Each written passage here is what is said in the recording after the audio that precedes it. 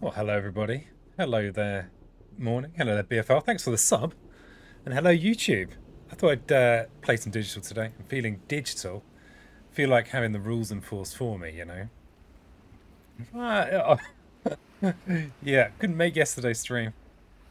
I went to the spoon cupboard and the spoon cupboard was bare. So Fangs Friday. I've decided it's a day to be Fangs. And I'm feeling maybe a little bit thematic, you know. Hey, texture.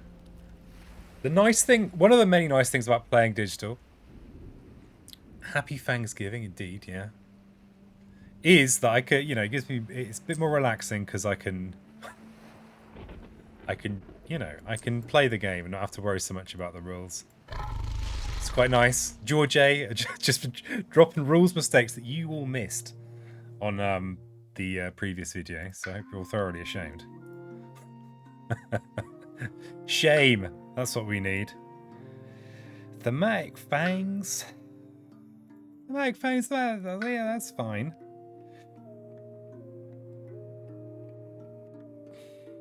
Maybe Sweden? I'm just kind of picking things with no firm reasoning here. We've got branch and claw on events. If Swedes and dens. I mean, in theory, I should be able to do this kind of encounter. But in practice. And I did just pick an island at random. This actually looks not a bad map for Fangs. And it's even starting with extra beasts. Well, we've got extra beasts. Let's go Sweden. Let's go Sweden 5. Sounds reasonable. But yeah, I hope you're all having a good Friday. Very weird day yesterday. My work was too much, and that's why I had to cancel yesterday's stream. And I ended up going for a drive in a van, which I appreciate how lucky I am to be able to do such things, because I've not always been able to do such things.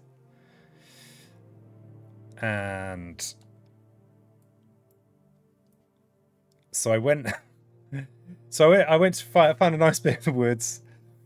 I realised it's some kind of like I'm not being too graphic. Some kind of what do they call? What did the guy call it? Cruising spot. So I was there in my van, making popcorn, and there's this like yeah, it's a site that people use for not just seeing the trees. Let's put it that way. But I did speak to a very nice man for a while.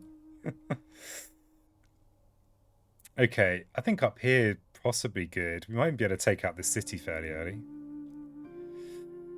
Should just remind myself what the hell Sweden does. But yeah, I am very lucky to have the van right now. Very lucky. Get to go to all the cruising spots. Okay, so what does Sweden do? They flirt. If they explore into a land and they match the number of invaders, if there's at least the same number of invaders, I can't even talk today. Oh, hello, Blue. He's coming in fast. You'd love to see it. So they do the flirting thing. If they do 6 damage, they put in extra blight, which is it's frankly ridiculous. You think of Sweden as, progressive, forward thinking. Oh, well, they're putting in extra blight. Those cruising Swedes. I know, right? Cruising around. So we've got some extra setup stuff. And this is I just sometimes flat out forget this. Towns do 3 damage, cities do 5. So more setup stuff we don't care about, though we will know a little bit more about the invader deck. Well, we'd already seen a card at the start of the game. And when Ravaging adds at least 1 blight, add a town to an adjacent land. That's a classic, easy to forget rule. I'm sure I will forget. But, I mean, if you want to beat Sweden, you want to prevent them ravaging. So we've got our opening presence to play, so we can put it in with any beast. And this map does start with a couple of beasts on already. Kind of makes sense just for targeting to be up here. Oof. Western sand. This is not what you want. Oh, it's a disaster. Okay. Oof. And one of the nice things about this board and a lot of the thematic boards is that you start with a kind of clear interior. I mean, so this is a shame that this has come in here. It's a shame. But we know that we're not going to have this jungle card. Alright, can't remember how to play.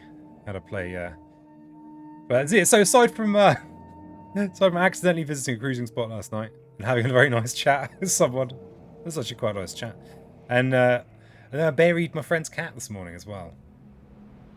Which was never buried a cat before. It had already died. But yeah. So I thought, you know, maybe I could dedicate this stream to that very cat. I don't want to dox them. Trollcat. Sweet cat. Well, didn't start out a sweet cat. And when she first arrived, when my friend first got her, we didn't, like, people, I was coming in to feed her, and me and the other person that were feeding the cat never saw the cat. We were like, are you sure you've got a cat? I wonder if I can get away with going bottom track Fangs or get bullied. We'll see. But yeah. They buried that little cat this morning. This was we're probably gonna have to turn this into a beast.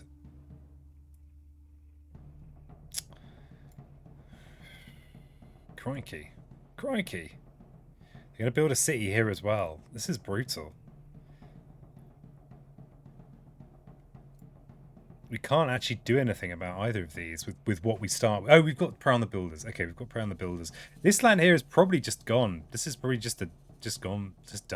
I don't think we can do anything about this right now.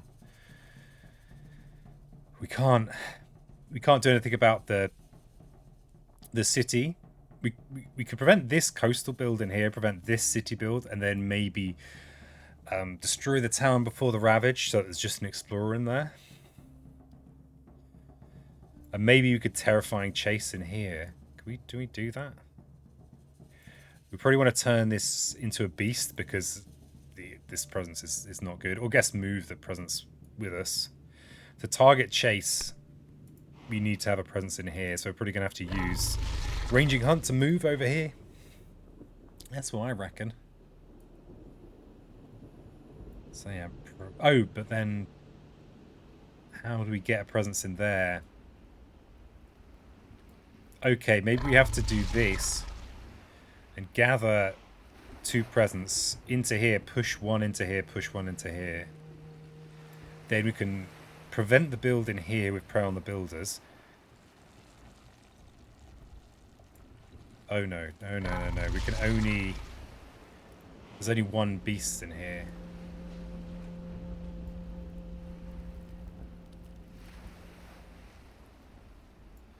Damn it. Damn it, Jim.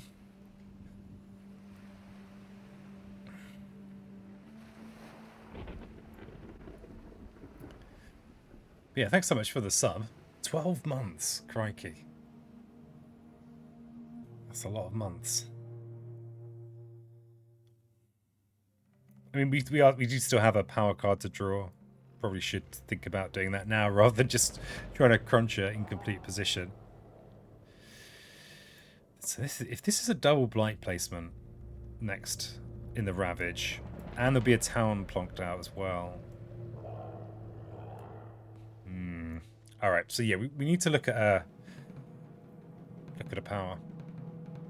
Where'd that even go, eh? Yeah, I mean, my grasp of time is patchy at best. Still haven't decided what track to go on. Probably bottom track. Just because that's what I prefer generally. Okay, drift down. Now remember we are against Sweden, so defend 4 is not. It's small potatoes. I mean, but it would be enough for in here, actually. So although those are small potatoes, they are big enough. And I wonder with this particular hand, if we do go drift down to defend in here potentially, if maybe we do go top track for a bit because we're going to want that 3rd animal, or at least that 2nd animal. Oh god, just like making that growling sound apparently.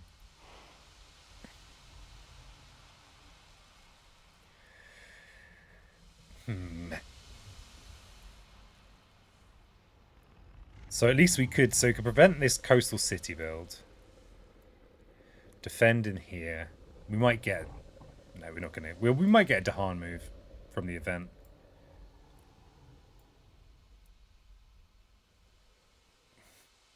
So if we're defending in the next turn in the Ravage...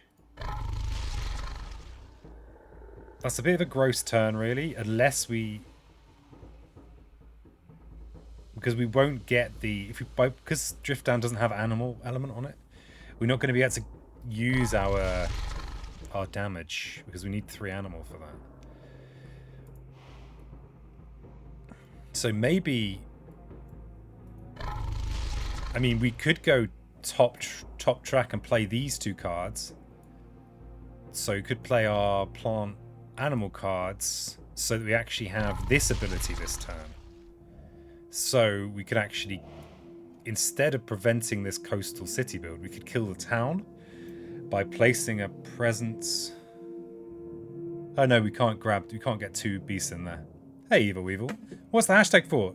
Not some silly Sovsit thing, probably. I have no idea what a Sovsit thing is.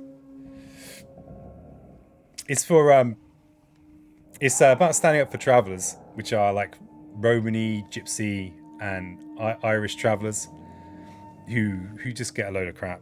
They get a lot of racism. They're like one of the last groups of people that it just seems to be acceptable to be racist about. And it's really bothering me, and it has been lately. So yeah, it's not much, and I probably should try and do something more than that, but it's a small thing. I have no idea what Sobsit is. I have no idea. So...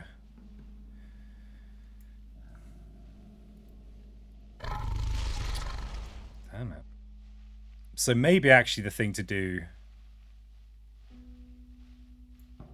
We could prevent this build if we go Teeth Gleam too near. And then get RN8. And we could do it that way.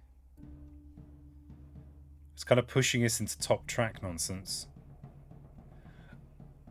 But then why do we need Drift Down if we've dealt with this land? Drift Down is not going to help with either of these lands because the numbers are too big. Lunatic Anarchist, the tamest of the guys that think driving their private car is actually travelling. They need to follow laws, that kind of stuff. Crikey, I've never heard of them. Soft set. Well.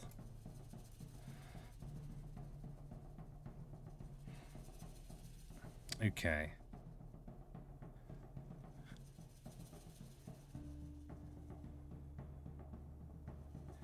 So...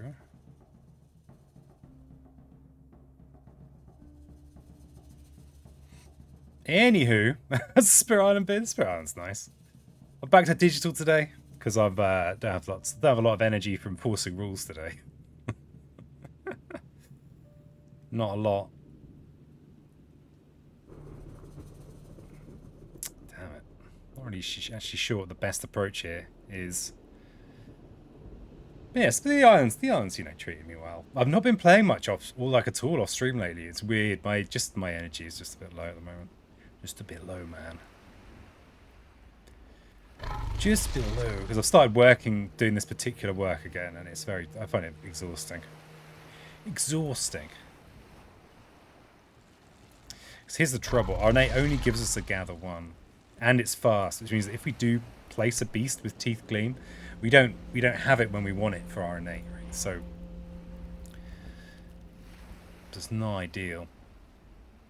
I'm busting my copy out in a bit. Well, it's just that thing, isn't it? Of like, it does take a certain amount of kind of energy to. Oh, just realised I'm too low down. It takes a certain amount of energy to kind of get things going.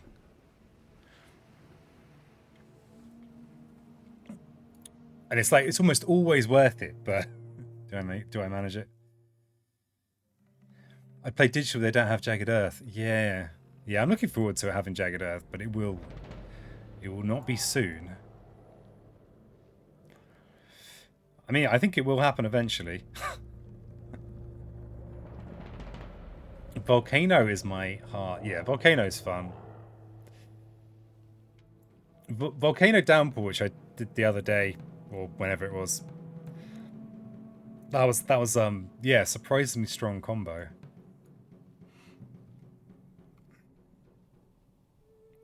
Tickled me that you could have kind of wetland mountains that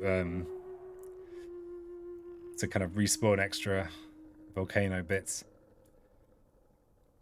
Is this just terrible? Because if I go drift down, if I do go top track, then the thing is, if I've only got 2 plays, maybe I could set up to do fast damage and deal with this Ravage with that. If I play Teeth Gleam to put a beast in here this turn.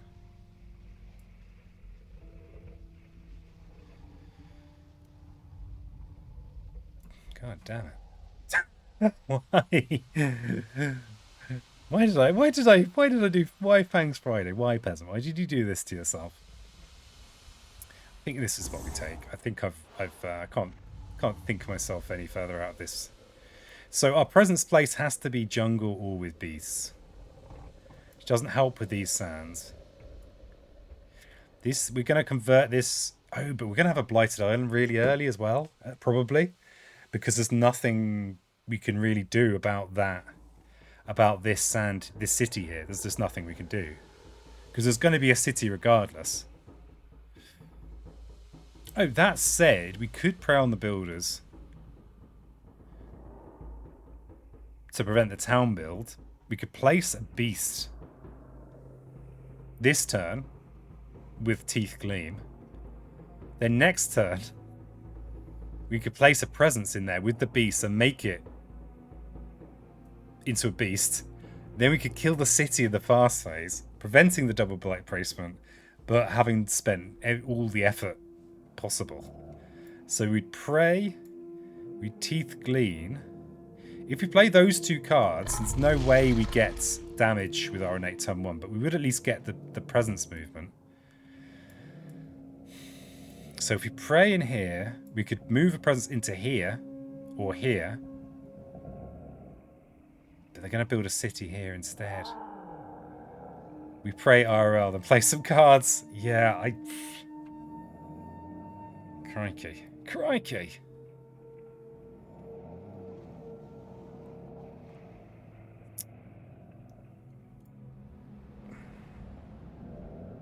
Hey, Glimmer. Why isn't there an Explorer in Northwest Sands? Starts with a Wilds token, I think. But I actually don't know. Nice to see. I actually don't know. I couldn't tell you. That's my guess.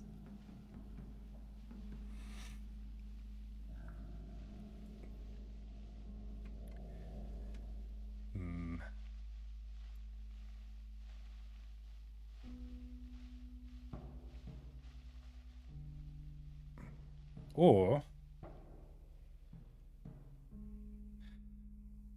Okay, what about... Maybe we... Oh, we can only turn one of them into a beast. Too early to think, yeah. Exactly. It's 2 PM here. It's just too early for me. Can't chalk it up to chat, forget to remind you to put one in that spot physically this time. Yeah, can't blame it on chat. I've been confused by use of the term gypsy since I was under the impression it was primarily regarded as a slur, but I guess I learned something new today. No. There is a slur, which is the P word. That's the slur. While some find the term gypsy to be offensive, many stakeholders and witnesses were proud to associate themselves with the term. Some UK Parliament report. Yeah. So I think mostly people use Romany or Minseri or Irish Traveller. But yeah. So I think it's unusual for people to self-refer as gypsies, but it's not necessarily bad. But the P word is bad. And I'm not going to say it. So, yeah. Right.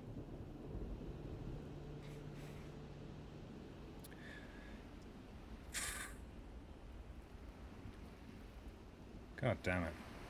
I feel like there should be a solution here, but I don't think there's going to be. Hey, Trat. Thanks for the sub. I saw you sneaking one in yesterday. Sneaking in a prime. Thank you. Hey there. I feel like I'm already in trouble. Got that Amazon Prime last week. Nice. I'm familiar with Roma primarily. I think outside the UK, the derogatory perception might be greater.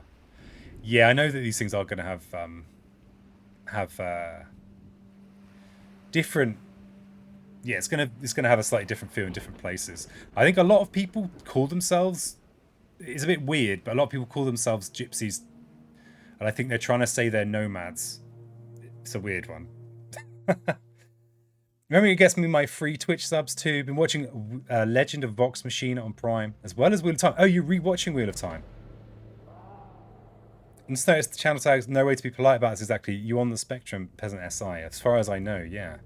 I've recently realised that I am autistic, and I wish I'd known at a time when it might have improved my life choice, my life chances. But no. You only watched episode 1 months ago. Watching it all now. Ian got a clinical diagnosis in their early 20s. It's just like everyone's got some kind of autism diagnosis, except Muggins here. I should stop typing watching. No, dude, you just keep on till the bot crashes. About 16 years ago.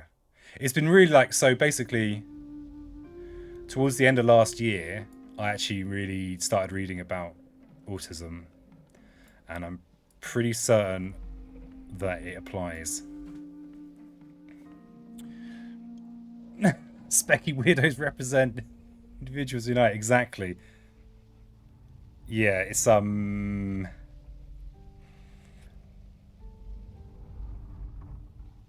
be fair, Vox Machina would have triggered it first time. Yeah, he is. It's just International Chin Day today. Blues is correct as always. It's a bold claim. Was Blues your favourite of 2020 as well? 2021 as well? So much brain in that lad. Incredibly brainy.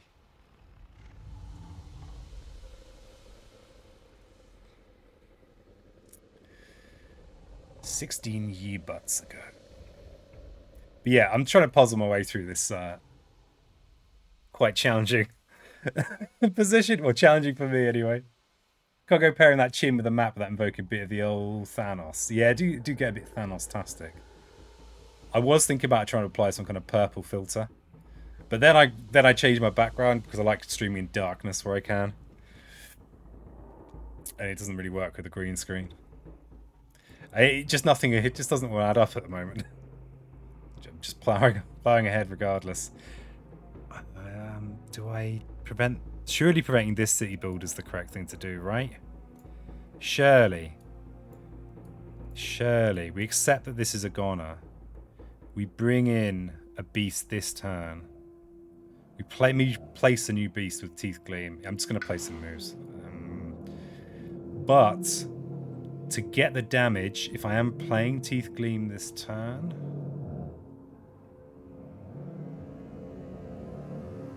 then I need next turn to actually have all the right elements, which I can't possibly have. Damn it. Fangs is there roaring in the background. You're not helping, mate. I'm trying to think here.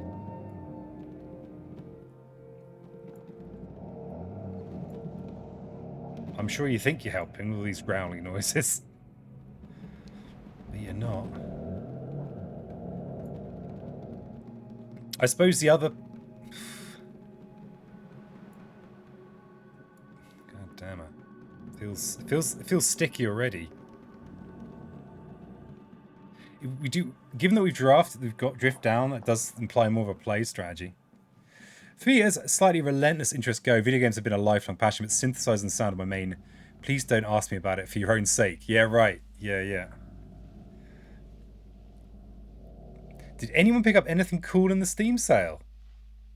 I picked up Alina of the Arena. Fun mashup of... Oh no, that was the Lunar New Year sale. I guess that is a Steam sale. Take energy and reclaim next turn, says Bacon. You top tracking me. Butt track. Butsy's favourite track.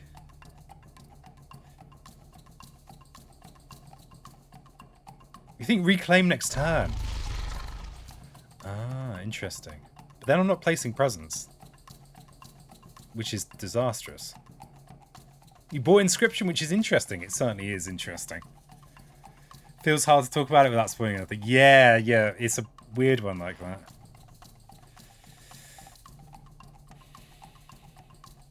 You already got a card. Yeah, but it's just like, you don't want to miss out on those presents placements. Hey, Mateus. Bonjour. Grabbed a few things, says Iron. Someone's living under a lighthouse for $5. Also about the Crusader Kings 3 on discount, the Hidden Deep and World Box. Crikey.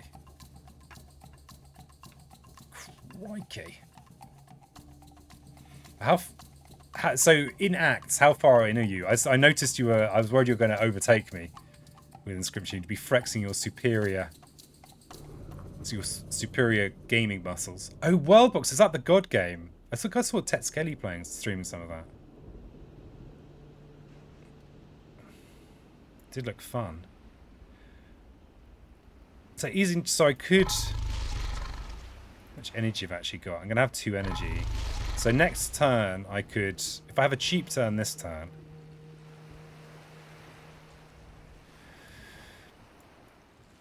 Oh Jesus! Thanks for the sub, Mateus. Big Crane Power. 4 months in a row. Crikey. Thank you so much for the support. All these subs coming in. If Gary's mod was Peter Molyneux's Populous. It did look cool. Yeah, Tet Skelly brought it up when we looked at it. Make gain energy, place the presence top, reclaim. Oh, okay.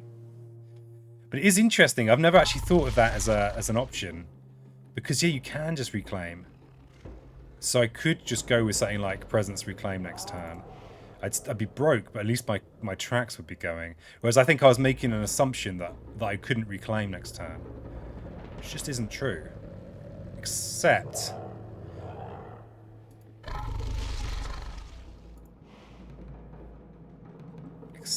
if I was going to do that, I'd have to play Teeth Near instead of Teeth Gleam.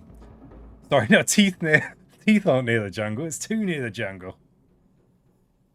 Thank you for the place where one could come and rest after a full week of work. Aw.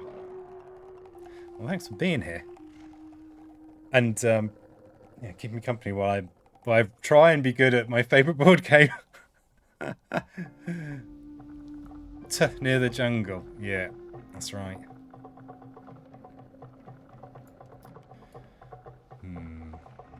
So,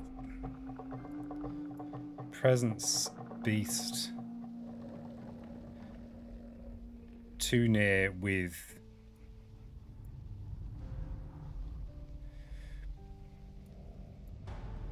God, my brain. Why did you play Fangs today, peasant? It's a bit of a find your own fun in World Box. I guess it's been out on iOS and Android, but apparently the reason to own is the open format mod support.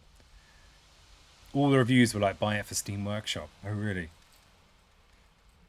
It did look like Tets was having fun, but Tets is good at that kind of stuff. You know, he's good at being creative.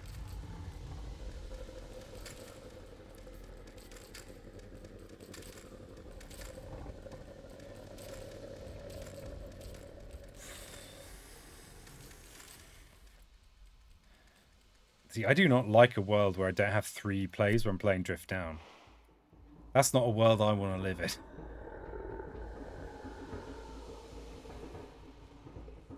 But if we have 3 plays when we play Drift Down, then we have no extra elements. We have no turn 1 ranging hunt with damage.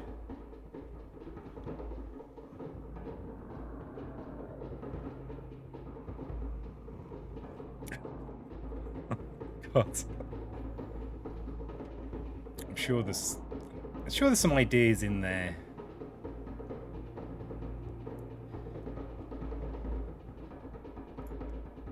Gather.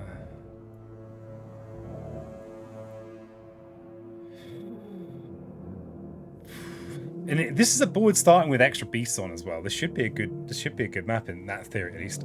Oftentimes creativity is not optimal. Just looking for options, whereas the most obvious one is the best one. Yeah, sometimes. I mean, if I was going to autopilot this, I'd just go bottom track. Stopping the city build and Terry's chase. Same sand. Yeah, actually that is pretty good. Because we need to rescue this well, I don't need to rescue the beast, but the presence. This presence is easy to move. If I put a presence here, it's not easy to move. So we need to move this presence. We could Terry's chocolate chase this into here or here. Actually, yeah, I like it, bacon. I like the cut of your bacony jib. So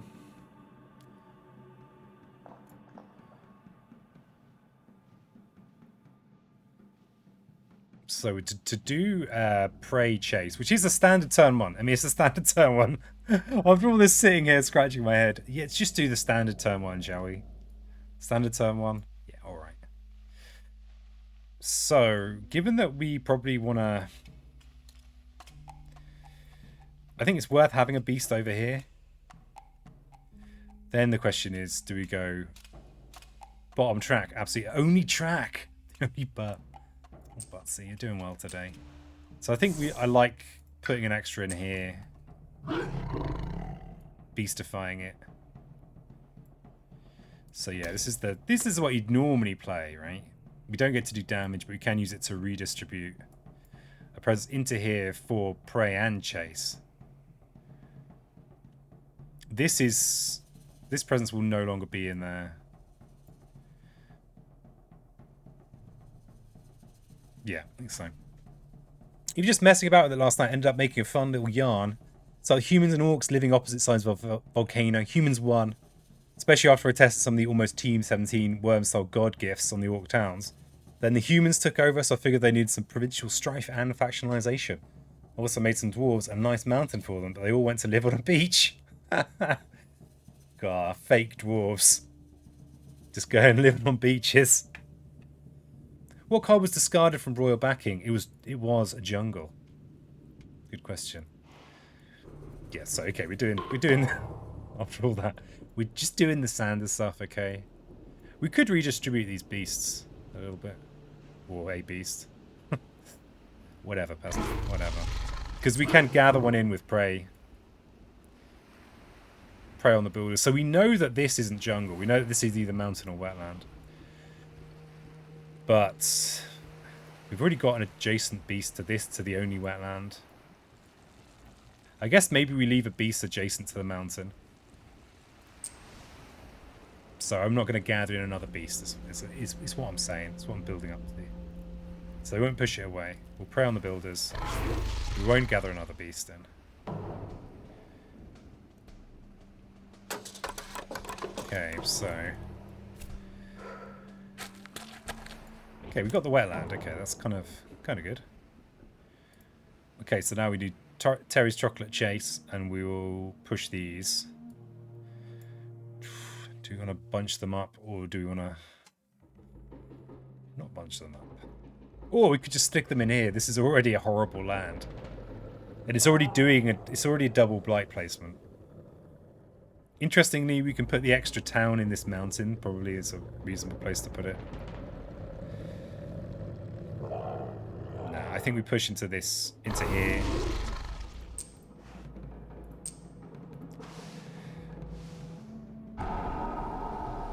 Okay. So we've got this, which we can't do anything about. We've got this, which we can defend. Yeah, I think that was the best result we could have hoped for. And we've got a town build here. This actually, it's fine. So, yeah, we go bottom track here. We actually don't need to gain this energy to play everything. Even if we were to gain another power card, the trouble is if you don't gain the energy, you're just really inflexible. So you're kind of generally just, it's just advisable. So we're into the stage 2s now, so they're going to be getting their flirts on, and unfortunately all of our Dahana are actually vulnerable to the flirts. What I mean by that is if they explore into, say, jungle, this explorer here and this jungle here and this one, they're going to convert, and that's actually terrible. I'm not sure there's much I can do about it. Well, certainly not with that attitude, peasant. Apart from just get some more beasts out. This is a double blight placement. This should be deal withable, so I'm wondering like how, at what point to stop converting my presence into beasts. We might. So we've got 2 presents. We need at least 4 presents on before tipping point. That's just the rules.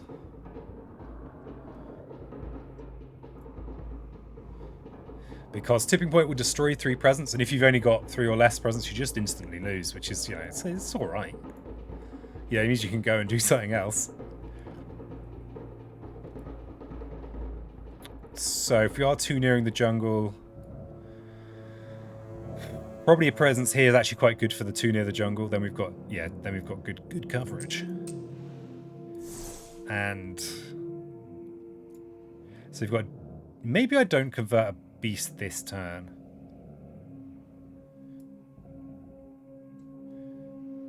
Or maybe this.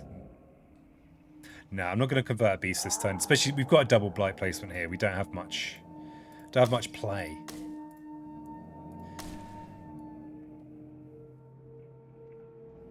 Yeah, okay. Alright, so we've got drift down here. And then we have Ronging Hunt, which I have not calculated for at all. We could bring this beast into the game, because it's not doing anything there. So we could use it to rearrange some presents, but I'm quite happy with where my presence is. I suppose we are going to want to do something about... Oh yeah, I guess getting a beast into this wetland is that's just a good thing to do. In fact, we could get a couple of beasts in here. And then in the reclaim we could clear it. It's a shame to clear where we could counter, but yeah, that's good. That's all right. And this beast can come in here as well.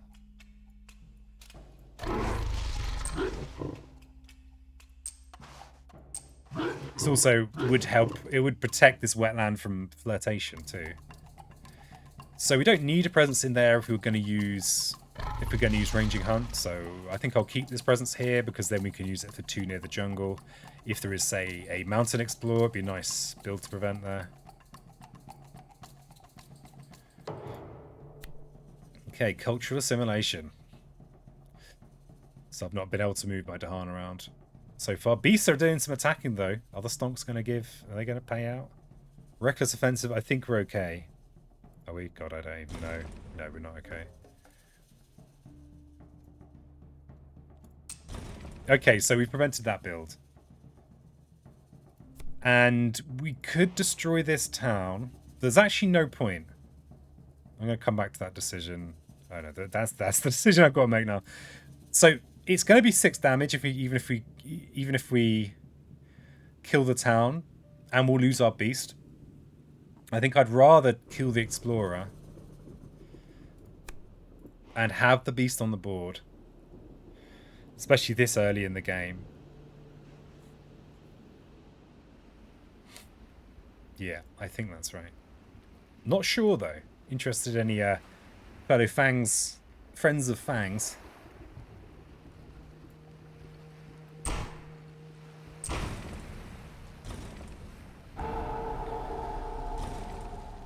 Okay, so we got some reckless offensive going on in there, which has meant can have a blighted island this turn.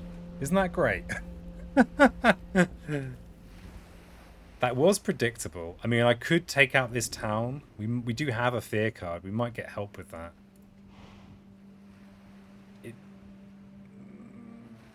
Damn it, I hadn't really registered that was going to happen. So reckless offensive. On each board, choose a land that leads 2 Dahan and leads 2 buildings. Each Dahan destroys a building and a blight. So harsh. And I think in that case, I do remove the town. In case an event the fear card that we are going to gain. In case that can mean that this is only a 1 blight ravage, we can keep the island healthy for another turn. Because if we get one of the presence destroying blight cards, that's just really bad news for us. Terrible news. Because that's the source of most of our power. Each player may gather a town into a coastal land. Well, isn't that great? That's really, really helpful. So, gathering a town in here makes this vulnerable to flirting. Hibernate, exactly. Sorry, Bacon. Yeah. They just chill out afterwards. They just go. But yeah, you're absolutely right. There's no, they don't die. They just go and chill out.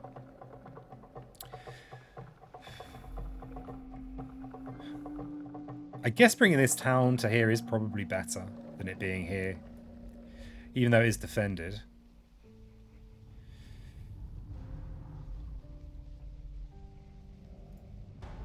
We actually can't use this in this jungle, which might be a reason to not do anything, but we do have drift down. Oh, actually, I don't like that. I don't like making this vulnerable to a jungle explore with threshold.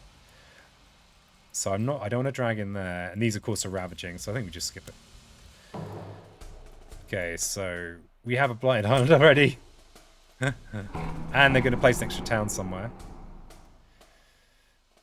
So, I mean, I think I put it in here. It's not going to ravage as well, is it? God, I hope not. Shouldn't do. Let's see what our blight card is. Downward spiral. Okay. I mean, it's not instant loss, and it is a big blight pool. So that's good. I mean, it could be a lot worse. I think. Well, could it be worse? Yeah, let's just say that. Okay, so we do have a good 2 near the jungle here. That's just a straight up build prevent. At least not tipping point. Exactly. That would have been just instant loss. Yeah, that's what I was grasping for. The card I was just talking about a few minutes ago. Yeah, that one. Okay, so yeah, this is a very clear 2 near the jungle. And then what about these? What about these teeth? Hey, what about it? So preventing the city build is probably just correct. So my losing event, more than festering pits. I also think high level Sweden is worse match for Fangs than high level England. So don't underestimate what your peasants trying to pull off. Thanks, Bacon. That's kind of you to say.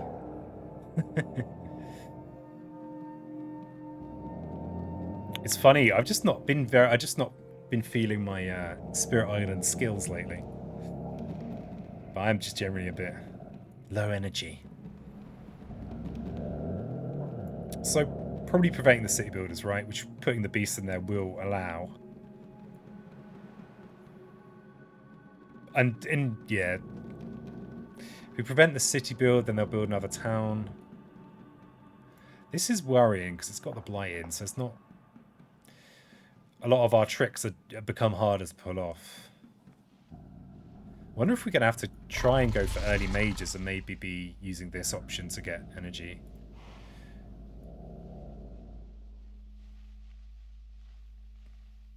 Yeah, destroying presence every turn is a drag as well. A drag. It's not. I'm almost surprised when people say that this is like they just quit. I've seen some newer players saying that Downward Spiral is just like terrible. And I think even for the spirits that it is really bad for, it's not that bad. The fact it's 5 blight per player is pretty nice. It's pretty nice. Yes, I think it's like just try to help in here is probably the right call. Probably the right call. Yes. We do have a turn where we don't have to worry about ravages. And we've got the energy so we can reclaim. If I was to reclaim, I'd have 3 energy to play with after paying the cost. Which which is enough for a cheap major. And there could be some of the majors that would help in the lands that are blighted. I can't do anything in. Center Crumbles is bad. Also needs 3 presence destroyed to prevent 1 blight placement. Oh yeah, brutal. Yeah, it's a bit. It's not ideal to have a blighted island this early. No way, especially with this little presence on the board. Very bad for Fangs. So I better just quickly win. Yeah, I'll just get that quick win in. Yeah, sounds good. I don't feel like looking at a major is the thing to do. The Senbut Crumbut. And we could forget maybe Drift Down. I mean, we could use Drift Down to defend in this jungle. Jungle 1. Don't really like these numbers. I like Downward Spiral for most other spirits. Yeah, I think for most it's one of the better ones. I mean, it's a bit boring, because if you played a whole ton of base, then you're like, oh. When there are only 2 different blight cards. Oh, one of these ones again.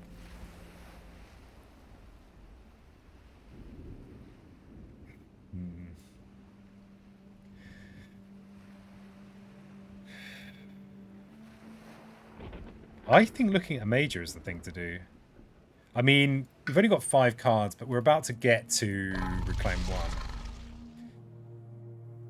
And if we've got a really nice major we can use over and over,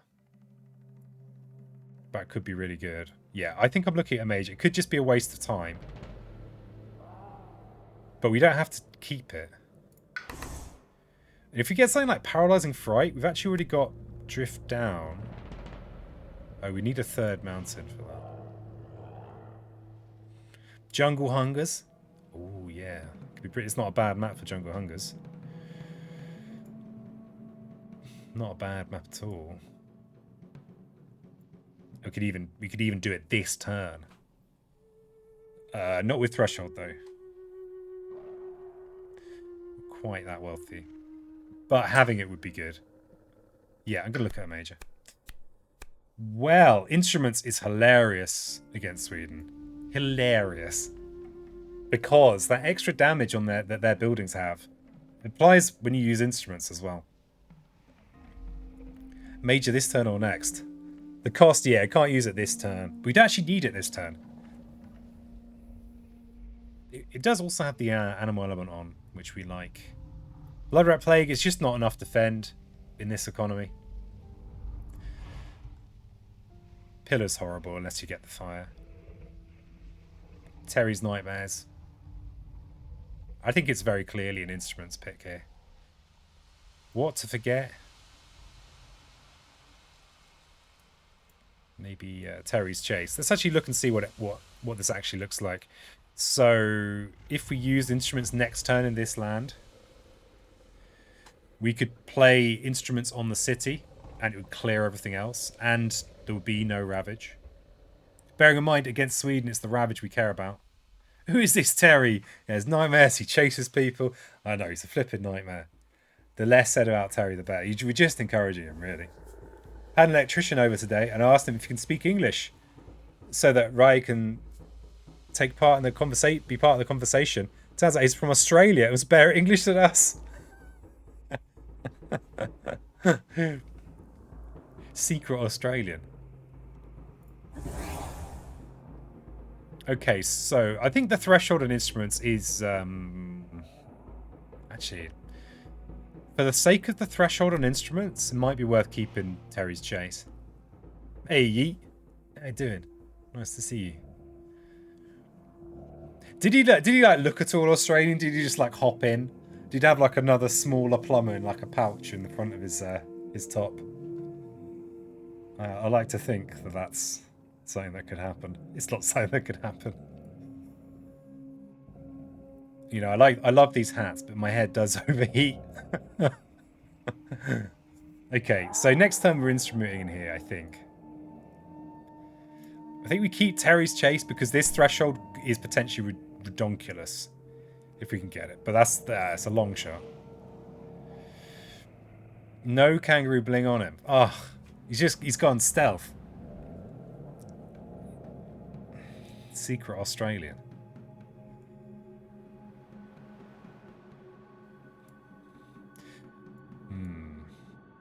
So I guess... Yeah, I'm just going to make this decision. Maybe we get rid of drift. The thing is that drift actually helps us in the terrain types where we need the most help, right? We've got 4 flipping sands. Terry's Chase could be Threshold, but I think Instrument needs Threshold unless you're killing the blighted sand. Yeah, it's one of those... I mean, I need to draft pretty much 2 more cards with the sun. And potentially... the animal element's fine. So it's a very unlikely threshold. Especially given that if I'm going to play instruments, I probably need to be grabbing energy.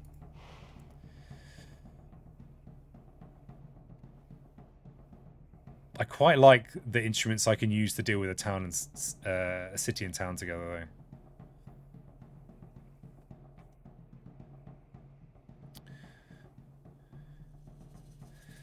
I mean, Tune of the Jungle, I mean, we did just prevent a build like that there with it.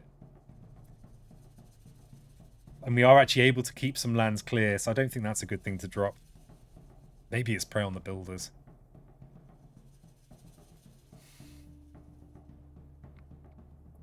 I think it's prey on the builders. Yeah, okay. So, we're going to be instrumenting in here next turn.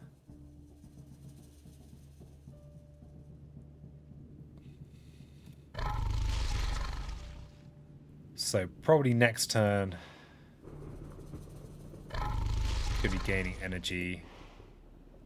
Interestingly, we're on the reclaim now. No, I don't want to not be placing presence, especially given that I'm losing a presence every turn. We probably could squeak out another beast, though.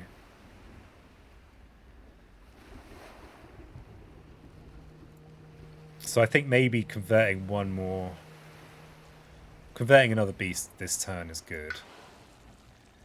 The reclaim 1 spot doesn't do anything for us this turn.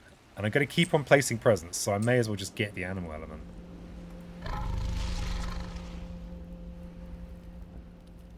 Except this turn I'm probably playing these anyway.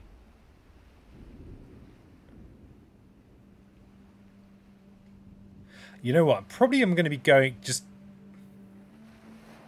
Do I just switch to top track now to try and fund instruments? So even playing this, that's only 3 energy and instruments is 4.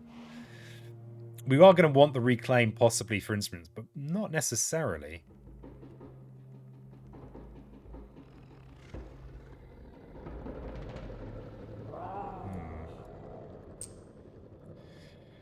So I think I'll plonk a beast in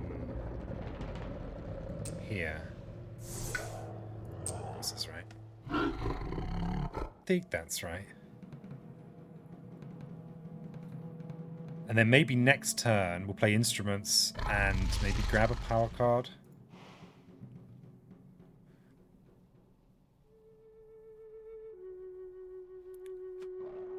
Are usually 7 feet tall. Well, Australians? Really? Crikey. Who knew? Who knew they were all so tall? I didn't know that. No one keeps me abreast of this important information. Okay, here's something else we could do. We could actually have the town kill the city next turn with instruments if we clear out these explorers. That feels a bit unnecessary. That feels like I'm just not really improving anything. The sands issue is a big issue, right? So maybe... this turn I could clear this sand with these things. With Ranging Hunt.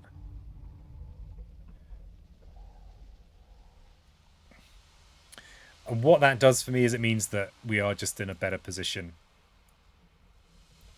If sand comes up. I mean, this is coastal, it's going to come up. Sands are only an issue if they show up on a card. Yeah, but they're definitely going to show up. Or clearing the interior is another side mission we could do. There's no beast over here already. So we could maybe Teeth Gleam in here. And then... where are we going to get another beast? We could actually... we've actually got a good shout at clearing the interior here.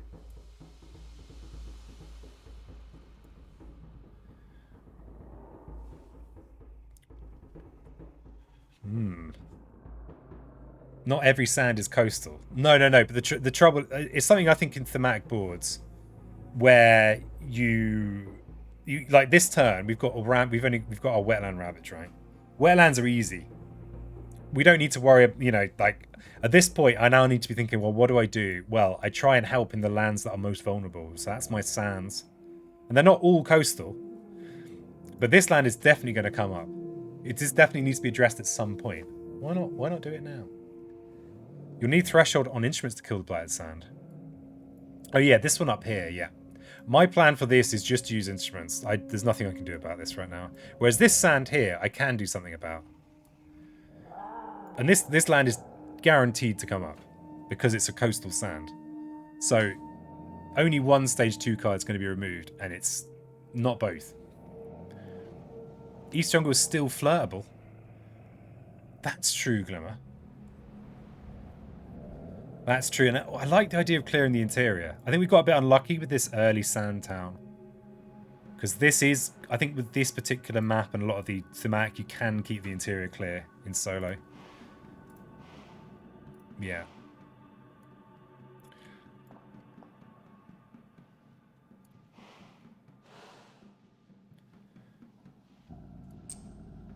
Yeah, I like that.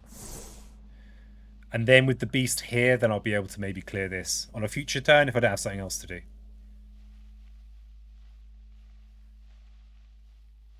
Oh, but the problem with... Oh, yeah, so we'll clear this turn. Yeah. And there is a terrifying chase to do something with. We could even chase this town out from there. Then we're... Yeah, that's reasonable. But yeah, I like that, especially the flirt defense too is really good. I'd not factored that in.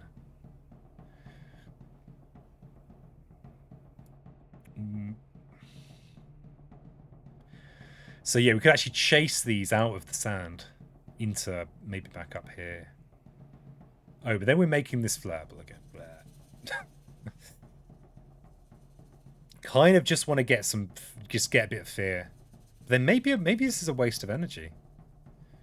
Spending an energy for 2 fear. Next turn, I'd be forced to grab this and this. And in fact, drift down does nothing. It doesn't do anything this turn either.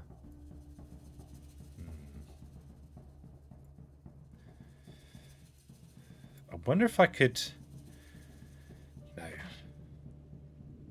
No. No. Yeah, this is good. This is good stuff. So, if I push a beast into here, beasts can't do anything in with this blight with my if I'm using my innate.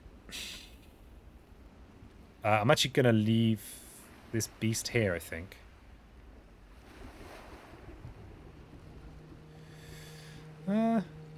Actually, no. May as well bring it in. May as well bring it in. We're using 2 near the jungle, so I'm not gonna... Actually, yes. I'm gonna leave this presence here. Convert that beast in the sand so it doesn't die in the ravage. Ooh, what? What ravage?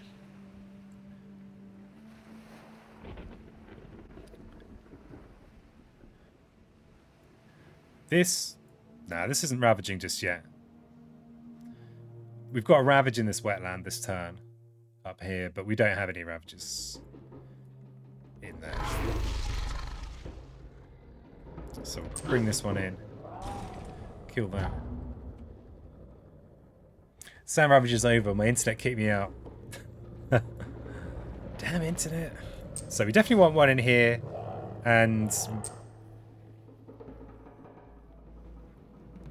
yeah, I think if we can clear this sand, that's a big move. We won't move the presence because we want to use it for these things potentially. Downward spiral.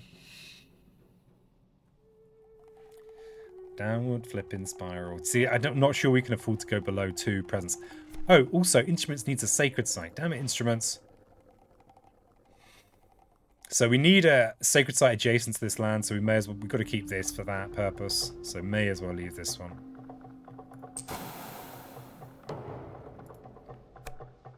Rising interest in the island. So we can ignore their curiosity. Or we can weave some lies. Some sweet, sweet lies. We could forget Drift Down to play for it. Can we afford to discard these two and then reclaim? If we reclaim, we would... So Weaving Lies is pretty nice. We don't care about extra damage in the Ravage. Returning the top fear card to the box is pretty good.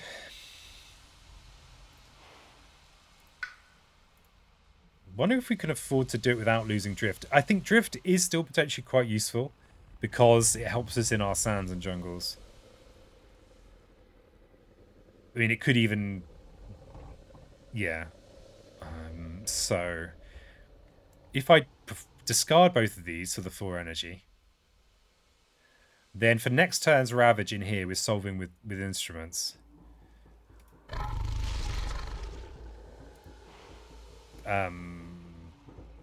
I'd have to spend this energy I've got lying around, and then I'd get 1 income and this. So, we'd be broke, but we'd be able to maybe play instruments and 2 near the jungle. Oh, but we wouldn't be placing presents, which we need to be placing presents every turn. So yeah, I think it is goodbye Drift. Goodbye, sweet Drift.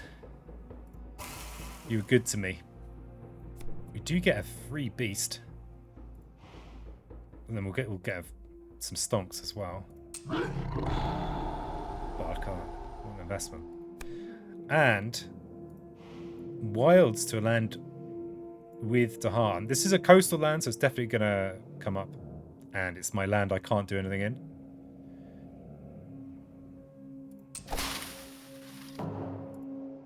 Okay. During the next normal explore, skip the lowest numbered land, matching the invader card on each board. Sure thing. So, Ravage is fine. Getting a city build, which is also fine. Oh, coastal lands have shown up. So that tells us that the remaining stage 2 cards have all got escalation on. That wild token prevented that build in this. Sorry, the explore in this awkward jungle.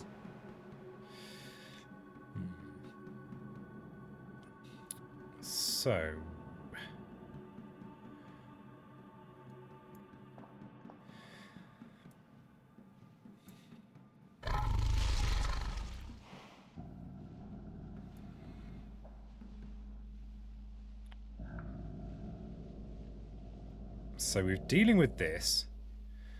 We'll have 5 energy to play with next turn. We could grab the reclaim 1.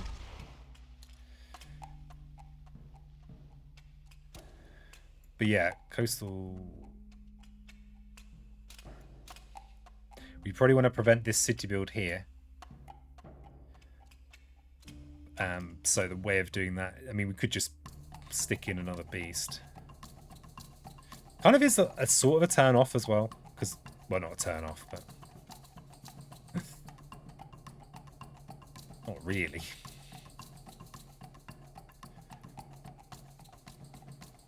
There aren't any adjacent beasts to this sand, so if I really want to clear this out, I need to place the extra beasts in here.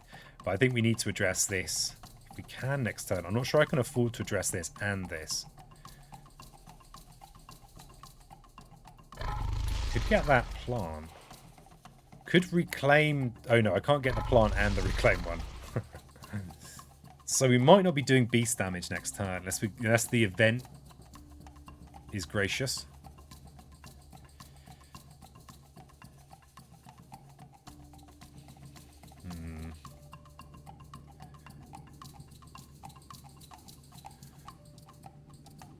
So we need, yeah, 3 beasts. 3 animal, 2 plant.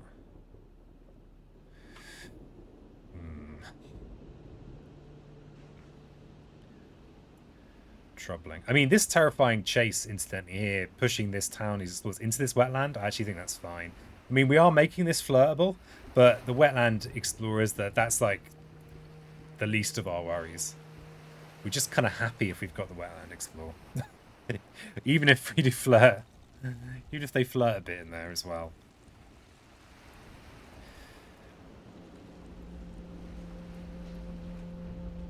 So I think... And it is some nice free fear.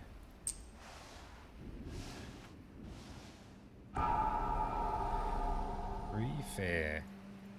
We're getting to Terra 2. That's significant. If you chase them into the mountain, you can instruments the city to kill the 2 towns. That's true. And then all we're worried about is a damage bonus on the Explorer.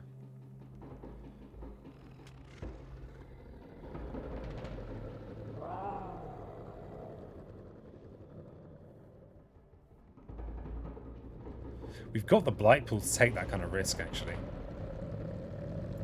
You know what, Glimmer? I'm just going to take all these Glimmer move upgrades.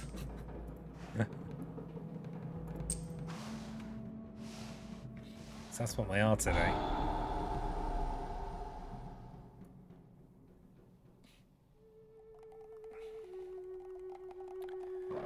Because also the mountain is you know, it's also a kind of preferred land to push anyone into.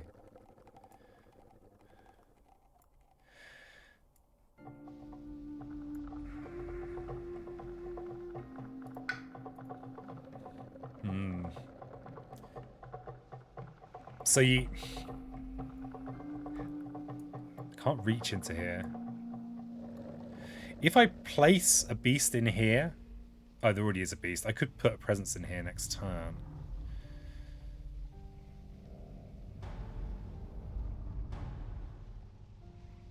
The other thing to think about is actually that maybe I don't care about this blight. We do have 5 blight to play with. Take them with caution. I haven't had coffee yet.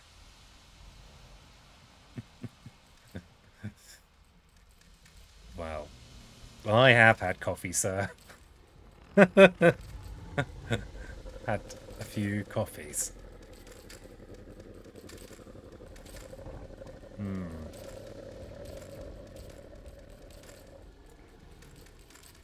course, we could just recycle instruments, but then can we actually afford to recycle instruments?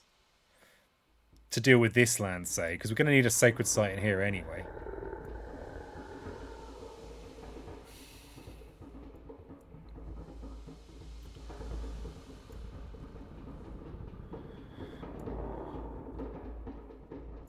The nice thing...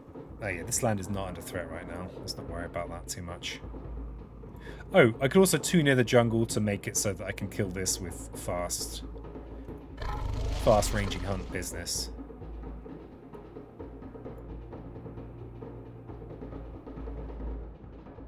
Though if I'm instrumenting...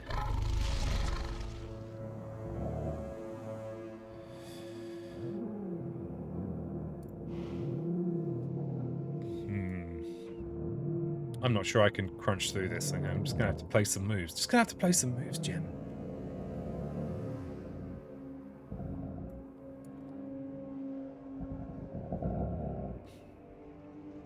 I'll do that in here. This means I can use the town to kill the city if I am using instruments in this land. And it also means that I can kill this in the fast if I'm using my fast. It all adds up. And then we could hope for big beast damage in here by just plonking another beast in there.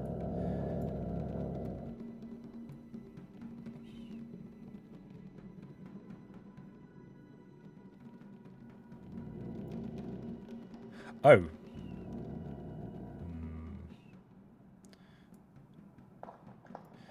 Clearing this is pretty nice, though. This would mean that clearing this town, and all of a sudden, we've got a lot of clear interior.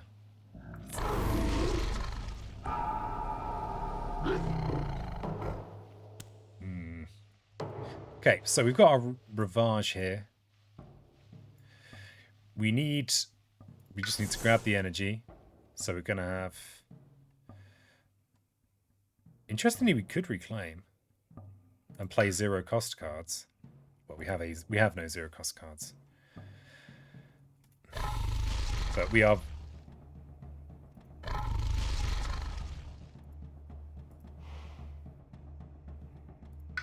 Bearing in mind, we have to destroy a presence every turn, so we kind of have to place presence every turn. And we need a sacred site in here for instruments.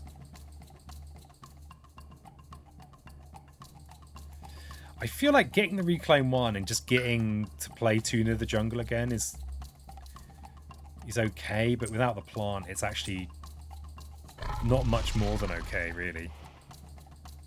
The plant on its own is not going to do anything, but at least this I could use to grab another card. It's like to maybe grab a card this turn and not actually play it this turn, to rebuild my hand so that I don't have to use this reclaim.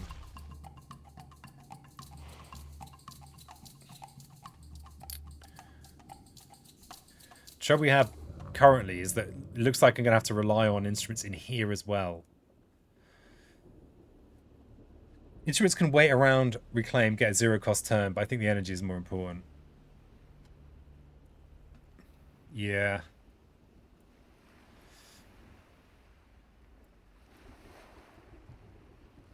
This here at least is only a single blight placement. In this coastal sound up here.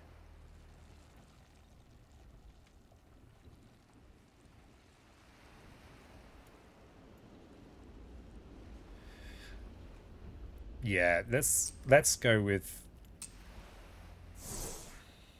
this. Yeah, because next turn means we can get that 2 energy. And we may be letting this land go for the sake of growth. Okay, so instruments in here. Strive the Sea. So hopefully that means no blight in this land. I say hopefully because it can go wrong. And we do have a bit of the old gather push.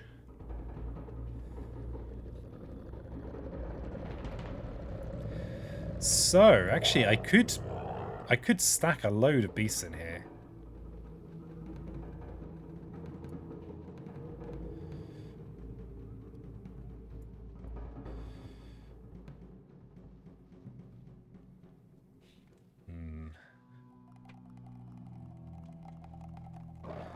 Could grab the 2 beasts from in here and push them in here.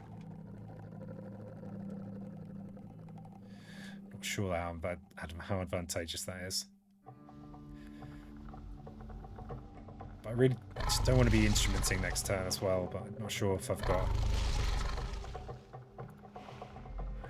Yeah, because the trouble is I can't reclaim place presence and gain energy. So maybe this land is just getting let go next turn. We do have a big blight pool. We can let it go. There will be a town that goes down as well. Maybe I should be thinking about positioning a beast for presence so that I can maybe address this coastal sands. Maybe if I gather a beast into here, push a couple of beasts in here, then we could do a innate power in this top sands. Let this middle one go. It will plonk out another town somewhere.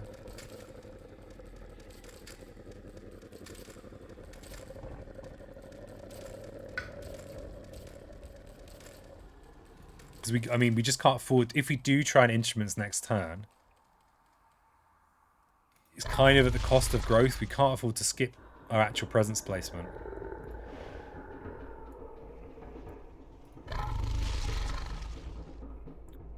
So I think something that sets up the defend in here is the thing. And I think that is...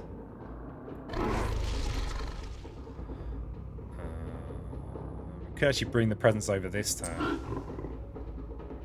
Do we do that this turn? There's no big disadvantage to doing it this turn. That I'm aware of, anyway. Okay, so we're set up to have an inexpensive turn next turn where we deal with this land. Got a downward spiral, so I think that's this presence here.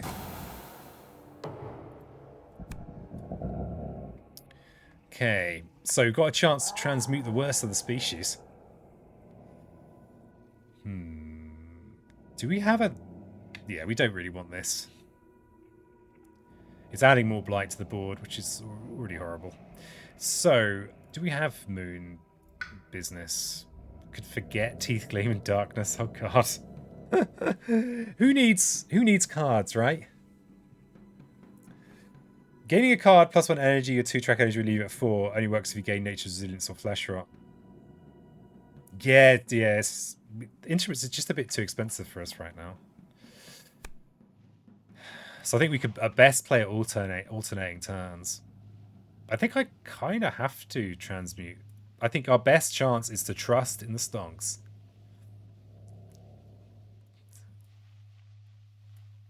That's where hope lies. But to get basically we can save an energy by playing Teeth Gleam. This is a deck builder, right? Trimming the deck, yeah, absolutely. That's what's happening. The trouble is we're losing our best plant beast, well, one of our plant beast cards, but we do have 2 nears still. And because we've gone top track, we do have okay elements. But we're getting very low on cards. We probably will try and gain a minor power next turn. Oh, on the reclaim, yeah. So I think we transmute the worst. And we add a beast somewhere with buildings. Got a couple of cards though, nice. So, probably the place to add is just somewhere that doesn't already have beasts. Maybe here. Hey, what else is on the card?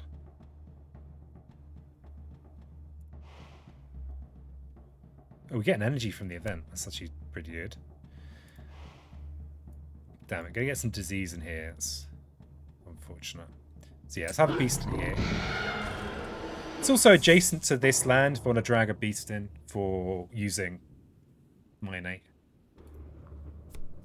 Each player moves an explorer town from a coastal land. Well, don't mind if I just don't mind if I do. I'll do that. And each player moves an explorer town from a land with beasts. An explorer from a land adjacent to beasts. Well, okay then. We could just clear this land. And I know that's not directly pressing. But we can deal with this coastal sands. Gonna accuse me of hacking Spirit Island. But I assure you, I do not have that skill set. I can just about hack up firewood. Alright, I think this is the one, right? Because at this point, if we got a jungle explore, it would only go into this top jungle. I think this is the one. And given that we've got fair, not like super high, but 1 in 3 odds of jungle, 1 in 3 odds of mountain. This is just saving us an explore, and this is a solved problem up here. Well, not solved, but soluble. You could just wash it away if you had liquids to hand. Okay, we also got lucky that this damage didn't get boosted. Okay, what did we get? Sand Explore. God damn it. Game is hitting me with all the hard explores. Okay. But we didn't get an explorer in there, so it's still a great victory. Okay, so...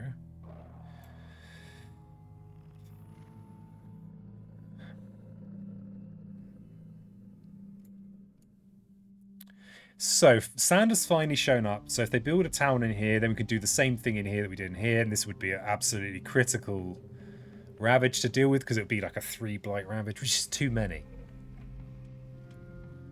We need a sacred site to do it, which is awkward. So, and we need a sacred site next turn to do it as well.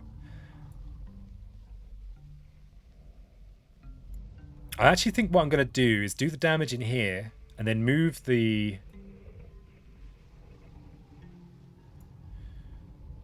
presence into here, maybe, because if I lose a presence, it's absolutely disastrous.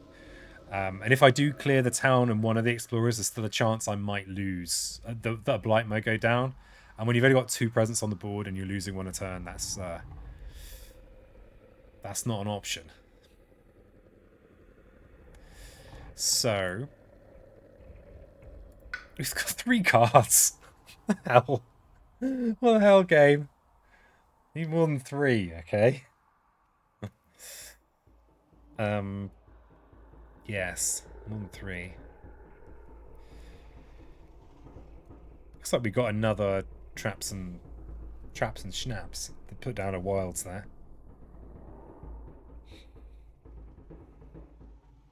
Yeah, we can't afford to be converting any more presents. I wonder if I... Yeah, we want that energy. So we are reclaiming and placing an energy presence. And going for a minor power because we need more cards than this. This is ridiculous. This is silly. Growth through sacrifice. I'm not going to pick that. I'm sorry. Sorry, okay. It's too good. Okay. What about these cards? Could Terry's chase into the bad sand?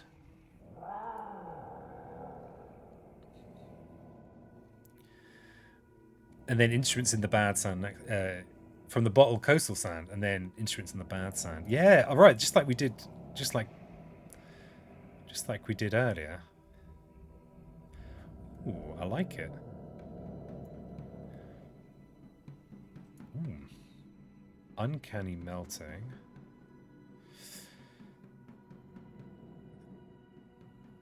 I feel like confounding mist is probably the thing, even though it's doesn't look nice. It's all horrible elements.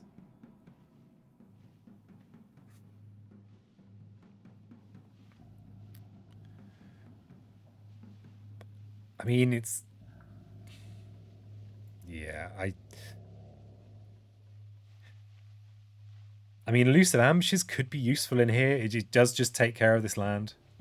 It also has the sun fire on it, which could be a finisher. The glimmer trick, yeah. One of many glimmer tricks. Oh, hello there, Mr. P. Coming in second. No animal element cards, yeah. Who needs those? Who needs those? I don't need those. Timely arrival, yeah. You've arrived at the crisis point. It's actually it's felt fairly crisis-worthy most of the way through. I like that this ambush just deals with this land, though this is Dahan is in with the disease, and that Dahan could just get killed by an event, in which case I've then got a turkey. But the fact it's a sun fire card could mean we get threshold on this, so just going to read it out because I feel like it. You know, sometimes I like to improve myself by doing a little bit of reading. Instead, if invaders ravage in target land, they damage invaders in adjacent lands instead of Dahan and the land. Dahan and target land do not fight back.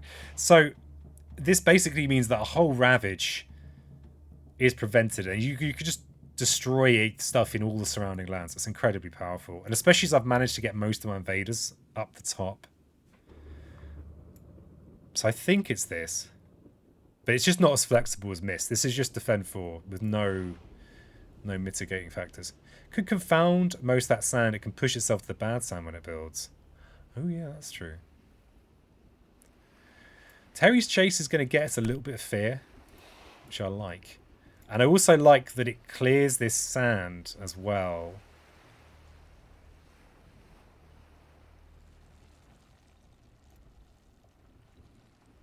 Oh, damn it.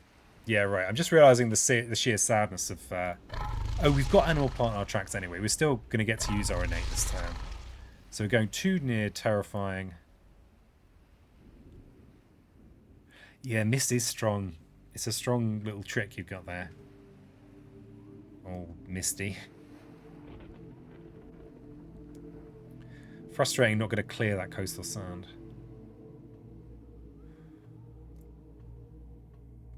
I think I'm just going to take Mist. It's a bit more flexible. Yeah, I think greedy. Trying to go for the sun card. We're not going to use it this turn. It's just a very simple turn this turn. It's a simple turn, old-fashioned turn. Getting this energy. So, we need a sacred site here to deal with the terrible land. So let's just get that in place now. Playing a bunch of Gremlins Inc. this week, which I got from Raffle Yours. Ah, it's a cool game. It's a cool game. A simpleton. Oh, what now?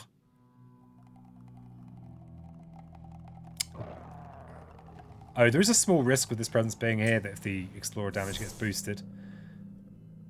I'm not afraid of a little risk. I'm very afraid of a little risk. I like the tier 2, but are handcuffed by 3 cards.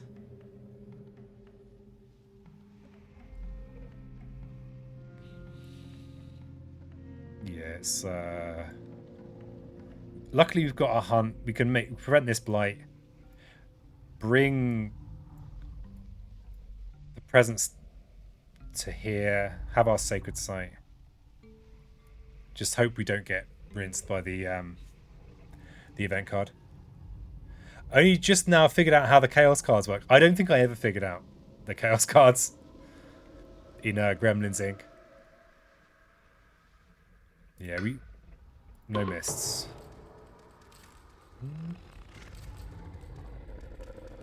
No mists.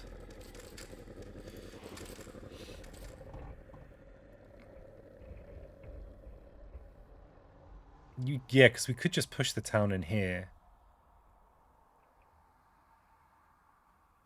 From here. Yeah, I think so. Okay. Okay. So it's a shame we're not clearing this land, but we can do this instead. And we're not going to move the presence with it. Well, we could, but we're just going to move it back.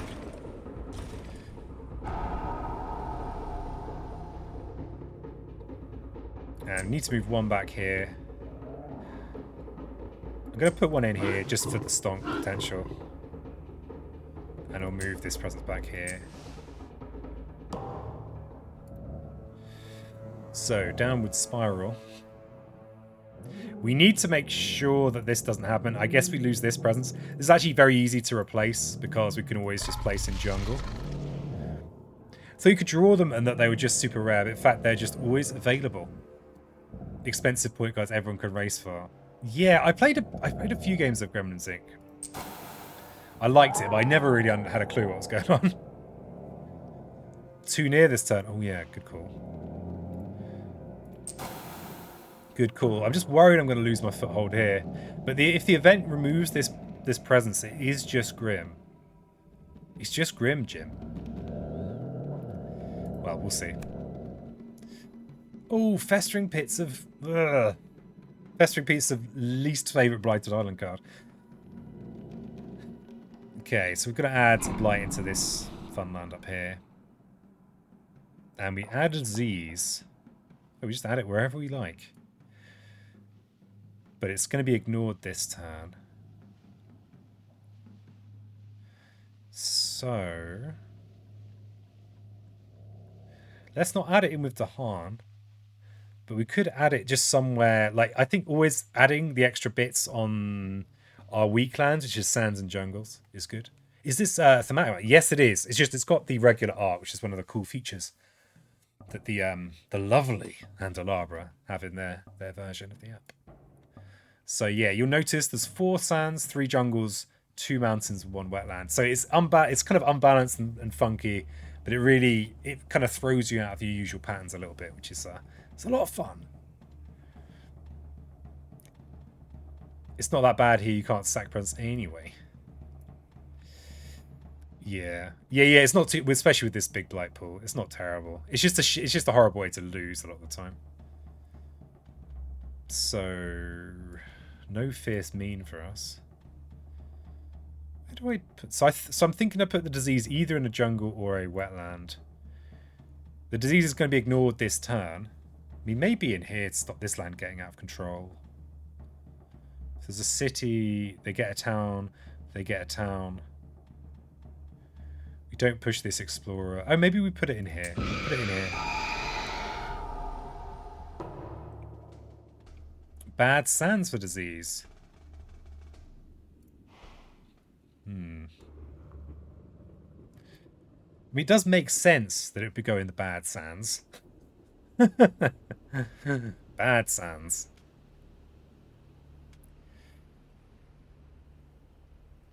It would remove some pressure. And there's no Dahan up here. And not likely to be any Dahan up here.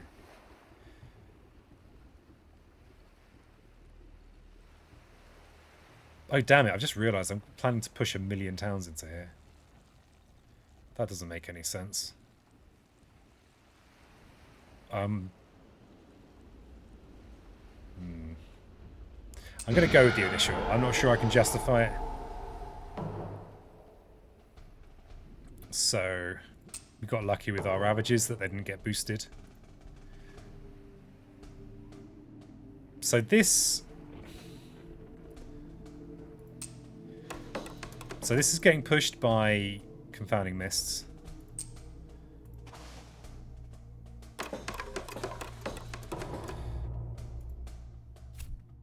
Wetlands. Okay, that's kind of a good result.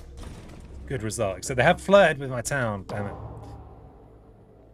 Okay, so... we can't afford to actually push any more towns in here. So I think we do need to push into here. This is kind of why I was thinking about this. Building isn't bad for instruments.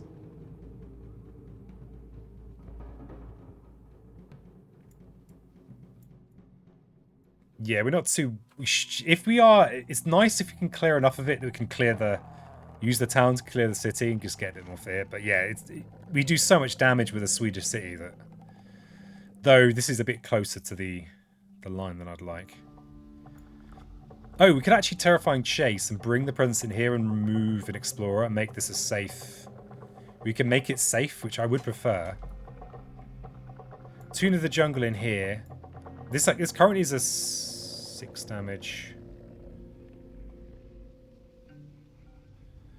So yeah, we could bring the... oh no, the beast doesn't move. Apparently I'm just don't make any sense today.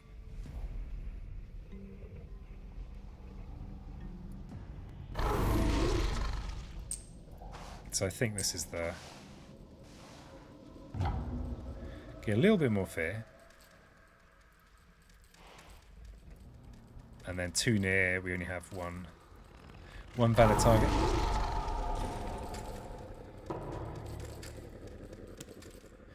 Okay, so we're now into Sand Ravage. We've only got 1 Sand Ravage, and we've got a plan, which is this little plan here.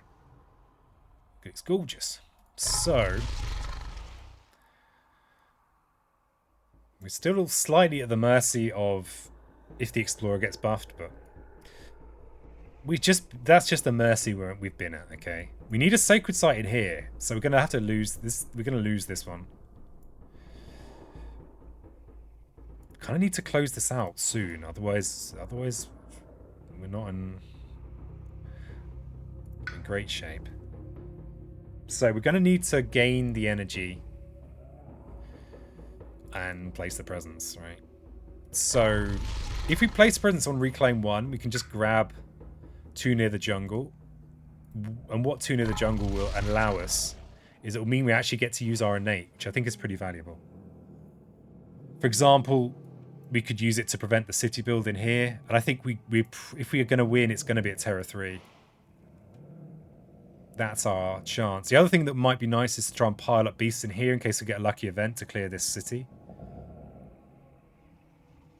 All these beasts, all these lovely beasts over here doing nothing. It's terrible. So I think... just once we get up to this amount of energy, this becomes cheap and easy. We're at stage 3. But yeah, I think preventing this city build is significant. But we need the Sacred Site over here anyway. And we need the energy. So we grab this to enable ranging hunt with threshold. With damage.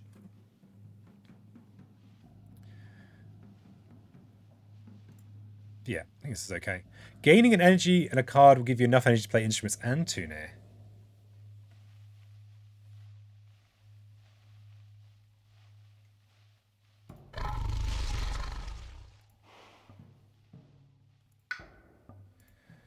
You're saying gaining?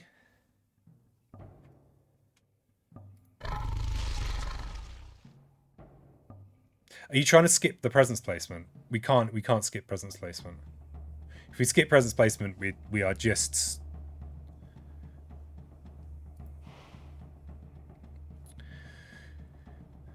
Gaining and I'd much rather have the 2 energy. Not sure I'm following though. And this, it's weird how this second energy income makes such a big difference to our money. Hey Galaria, how you doing?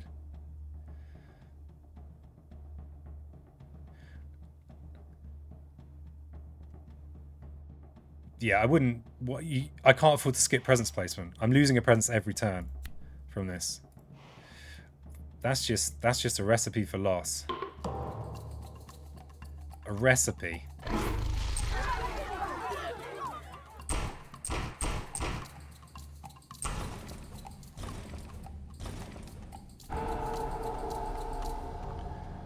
Okay, so this should be okay. Now we can ranging hunt. We can prevent this city build.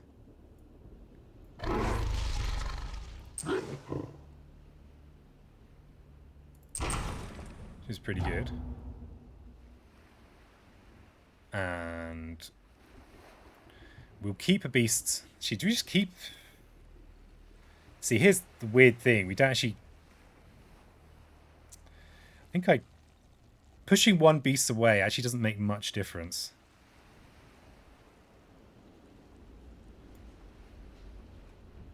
They're going to build a town. I'm actually going to leave them both in here. Place a presence plus gain a card would have left you with full energy for instruments.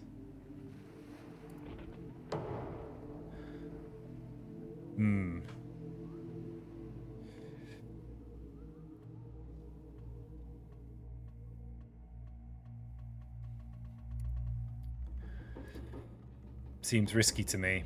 I mean, yeah, that's the trouble with Fangs. If you go down to 0, you can be in a really awkward position. Hey, Ham, how you doing? Hello there. The Mac board, yeah, living the dream. So, we get some beast attacks. Damn it, I've only got 1 beast in there. So, we get an extra build, probably. And extra Dahan. The beasts are going to prevent this. Oh, they're going to clear this land, which is okay. Damn it, my beasts are mostly on their own.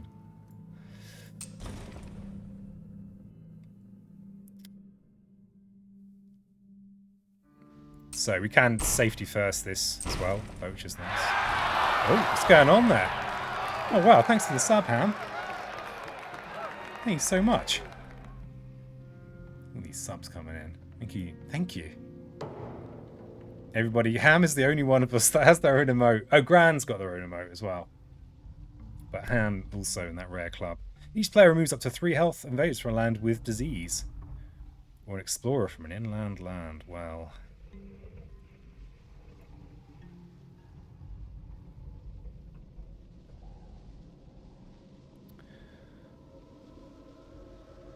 Interestingly, removing this explorer. Oh no, if there's an explorer in there. But yeah, thanks so much for all the subs today. Appreciate the support.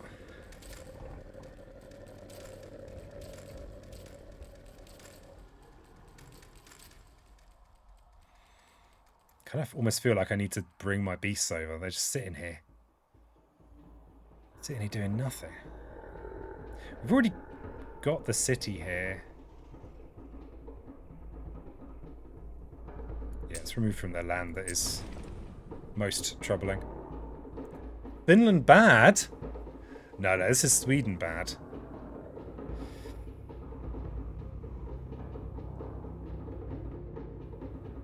Oh, there's a disease here. I didn't even notice there was a disease here. God damn it, peasant. God damn it. Hey, Octo. Yeah, I'm reasonably hale, reasonably hearty. Oh, I'm a dumbass. Forgot Finland's flag. How dare you? Forget the wonderful Winland. Oh, scapegoats at Terra 2. Don't tell Poultry Speaker. He'll be desolated. Okay, there's 2 cities on the board. Sand and wetland. That's did not want sand.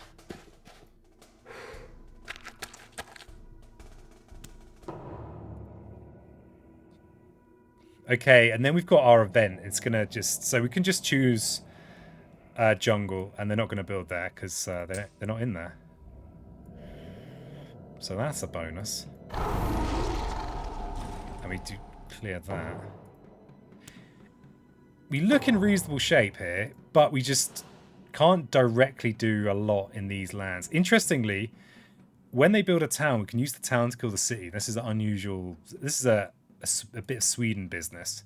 If we kill both of these cities, then we will have enough. Would have generated enough fear to win. But we do need to clear those. But we've got to turn off basically. Wetland Ravage. We don't have to worry about this build or this build. So I'm thinking just happily have them build their town in here, use it to kill this city, but then how do we kill this city? Well, we might not be able to kill it this turn, but we might be able to kill it in the fast phase next turn if we maybe take these beasts that are here and bring them into here, and then grab a third beast, kill it with our innate, on the same turn that we kill this city. Now, in these lands, there will be towns, but it won't matter because if that plan works, we'll be doing it all in the fast phase. I guess the events could ruin it somehow, maybe. But that is my plan. What do you think of my plan, chat? Wow, what a wonderful plan, peasant. It's a wonderful plan. So, to do that, we need to pretty much play instruments too near the jungle and we need to use our innate, at least with 2 animal elements, to bring some beasts over. Maybe have enough for Frenzied Assault? We do not speak Frenzied Assault here. We might have enough for Frenzied Assault. Let's see. We just don't have many cards, right? We don't have any moon cards anymore. We need moon, fire, and then beasts. But yeah, you are right. Could be a Frenzied Assault thing. But that's a victory I can see with the things that are to hand. But yeah, we've got an odd selection of cards. We've lost a couple of our starting cards to pay for events. So it's a bit of an odd collection of cards to have. So yeah, that's my proposal. Bring beasts over here this turn, then next turn finish, hopefully. Need to make sure I've got a sacred site over here. So to make that happen, I need at least 4 energy next turn. I need to have both of these cards in hand, which I could do by going bottom track twice, though what's the point of having 4 plays if I have no cards? So I think reclaiming is probably the thing to do this turn.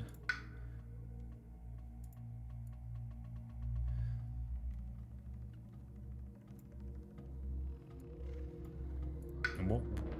Maybe we reclaim next turn as well. We need to place presence every turn. I need to not just mess this up because I think I've seen a solution. That's a key thing.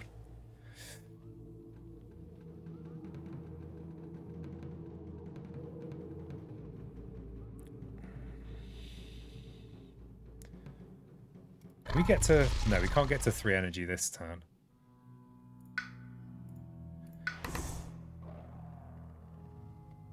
So maybe we don't place a presence next turn.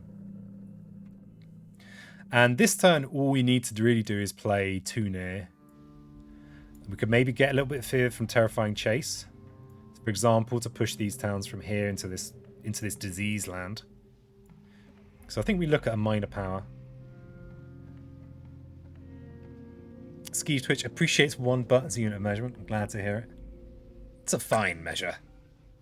Should be adding it to the British lexicon of measurements. Well, okay.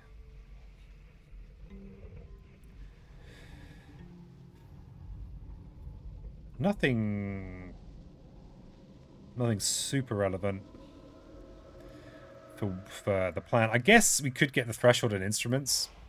We're a step closer to the threshold.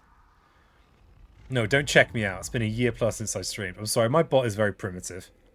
It doesn't discriminate. I quite like just knowing kind of what kind of games people are into. I like knowing. And then forgetting instantly.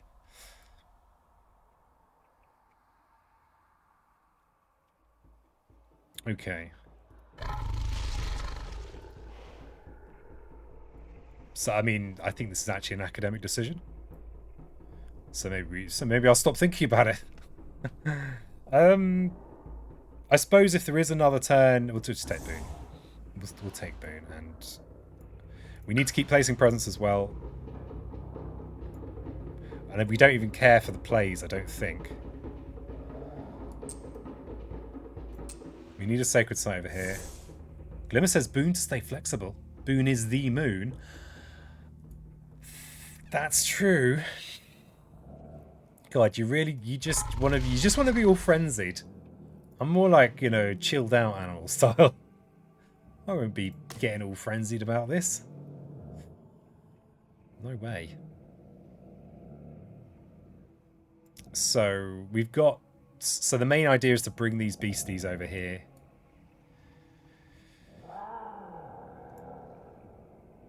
So that we can kill them in the fast phase next time. This is actually the only card I need to play this turn.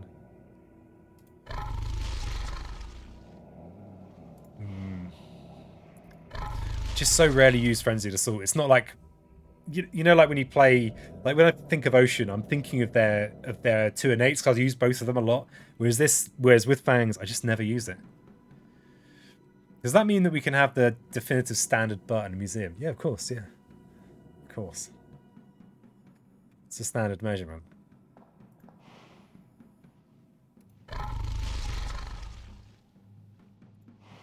The thing is, 2 damage, shmoo shmamage. I suppose we could combine the fast with the slow to kill this city. So if we go moon... So if we off elemental moon, we go moon, fire, animal. Then we would be able to kill this city this turn. Which, I mean, don't think it makes... Is it even necessary? But yeah, I'd rather keep this as insurance rather than playing it now to accelerate. Because if we boon... We could kill this city this turn.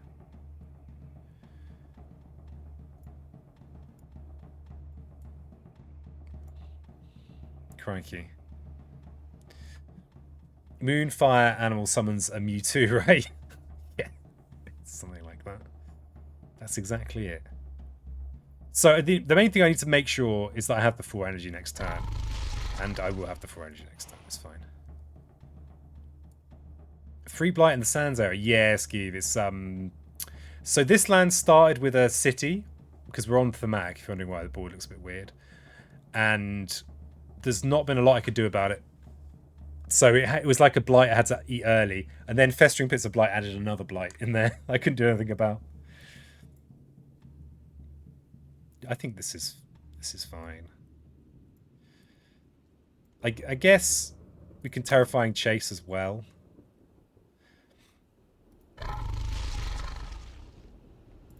We can't get the second fire though to get the top tier of Frenzied Assault.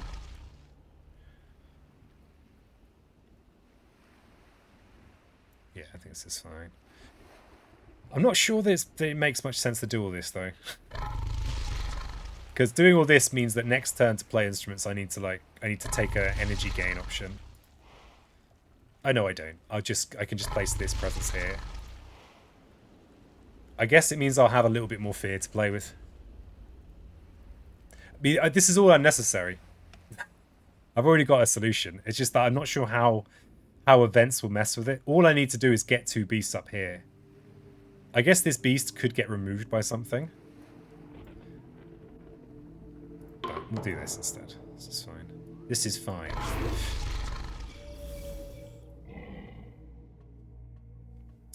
So we can ranging hunt. Do I have any flipping presents? Okay, god damn it. I need to just think about this. I need to actually think about this. I'm just going to ignore you for a second, chat. So we actually don't need this sacred site just now, so we could have this here.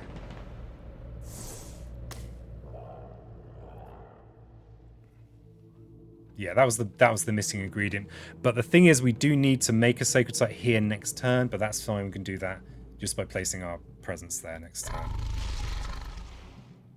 Yeah. I think that's actually what I need to do. But I'll go with... Better in one area that has the multiple fangs. Yeah, you really don't want it all over everywhere. But yeah, I don't think any of this is actually necessary. It shouldn't be necessary anyway. We actually don't need any more plant than this. Let's have it. Let's have one of them.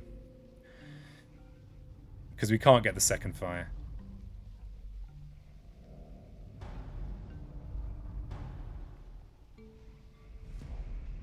And then we ranging hunt here.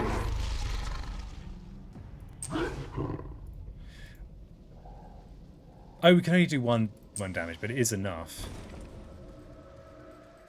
We need to leave this beast in here. Yeah, I don't particularly like doing it this way, but I guess it's training.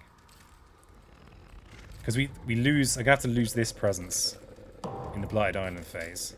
So in this bit now. Can't lose this one, otherwise I can't target Frenzied Assault. Can't lose... Actually, I could have lost that one and then made my sacred site here. Okay, so we don't really have sacred sites, so that's fine. So we can just guard them and pay no energy. Beasts are going to get some stonks out, except my beasts are mostly in empty lands right now. So, in each land with sacred sites and invaders, we just don't have any lands. So we'll choose guard themselves. There's just no benefit to doing this. And we'll pay no energy. And we'll... Are they actually going to move? Oh, so they are all going to move. That's something.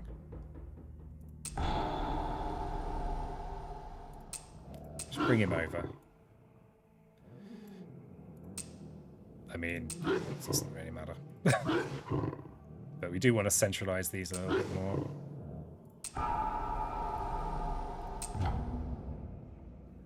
Sweet, sweet boot. Beast stonks. Defend 9 in all coastal lands. Ooh, hand flap. First flap of the day. Show me those digits. Here you go, Flappy. So we've got a wetland ravage. No dramas. Yeah, we've got a few stonks. Okay. So, Sana wetland builds. And this shouldn't matter now. Yeah. As long as this Frenzied Assault still works. But there is another beast up here now anyway, so... So, we'll Frenzied Assault in here. Kill this city. Leaving one city on the board. And then one of these beasts goes and just has a lie down. Just has a little nap. We'll Terrifying Chase someone.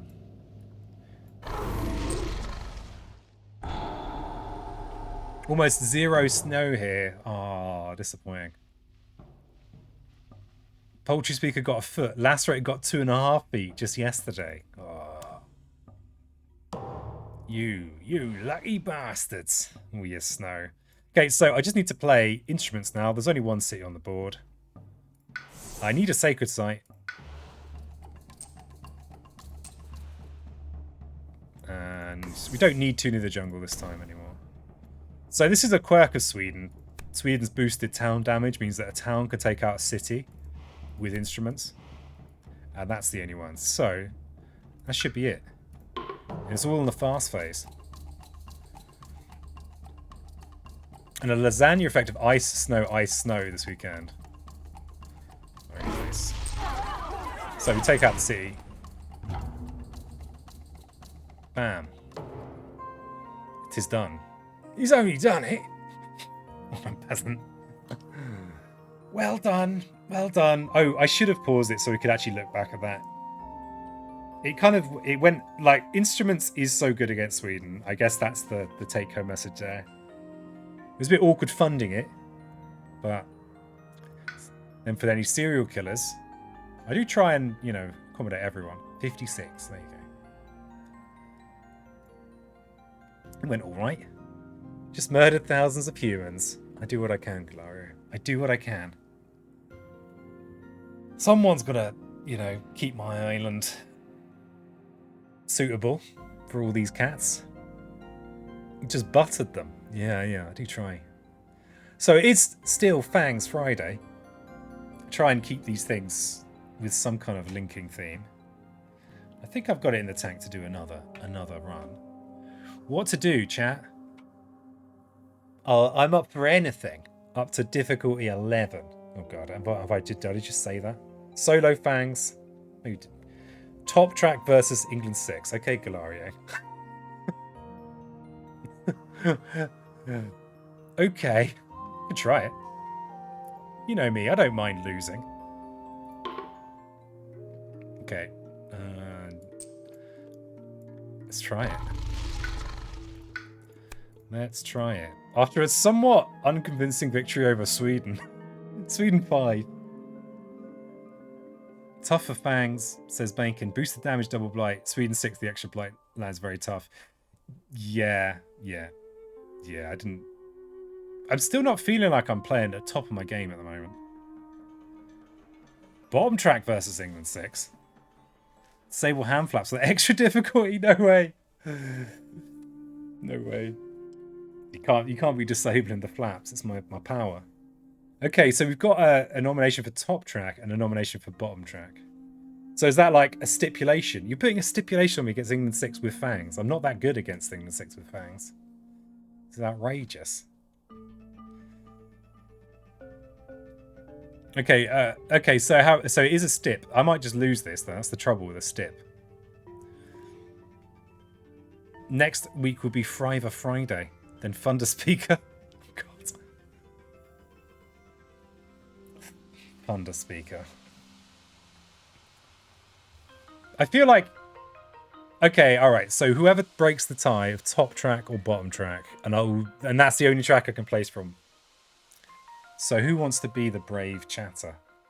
So I will not see the board. We just need to go in blind. So we've got Bacon is bottom track. Flat Eyes saying butt track. Thank you. Thank you very much. You're very helpful. And Galario has already said top track. Okay, Texture saying bottom track. You have to pray on the bills with low... What the hell? Oh yeah, that's just true. That's just true. Okay, bottom track has Texture. Another one for butt track. Oh my god. Okay, so we're bottom track. We can't go top track, so I'm sorry, okay? I also can't say I've got much experience in this matchup, so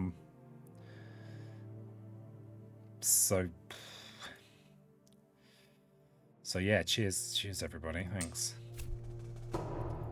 Okay, getting in my jungles, that's alright.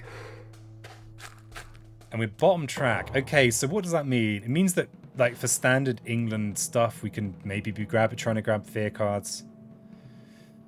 This is actually a preventable build in here. I mean, we can always use prey, right? We can always use prey, but as in, if we destroy the explorer, we can prevent it. Bottom track means mages are just not really on the table unless we start hammering this, but that's not that nice. It's not very nice. Could still be okay. But I think whatever we do, first up is... We go with the old standard, right? We could prevent... We could just prevent this build with prey. And then chase... Maybe chase these people out. Potentially. I think this is the start anyway. Regardless. Okay, Voracious Growth is interesting. Now, it does need a Sacred Site. I don't like that for Fangs. But it does mean that we can just let this Coastal Land blight and clean it up later. That's a thing you can do with that card. Gold's Allure is also kind of cool. And it actually has Beast on it. Of course, we've not been given Plant Beast. Plant Animal cards. Which is... you kind of want it more going bottom track.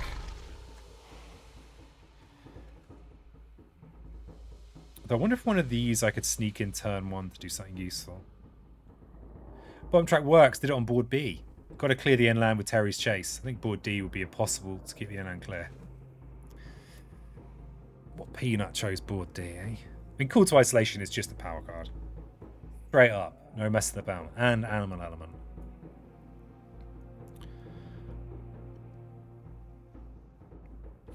We can clear this, push this here, and then we've actually got double Londons, which I quite like. Impossible, you say?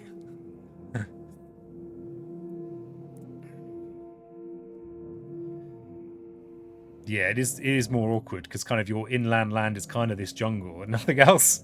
I mean, Call to Isolation into here, I kind of like the look of. It's cheap as well. We probably do want to try and grab an early major, even if we are like forced to be bottom track, because apparently that's what people want to see. So we could go with this partly for the budget, and it has the animal element, which means we could play it. We could save an energy turn 1. But we do want to be terrifying chasing, though. We want to be getting that fear on the go. Because, of course, we are against England 6. I suppose we should quickly look at that. So they build where they don't have stuff if they've got two adjacent buildings. That's the key. That's the most significant thing. At 5 or 6, they have extra health on the buildings, which is a pain. And then you've got this independent resolve. So their fear pool consists of 5 per spirit instead of 4. And then if you don't resolve a fear card and there's a invader card in this build spot, they'll double build, which is a pain. And often means you lose. So you kind of really want a fear generation card. Cool players are pretty good turn 1. Yeah, I quite like it. I think it's decent.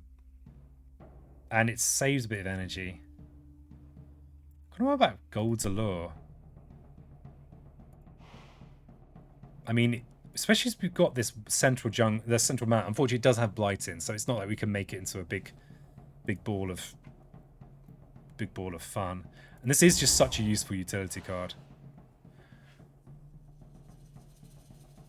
Cool. This turn doesn't actually prevent any builds.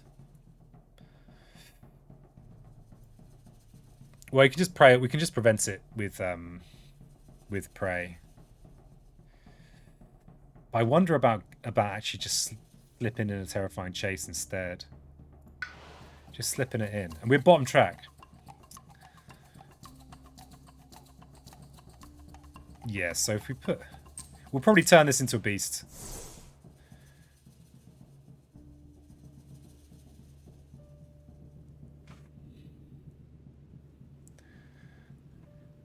Call or gold of the pick. I think a call. It's one of those funny cards that doesn't look like a lot, and then you see it move. Oh, it's glorious. Maybe we terrifying chase from here. Get some fear on the go, so we've got a bit of fear in mind for when high migration shows up. How was the last round? Victorious. Well, it was victorious. Yeah, it was all right. Those instruments are very good. Oh yeah. They're very good against Sweden. So I mean, I think this is okay. The nice thing is this leaves us with prey on the builders, which you might want to use somewhere else. So we are allowing this town build. Why allow the town build? What's the point? What is the point? We can always terrifying chase on a subsequent turn.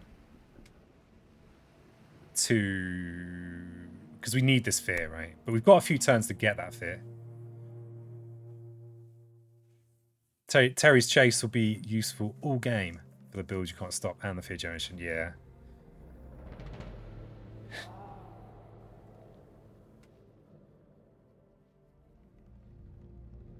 Yeah, this is okay. I quite like saving this energy round 1 as well. Because if we can grab fear cards, that's our... If we can grab some minor power fear cards that we can play a lot, that would be really great. I'd be thrilled. So prey on the builders in here, and I think this beast doesn't do anything here, so I think we bring it into here. Oh, I forgot to convert a beast. That's kind of important. I need to do that. Sorry about this. Oh, Bacon there. Great minds thinking alike there. Yeah, this is actually just a thing that has to happen. Because if we don't convert these beasts, we just lose. Oh, wow, I did too far. Okay.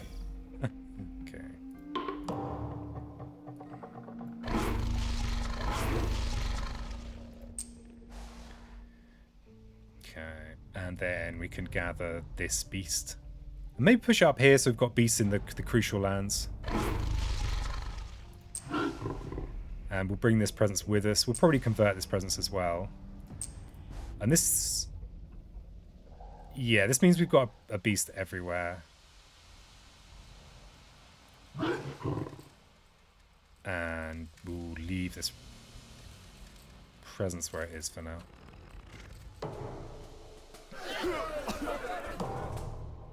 Okay, so we prevented that build in here. Disease prevented that one. A sand explorer.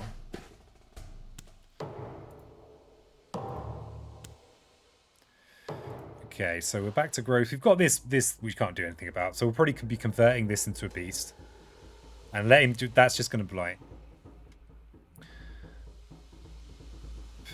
But we are going to hopefully do some beastie damage this turn. So we could... This is not preventable, unfortunately. Maybe if we try and hammer this land with lots of beasts, that could be an approach. Trouble is we actually can't easily plonk beasts in with Teeth Gleam because it's not adjacent to a jungle. We can have presence in this turn, so probably I'd have to plonk another beast in like that.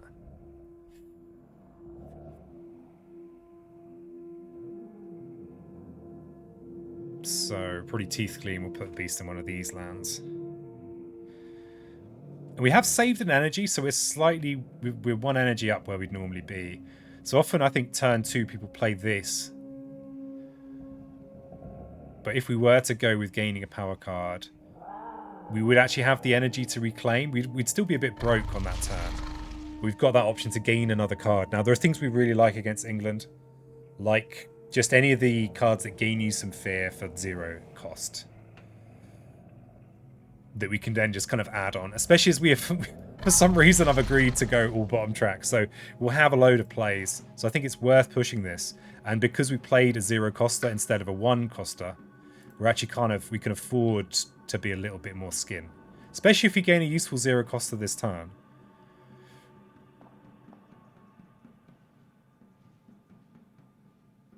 So yeah, I think that's right. I feel like... God damn it, stop giving me the card I won't allow myself to have.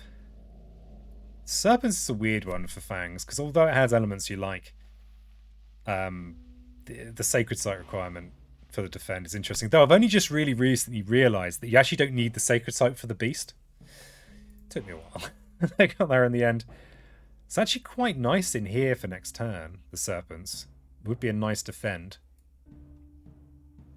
And getting more beasts on the board that's the name of it. His Poultry Speaker's favourite card ever. And Fangs is on the card.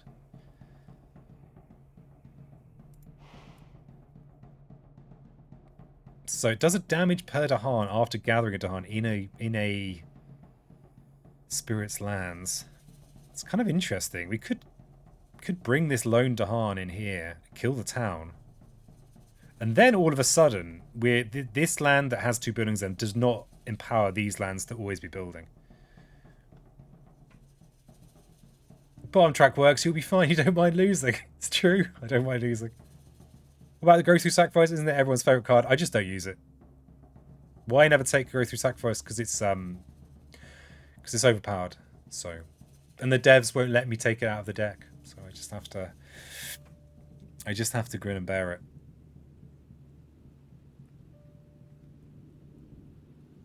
That's why they ban it in tournaments. Do they ban it into other tournaments? But yeah, that's the reason, Deadbird. It's not because it's bad. It's because it's too good. I mean, it is interesting, and I love playing it in my first, 50 games, but kind of now I don't.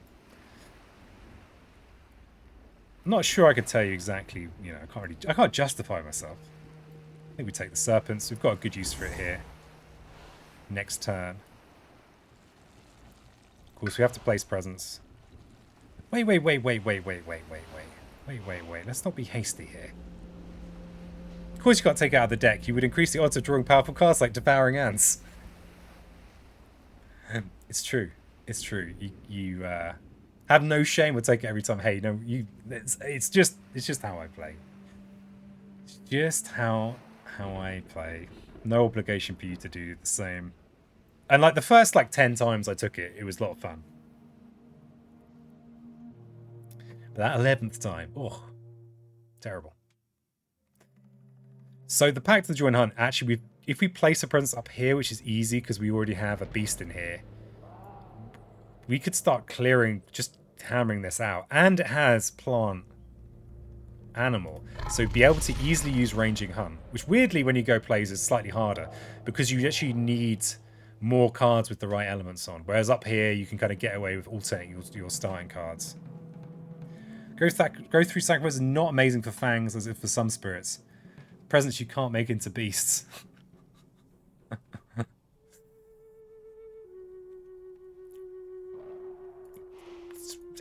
Kind of, yeah. So I quite like this Pact of the Joint Hunt here. Can't say I've used it a lot as Fangs. And this is a perfect setup to use it. Could even use it in here this turn, except I can't place the presence that easily in here this turn.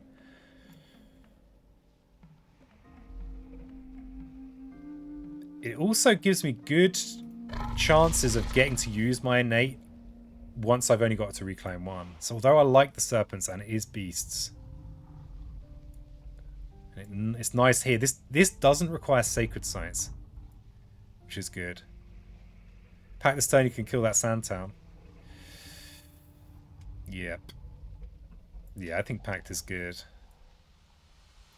I think the fact that the sacred sites are a requirement for the defend is a real downer. The Guardian Serpents. So I think Pact the Joined Hunt. So we can get... How much energy have we got? We're going to have 3 energy, but remember, we don't want to play all of our cards because then the reclaim becomes horrible. So we want to make sure that we don't... We really want to make sure we play 2 near the jungle and not just everything else. So, in order to Pact the Joint Hunt in here, for example, we need to make sure a presence ends up in here. So what we could do is maybe we could make this into a beast. Oh no, we want to make this into a beast this time. We can make... Wait, let's think about this.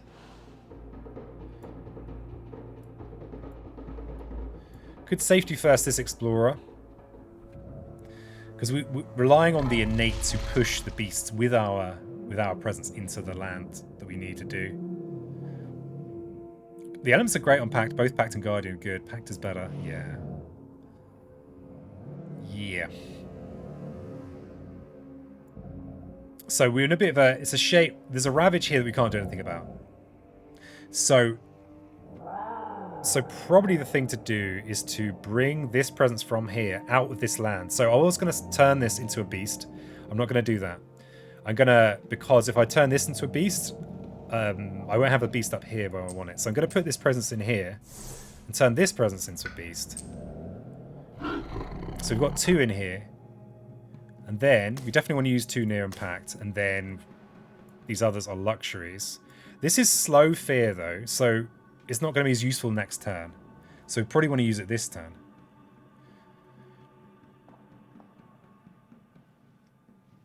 Sacred Site requirement is worth it on resilience because the elements are perfect.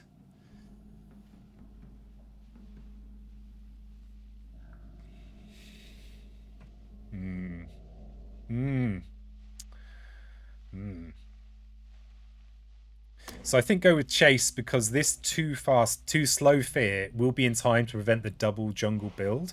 We might get lucky and be able to prevent the being a build inland, but we need to... This double coastal jungle build could be really disastrous. So we don't have any big hits just yet. So that's something we need to be bearing in mind. Because remember, England lost condition of building London, 7 or more buildings in a single land, and you lose, Jim. So probably would be terrifying chasing from here just to get the fear. I'm a little bit worried that we're going to lose this blight, but I mean, sorry, this presence. But that'll just be sad. But I think it's better to do a bit of chipping away at the town, because we can't make this an alternate London right now. We just can't do it. And this does mean we get to kill a town. And there being only one building in here means that the England build anywhere thing doesn't work, because there need to be 2 adjacent buildings. You can chase from the sands for event safety.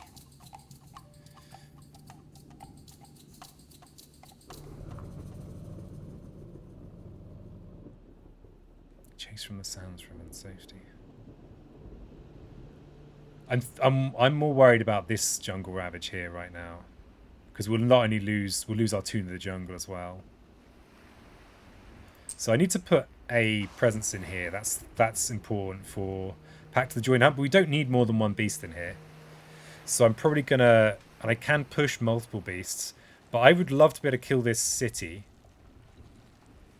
You're thinking too far ahead. It's easily done. So I'm gonna leave both of these in here. These are like English buildings, so they've got an extra health on.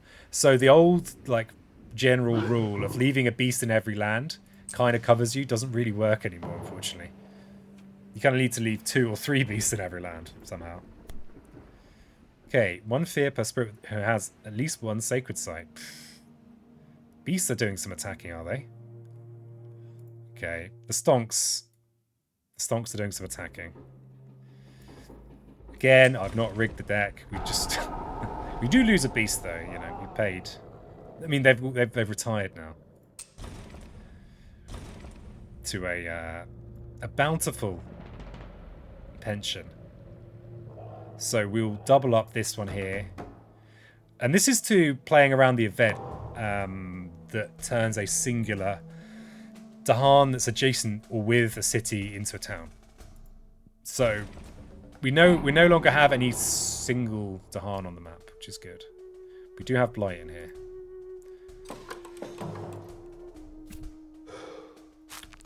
Okay, mountains. This looks like a job for Terry's chase. On not this turn, but on a future turn. So our Pact to the Joint Hunt has been ruined. This country. And my Terry's chase has been ruined as well. Makes me sick. Coming in here ruining my stuff. See, we can't prevent that build. We've only got 1 adjacent beast here. That event flipped this turn on its head. Yeah, it was both very good for this turn and it ruined my plans. Worked very hard on these plans and they just... So this blight in here is a problem, because I can't nip in here and kill this town anymore. And I can't really use this for any great effect anymore. In fact, if I drag this Dahan in here, then I'm then making a lone Dahan, which is not what I want to do. And Terry's chase doesn't really do anything either now. So all we've got left to do anything with is Tune in the Jungle.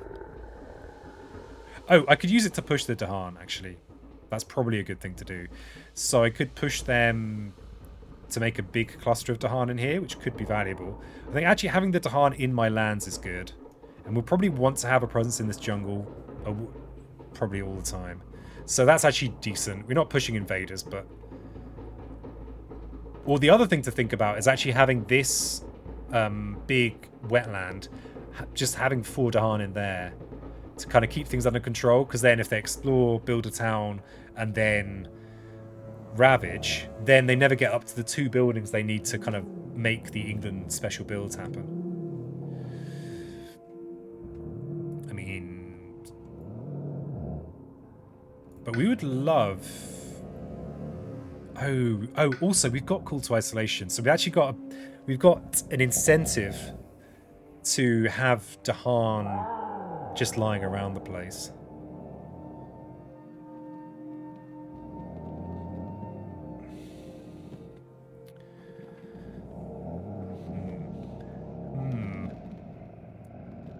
So this build is probably happening. So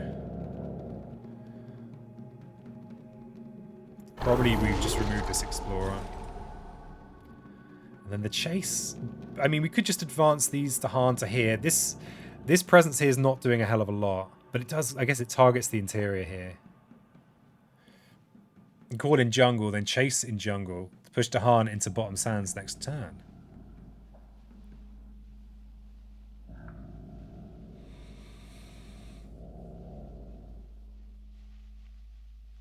Oh, I see. The trouble is that I'm only gathering a single to Han. But I like the thinking there. Maybe push the town to this wetland. It does solve that town. But at the cost of making us vulnerable to that event? Yeah, I mean, it's not that big a deal.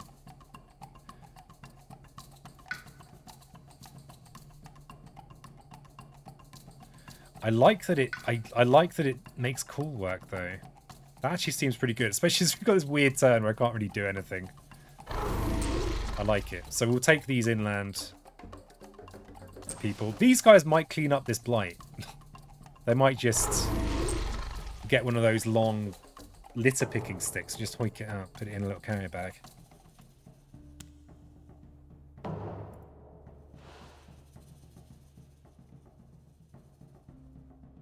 So we can push this. We actually can get to reclaim 1 this turn. So we could delay this reclaim and just go reclaim. If we reclaim a plant animal card, I guess it depends on what we gain. Do we have anywhere really important to do beast damage? Not really, actually. We don't care that much about the push this turn. So what I mean, sorry, we don't care that much about this damage this turn. Because we've actually got nothing great we can do with it. At best, we could do A damage in here. I mean, I suppose that could be good to safety first, and we could just grab isolation from the bin and prevent this blight going down by pushing this town probably into here, which then also keeps this clean from stuff. Stuff. Talking hard. Hard talking, hard talking, talking hard. We still don't have... Oh, damn it. We're actually short of fear. So there will be a double jungle bull, which is bad news. That's actually like quite bad news. Because we've got no straightforward way of doing much in here. I mean, if we got some Tahan in here, eventually we might be able to push out with all isolation, but that's a long, drawn-out process. I guess the nice thing is we actually could place a presence in here and use prey on the builders when we need to. Why use many word when few word do trick? Exactly. I try not to be excessively verbose. Not into it. So we would really like a fast fear card. We don't start with a fast fear card. Our only fast fear that's possible with this right now is fast damage. But that's not possible. So I think we look for a card, and ideally something like Portents, or any fast fear, or even fast damage could be good. So we could still reclaim, actually.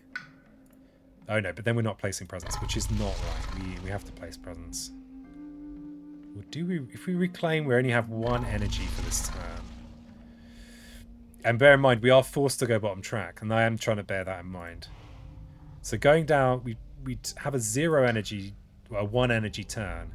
We still get to do the key thing, which is the call, and teeth and 2 near.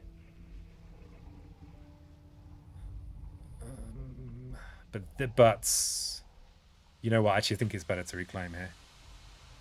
Blight Mountain build is not awesome. It's true.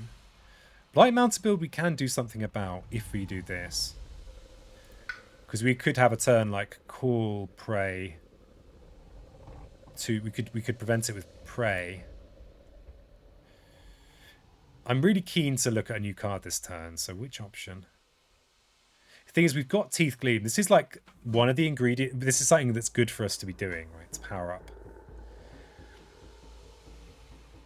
And if we get Reclaim 1, we can get our isolation back.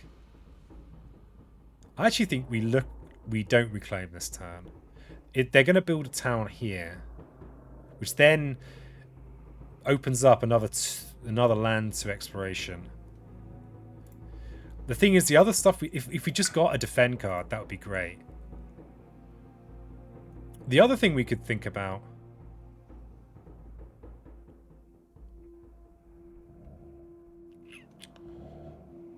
and this is a problem. This, and we could get unlucky and get coastal lands or the jungle soon. And at the moment, because there's only one potential London candidate,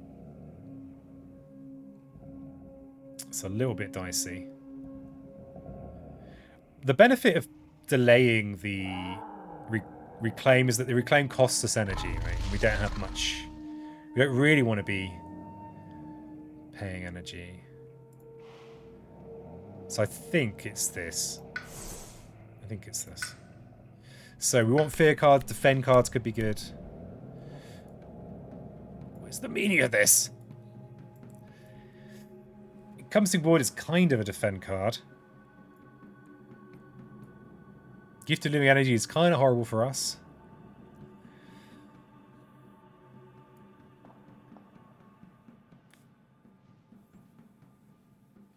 Well. Encompassing 2 defend does not really cut it against England. These card options lately. Oh, I don't know. I had some good... I've had some nice offers. I feel like... Yeah. No animal element for you.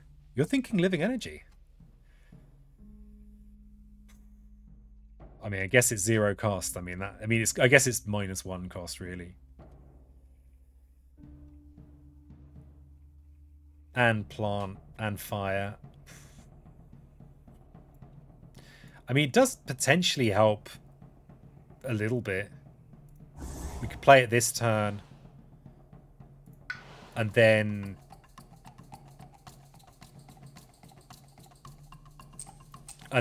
forget it.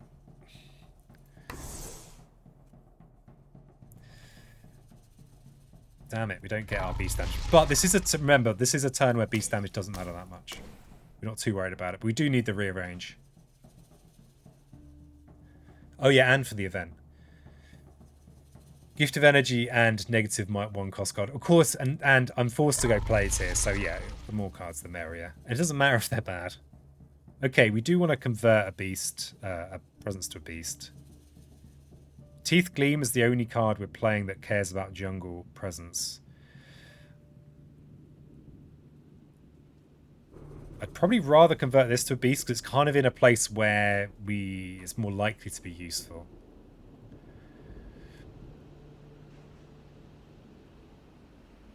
So I think it is this one that gets converted. But can we target everything we want to target? Yeah, I think so. Yeah, we can, yeah. So there is going to be this build in here.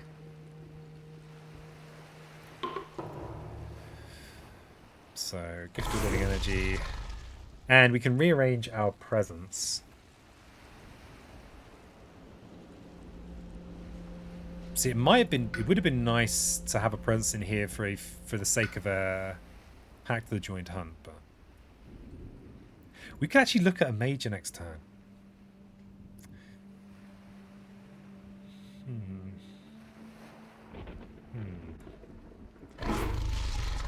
So, although this is only at 2, as we've got no real way of doing anything about this, I think we do push to here. And where do we put our presence? Major. Well, we should be able to afford something. Something. Okay, so this presence and this... I mean, this is a good opportunity to take some beasts that are doing nothing and bring them into the game.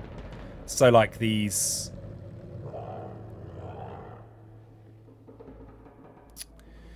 like these beasts here. And maybe... oh, wow, I could actually...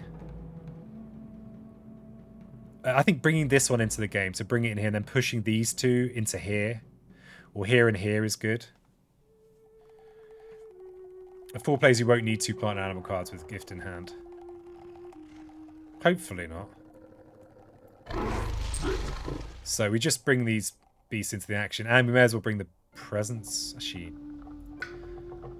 I think I leave that presence there. Yeah, I leave that there.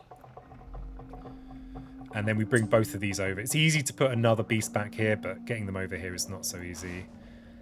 And I'm going to put one in here as well, because there's about to be a town in there. I could bring this presence over, but I need it for Teeth Gleam, so I'm not going to do that. Need pen. Yeah, would be pretty good. Okay, extra damage from towns. Beasts are destroying explorers now. And an extra Dahan. Well, okay.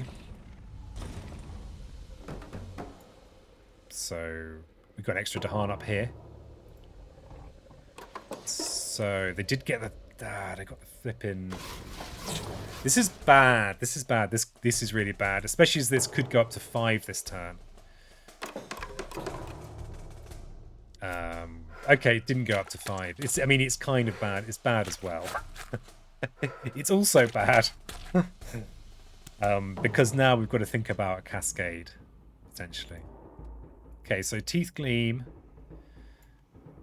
We put the beasts the closest to the action we can. At least we don't have to worry about the double build in these sands. That doesn't matter. Hasn't said bitterly. Okay, so if we reclaim...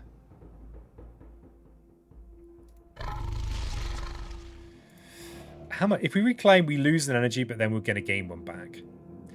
If we got something like sea monsters, we could just grab the energy, skip the presence placement for the turn. Yeah, we need a major of some kind. I mean, this 2 Dahan here, the event might just solve that. And if it doesn't, I mean, we're reclaiming anyway. We can just use call. So I think we reclaim and look at a major. We won't necessarily play it this turn. Glimmerfest Incarnation, Wrap in Wings of Yogurt. Could be pretty good. Cleansing Fleets. And Twisted Overpriced Flowers. I love this card. I love the concept, but it's just a little bit too expensive for all the people that actually want to use it. Wrap in Wings could be very good. It's often very good against England. Especially as we're able to move our presence around. You can get a bit stuck with Wrap with some spirits that aren't able to move their presence around. Because you kind of need... It's a 0 ranger. I mean, and the threshold can be awkward. But for Fangs or any spirit that can plonk that can move their presence, this suddenly becomes a lot more appealing. So it does immediately deal with this Ravage here. And if we can find another defend card, it might even help. We could even bring a load in for this big coastal jungle. Just imagine all that juicy energy on the top track, just waiting to be taken. Yeah, all right. Wrap is pretty good with your Dahan B plan. I mean, this is also remember, the cruel people of chat have made me go bottom track, so I can't afford these expensive ones. I think this is pretty good. It prevents the cascade here and clears it. And yeah, I think that's... So, what do we forget? Probably is Gift of Living Energy. Even though it is kind of handy. Prey could be clutch to stop us just losing. In fact, if I'd... Yeah, like we know for a fact that all these 2s are actual escalations in here. We need to do something about this very quickly. Prey could be part of that. Pfft, I voted for butt track. I bet you did. Though...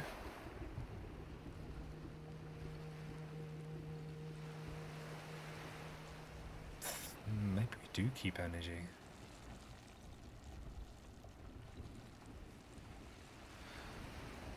Jump chase. It's fear though, isn't it? That's the thing. But it is expensive fear. I think you're right. I think the energy is important. That's... And at least this is kind of infrastructure, right? You gleam in, you get in your infrastructures. I think every penny is going to count for energy.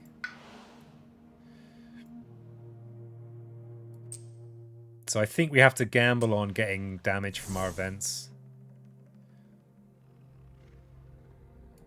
So we have a cheap turn this turn.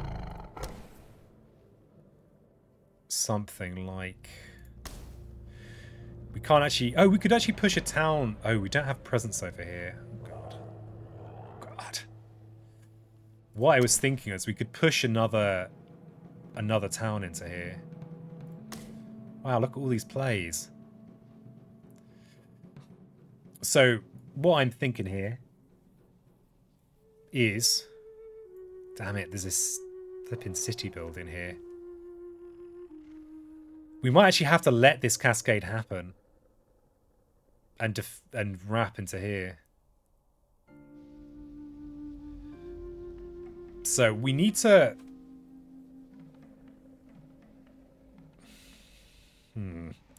Mutter. Is this the best solution I've got in here? I could just call to isolation in there. Oh, we've actually got threshold and wrap. Oh, God. Bacon would have forgotten pact. Interesting. Okay, actually, I think I need to go back to the drawing board here. Why? Because we actually have an easy threshold and wrap, but we also might just want to not... It might be a mistake to use wrap in here. But the nice thing is with the threshold, we can take these isolated to Han. And they won't be isolated anymore. That's kind of good. Cost 1, it's not that much damage. It's not much sup. It works with wrap. Yeah, I think it could be a good way of coming in and smashing a land like this. The trouble with this is that I have to play these two to get the damage threshold, but there's nothing super relevant that I'm doing with my damage this turn. But this is what I'd need to... Oh, I don't need a presence in here. I would need to put a presence in here for a subsequent wrap. Like this coastal city and town wrap.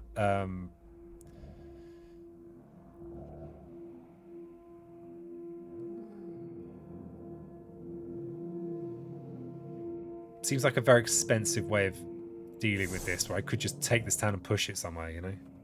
You know? Could just do that. Whereas this ravage here is much more... The counter is worth more because there's a city in there. There will be a city in there. You have to be in the land you're sending the paratroopers. Nope. No. It's the one you're sending from. But it's good to then put a presence in afterwards to move them next time. So maybe I just use call here, push this town somewhere. I could push the town in here and then kill it with ranging hunt.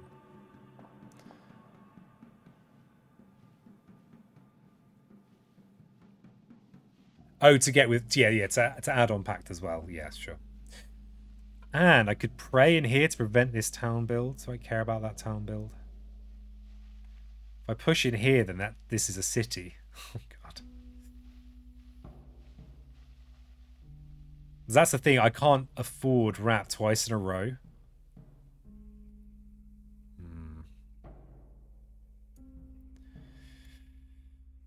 Might be nice to be able to just kill the town that's built here with pact. So to do that, I'd need to get a presence up here.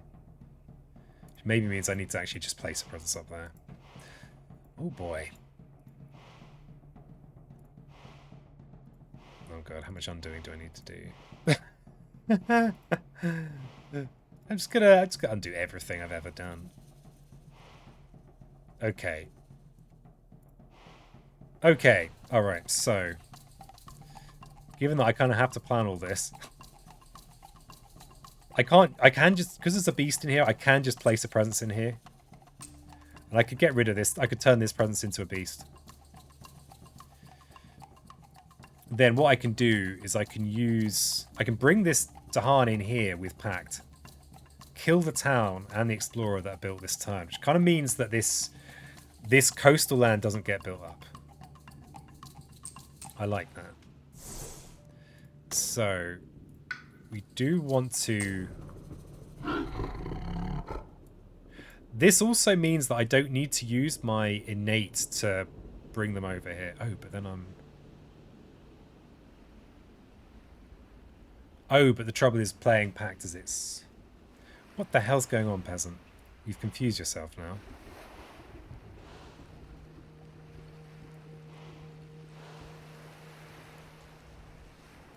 You've only gone and confused yourself.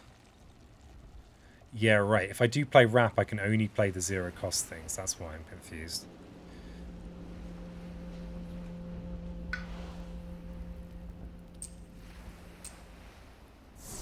Positioning those moving parts is getting really complicated. Yeah, it does. It certainly gets a bit complicated for this this peasant.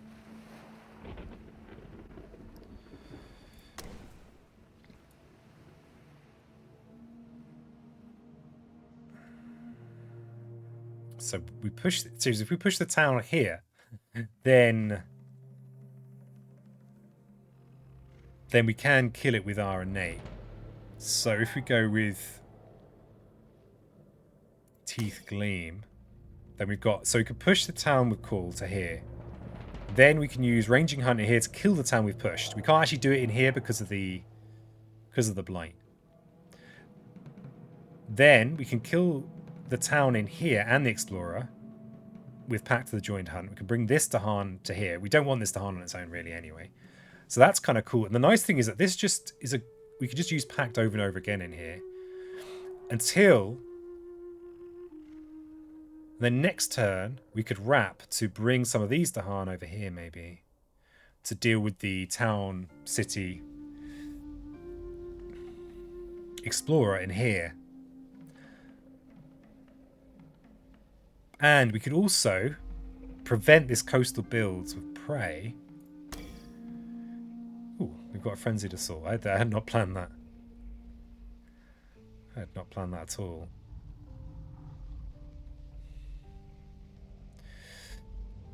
Do we want to do any frenzied assaulting? I don't think I want to do any frenzied assaulting just now. So, we could push... Oh, the trouble is, I actually can't get a presence in there. Because I'm not gathering a beast from a land with a presence. So I actually can't do prey in here this turn. The trouble is, getting this close is this is horrible. This is how you lose. And I've got no... So maybe this stuff is all irrelevant and I actually should be focusing on dealing with London. But how? I guess... Yeah, actually, I think actually I might be trying to solve irrelevant problems because there's a build here. It will only be a... Yeah, it's a build here and an escalation here. This is going to go up to 6. Which then means that the next escalation is a loss. And at the moment, I don't have anything that can deal with this quickly. So actually, I think I need to get in here like now. Otherwise, I lose. I can't afford both Wrap and Pact in the same turn. To just kind of drag a load of Dahan over here. And Pact. Could stab the energy.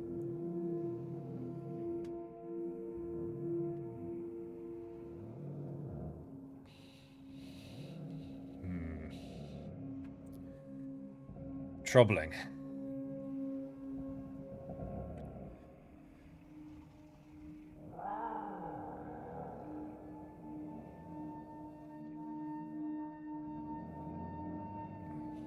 So yeah, this is the... So, if either I kind of ignore it and try and grab a YOLO major to deal with this, or I try and work out a way of dealing with it kind of now. So I guess with Prey, we can prevent a certain build just by starting with our presence here instead of doing the whole business that I planned over here with Pact. So we could just prevent a build. It's also a chance to grab another beast into here. Again, hoping for help from the event. Very shady. We still need to deal with this to keep the unhealthy. So that's a call to isolation. So we'll probably push this town... yeah, okay. So I guess we can still do the old plan of... Oh, okay. What I could do, I could push the town into here. I could use my innate and bring a beast in here and bring this presence in here, destroy this town, and then push the beast, a beast, into here. No. God. Come on, brain. You had a plan.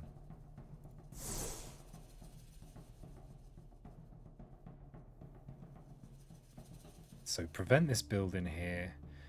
Bring a beast from somewhere.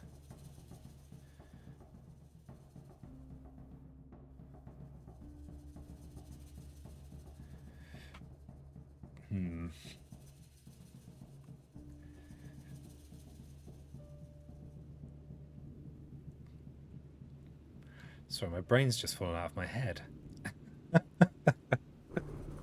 It's just puttered out. I'm gonna have to reinstall Piezo OS.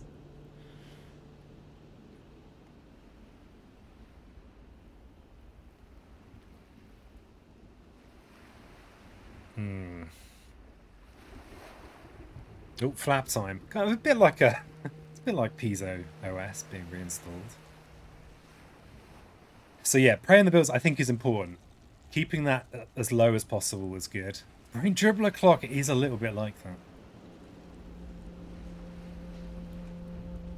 So given that I'm playing prey and call, I could slip gift in. I could slip it in. What's the benefit? I hear you cry. Well, a bit more energy. And we've got more freedom to go off brand on future turns because we've got our plant animal cards. And then we still need one of our plant animal cards.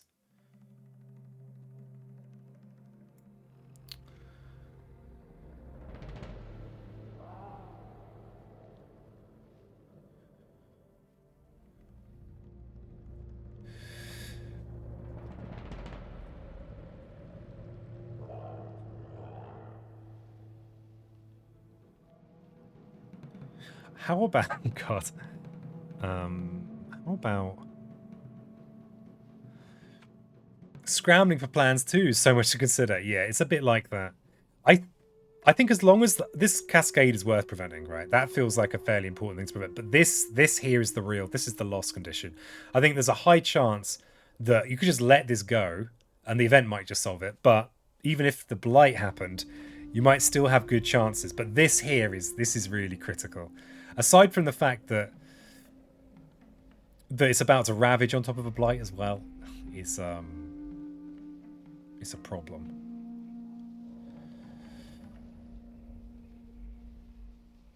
So I think kind of maybe next turn we need to look at another major, even if we're planning to play Rap in this land here. Let this cascade into here. There will be a town in here though, which we don't want. If you call after Rap next turn, pushing the towns out, you might be able to get the jungle defendable. Hmm.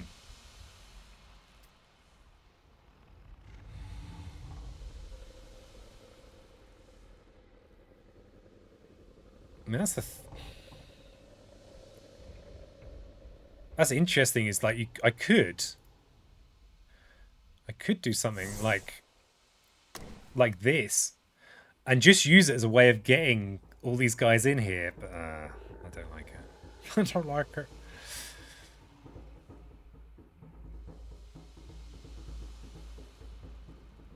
Because, you know, we could gather 5 Vada hard and plonk them in here. Benefit of an energy, second innate, top tier, can kill a town, +2 fear.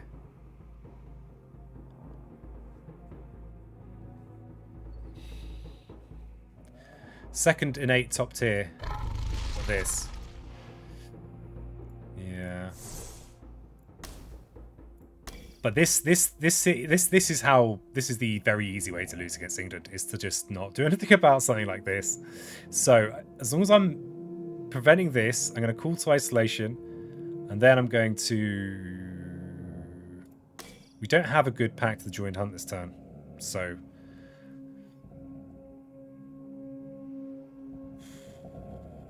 The only opportunity for a good one would be up here, but I don't have a good way of getting presence up there, while also preventing this build. Preventing this build critical. So I could also bring another beast in here for potential... Some kind of potential, like maybe if we get spooky spiders or something. And we do have ranging hunt. I don't know if this is the best thing I can do. I think I need to... I'm going to grab the beast from the land with blight, because I can't do anything about... I can't use it in here.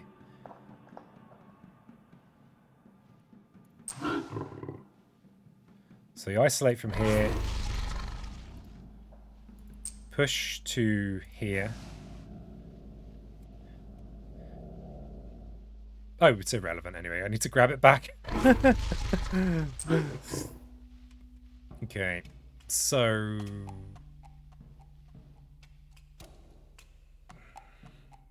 If I'm planning on wrapping in Winds of Sunlight in here in a future turn, I mean, I may as well put the presence in there now. Especially as this is not necessarily an easy place for me to put presence. Hey, Splinter. Hello there. Hello there, splendid Splinter crew. How you doing? Nice to see you. How's the Through the Ages treating you? Thanks. This has become my everyday always hat. Pulse is quiet today. Ah, quiet in the there's no prey for you. This game is incredible. It is incredible. This is there's so much to do in this game. Yeah, it's a ridiculous game, frankly. This is quite a tricky encounter. We're doing. Can't guarantee you're going to get to see a victory. Yeah, thanks for the raid. How is Pulse?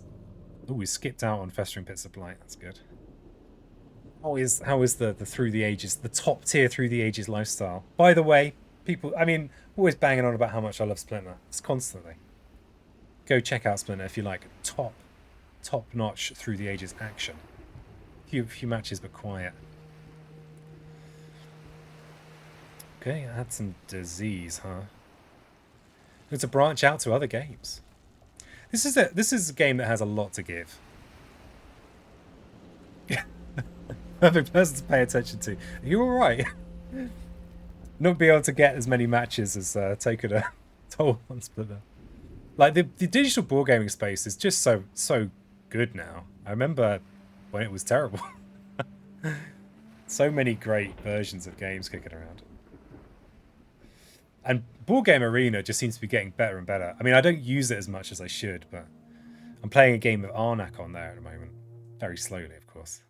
Loving it. Okay, we've got Disease and we've got Fierce Mean. Probably this is the place to add Disease. it is the place to add disease. It's a shame because I might have to try and put Dahan in there. Dahan and disease don't really get on that well together. But this is my London candidate. Hey, thanks for the prime. Crikey, 2 months in a row.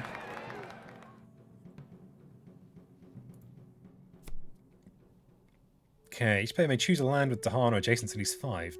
Invaders do not ravage there this turn. Oh, by the way, Splinter, any Splintoids, very happy, or anyone who's wandered in here, very happy to answer any questions you have about this game. I know some things about it. I know a few things. Okay, we actually skip this fear card. This doesn't do a lot for us. It can look like quite an intimidating game. But rest assured, this is a fairly complicated scenario. It's not that complicated a game, really. BGE Fangs, I'll check it out. Looks like that animal game, Spirit Island. Yeah, we're on Spirit Island. I probably should put that in the title. You know, it's just sometimes you've just got to be irrelevant and impenetrable. You know, just...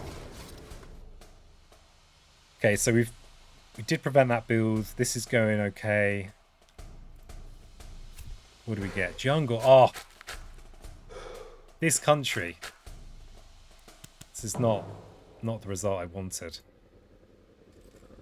Okay, well we can gleam a little bit in the darkness. We probably want to... We actually don't care about this double mountain build. Just don't care. But yeah, this is Spirit Island. I should put it in the title. It's ridiculous to go 3 hours into a stream and not put it in the title. Put it in the title.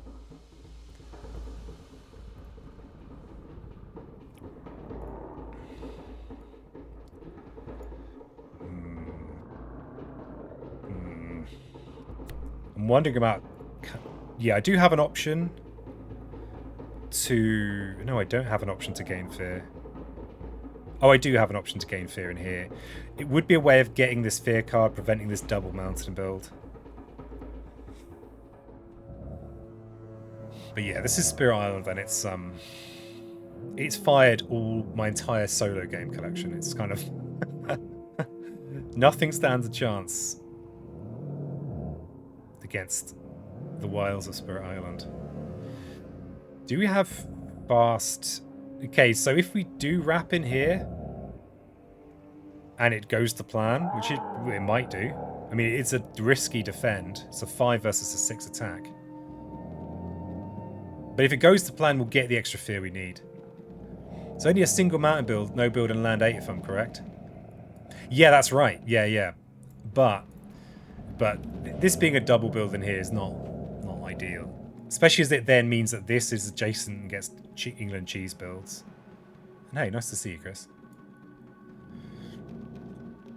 So I think I will take the Beast Stonk rather than the Fear.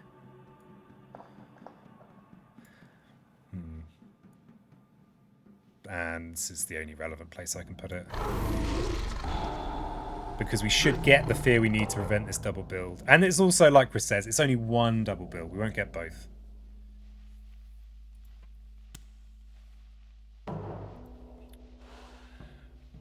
So when I'm talking about, I'm talking about the England 6 double build. That double build, which we would get in here. So we've got another flipping build in here. We can, of course, reclaim... Oh, and for people that have just joined, chat for some reason have forced me to go all bottom track. It's brutal. How does this game fare multiplayer? Well, it's a co-op game.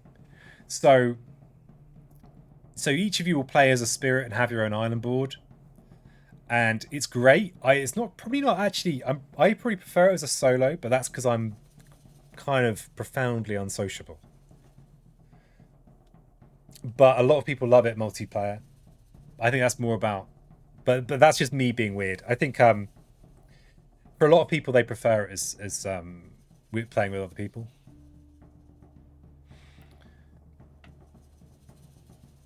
The app version, the multiplayer is in progress. Though actually, it's in open beta at the moment. So that will be coming to this. And I think you can play it on tabletops. Well, you can play it on Tabletop Simulator. Hey, Minson. Good afternoon to you. Teeming rivers would be clutch. Teeming rivers. Flip it. I need sea monsters. That's what I need. I need flipping sea monsters in my life. Yeah, the double build is not good. However, if we were to just grab prey back, we could just, that will just prevent the builds. But we need to locate our presence there, I guess, as well. So maybe it was a mistake to bring my presence down here. Great for both IMO, says Bacon. Prefer solo, but it's also my favourite multiplayer. It's the kind of game, a bit like Through the Ages, that we Splinter plays. It's that kind of game where it could, you know, it very easily could become the game, you know. You know. So I think this... There's part of me that thinks that this is not that relevant. It's just a single blight. This is still the big problem. And can't actually afford to do much more than 2 near wrap and then maybe grab gift. Oh, though if we grab call to isolation, we actually get threshold on wrap. And then we can pretty much have a really nice counter in here. The interface looks gorgeous too. Yeah, the devs have done a really nice job on the UI. It is a really they're just great. They're just great. You know, if there's a bug, you report the bug and then they fix it. You know, it reminds me a lot of how the Through the Ages app is really nicely put together. And it's not perfect, but it is just continually being improved. Grab isolation, wrap into jungle, isolate non-cities out. Oh, crikey. Crikey, let me just catch up with what's all this? Grab isolation, wrap into jungle. Wrap into this jungle. Oh, to push the towns out. Interesting. Yeah. Unless the bug is stats are terrible or more flexible undo. Oh yeah, it's not perfect. I'm saying it's not flat eye cards. Come on now. Nothing is flat eye cards apart from flat eye cards.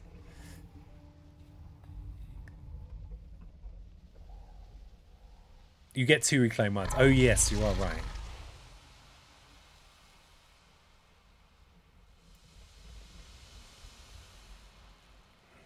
So probably these two.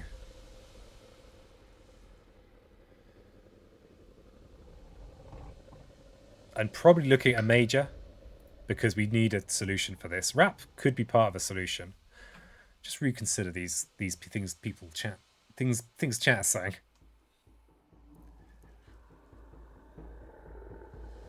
The color scheme is very observer friendly. Yeah, it is great. Part of the reason that I've took so long to get into recording physical recordings, because there is some expansion content that's not in the digital yet, is just because this is so nice and so, you know, mostly pretty easy to follow, certainly easier than a physical copy. So I think it's looking at a major.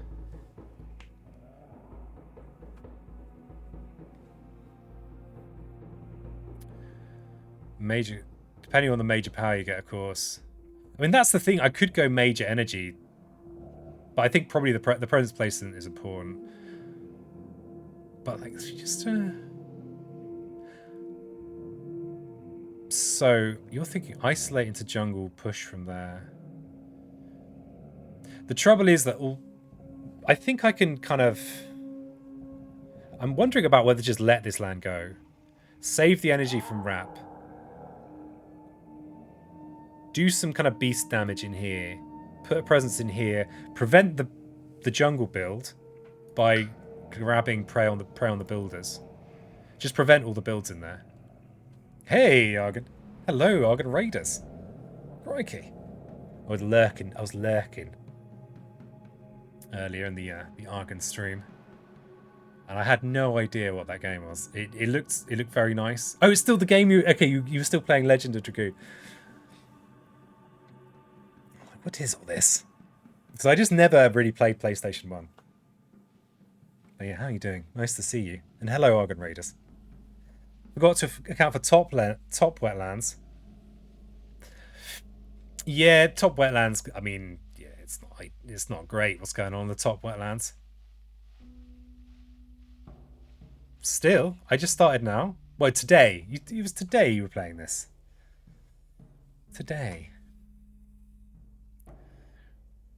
Well, you know, I guess you were still playing the same game. That's not unusual. I don't know. I've got a very warm hat on. What can I say? It's quite a tricky situation here. Trying to puzzle out. Glad I resumed my PS1 Fridays. Yeah. It's good to... I mean, especially with like when you're just like a regular everyday streamer, you got to be doing something you want to do, right?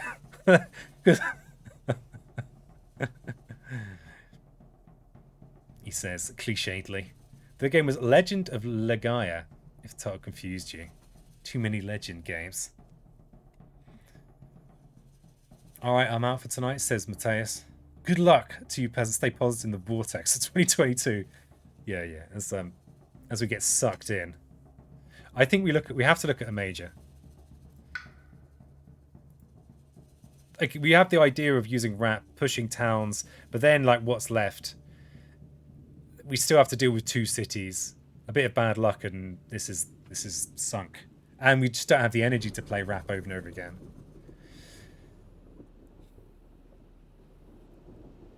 So we could push these somewhere. Reminds me a bit of playing against England's River. You're just pushing stuff around all the time. This is one push after another. Yeah, I think we look at a major. We look at a major. We've got lots of minor power stuff we can be playing if we just end up playing RAP. Okay. Jungle Hungers. Well, hello there. You're a card. Look at you. You hungry little jungle. Do we still have cards that go with it? Oh, we still got Teeth Gleam. That's a relief.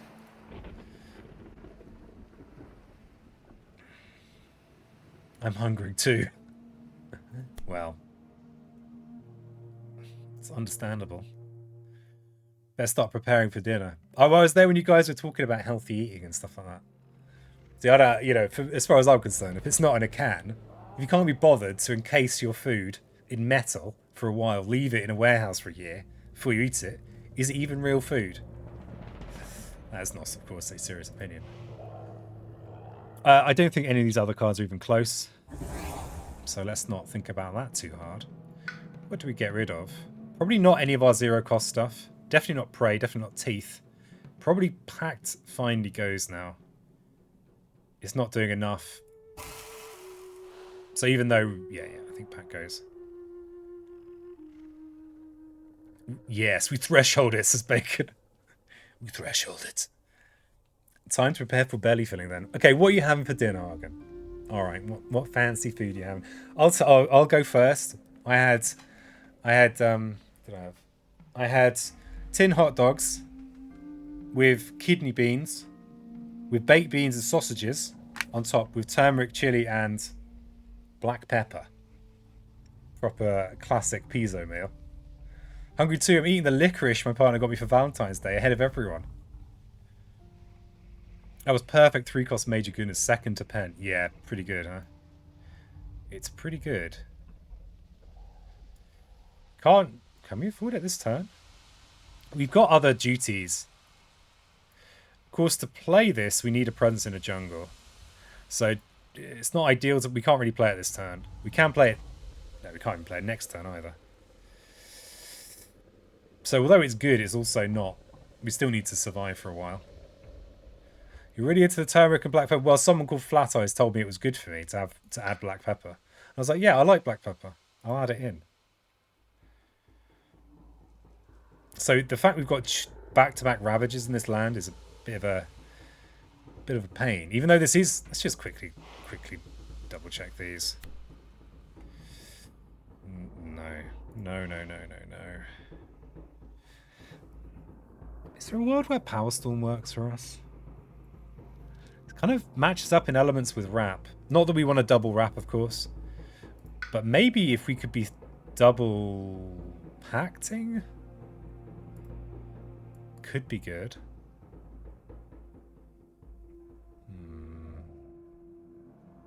Lentils. On the lentil train.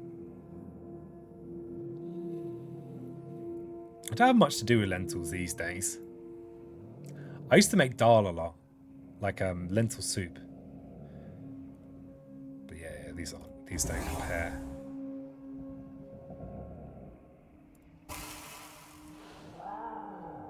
But yeah, we really can't use this for a few turns.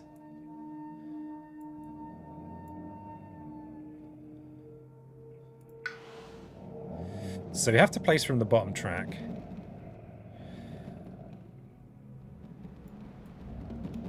If we play Call to Isolation with Rap, then we're able to deal with this Ravage as well. And then maybe we could cascade into this coastal wetland. It's not ideal. Nothing about this is ideal.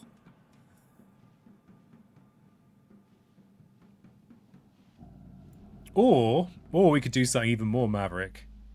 And we could double up presence in here. So we'll lose a presence when this ravages. But we then still have a presence left, which we could use to smash somewhere. Would be throwing away a presence. We don't have a lot of presence. The other thing is that we will have a blighted island and we could just instantly lose. So disadvantages to that. Watching on mobile, I thought that was Pyroclastic, not Powerstorm. Alas. So given that we... Can we do anything about this? Okay, so the thing Glimmer was mentioning, I mean, it does work. If we bring everyone in here, and then with Wrap, and then use Gift of Isolation to push all the explorers and towns out, then, in theory at least, I mean, unless we get unlucky with the damage boost, we should defend and clear the cities from this land, which is pretty nice. It's pretty nice. I actually think that might well be one of our best bets. It does work. It doesn't deal with this land up here, but it's still this land this could blight. That's fine. Also doesn't deal with this land down here. That's not so fine. Then your position for jungle hunts. Well, yeah, exactly.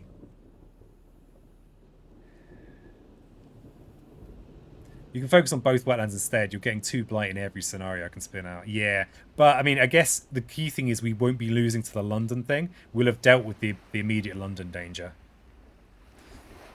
That's the thing that I like about that. And if we can have that as a kind of...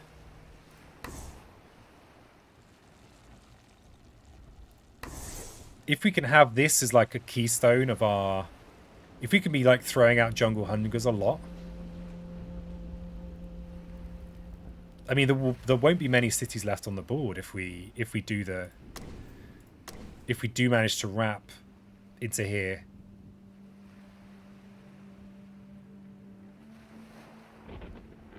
Where would I actually do it from?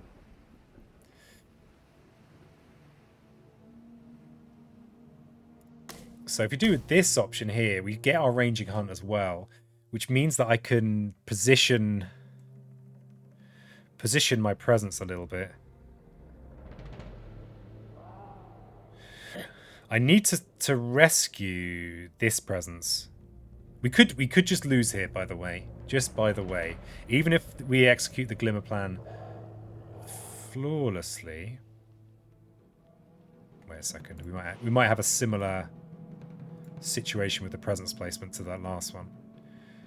If I was to... Let's just quickly undo.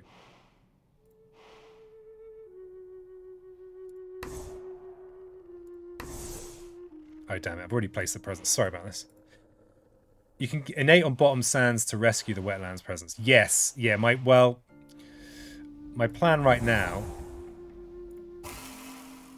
is thinking about I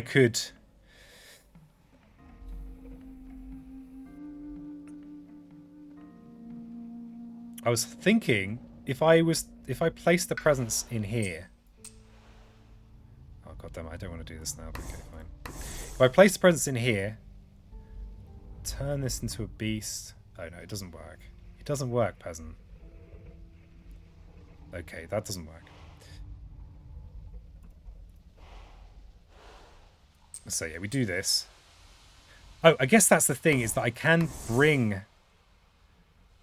this presence into here with this beast, clear this town, which is, I mean, neither here nor there, really. Push the presence maybe up into here, then wrap in Wings of Sunlight to grab 4, well, actually 5 Dahan. Grab these 3 adjacents, bring them into here, push this lot into, I don't know, somewhere, maybe back into here. Or convert a gamble tipping point and downward. Yeah. Nah, I don't want to gamble on that. It's a grim way to lose. It's a grim way. I think this is okay. It's a shame. I thought there might have been a way to prevent this town blighting. And then there is a beast in there.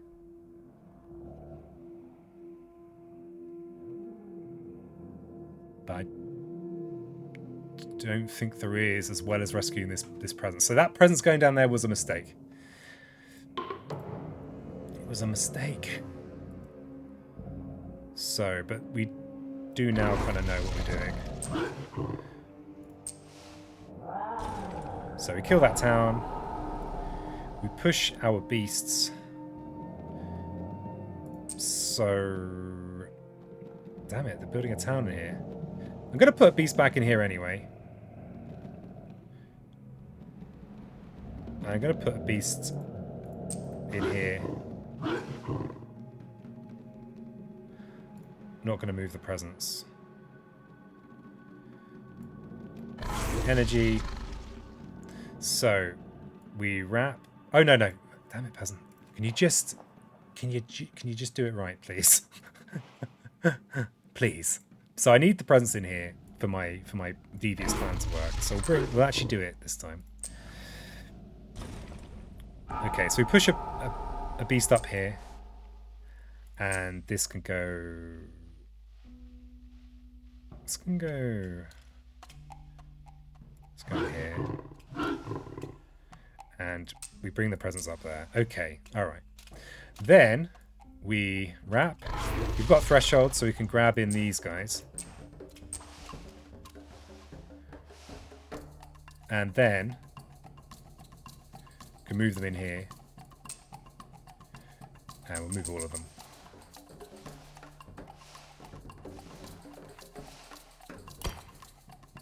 And we need to do that anyway. And then we can isolation to push all these guys out. So, if we push them in here, we're making a town build happen. So I guess we push them into this sands. Sorry, a city build. Because although we do have jungle hungers and we can threshold it, if we ever not completely broke, then one city is fine and then infinite towns. So this is kind of okay. Okay, let's see what happens now. Okay, when exploring once per board, place a town instead of an explorer. Beasts, add a beast to a land without blight that has a town. And defend 1 per Dahan in the land. Okay, we might have got lucky up here. We did get lucky up here. So, add to a land without blight that has a town. So, these guys are going to give 2 defend, counter, and clear this land. We actually don't need beasts up here for anything. So, I'll add it down here. Not push to wetland. What?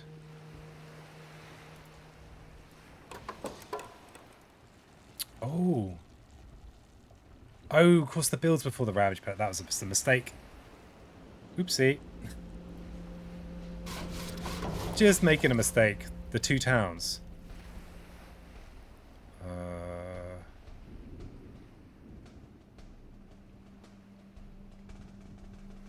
Oh, what's that? They're all more bunched up. Interesting. That's too late. I can't undo that now. Yeah, that does make sense. If one town would make a largest London. True. But the thing is that London isn't... Once you get a little bit into stage 2, London becomes slightly less of a threat. But it would have been better from the point of view of I have jungle hungers, right?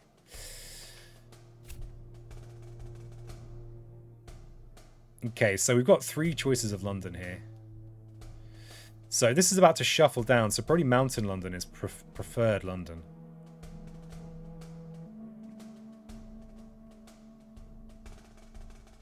But yeah, this is preferred London right now. Definitely not coast, definitely not jungle, definitely not sand.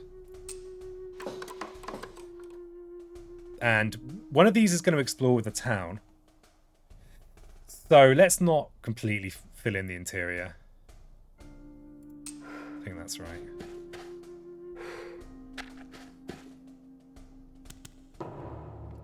Okay, too near the jungle. We can't actually... This isn't a straight... Because there are all these buildings adjacent, we can't prevent this build, but it's probably still worth doing. Maybe. Actually, yeah. Don't think it actually matters. Let's not think about it too much. This is probably right. Though this is about to ravage, so we might get...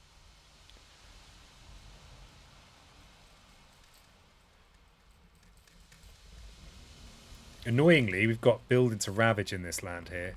So I need to remember that. Could use prey on the builders in here so that they don't build and then ravage. That's the kind of thing I'm likely to forget. Forgot about double build and mounted, so the jungle build in 6 couldn't be prevented anyway. Alas. So I think... doesn't make sense to do it in a land unlikely to jungle hunger soon, so probably this land or this land. Let's just do this one in case we get a chance to do something about this. I have no idea what that would be exactly. I have no idea. Okay, so we've got build ravage. We're finally allowed to go top track. Finally, I've appeased chat enough. I have fully bottom track. God, that's just my interpretation. Just realised. Where are we with cards? Okay, we are a fear card away from Terror 2. This turn we've got this, which is build ravage, and then we've got a 3 damage ravage. There's only 1 beast in there, but we can deal with this with our innate. That's actually fine. Prey, coastal jungle, I think. Oh, yeah, that's what I'm talking about, yeah. That's what I've been jib-jabbering about. Okay. Still feel like we've not gained some of the useful kind of ingredients for beating England, which is their cards, but hey-ho. So if we're praying, we've got 2 energy left. We've got 3 cards in hand and 5 plays. We've only got 7 cards total, so we probably do want more power cards. If we reclaim, we're kind of broke. I don't think you're allowed to place more presents, actually. Ah. Well.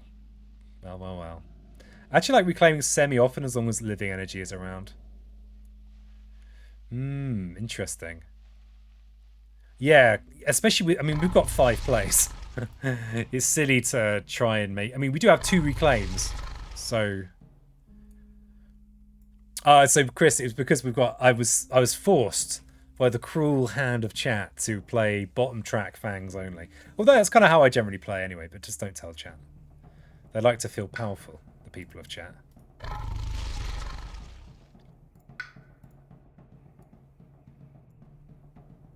Yeah, so I think we reclaim. Oh, Trat!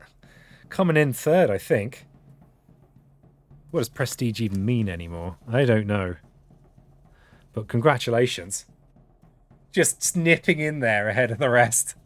Oh, Flatters, you're not a skeleton. How many times do I have to tell you? Make reclaim gain 3 energy. Really? Oh god, everyone thinks they're skeletons now.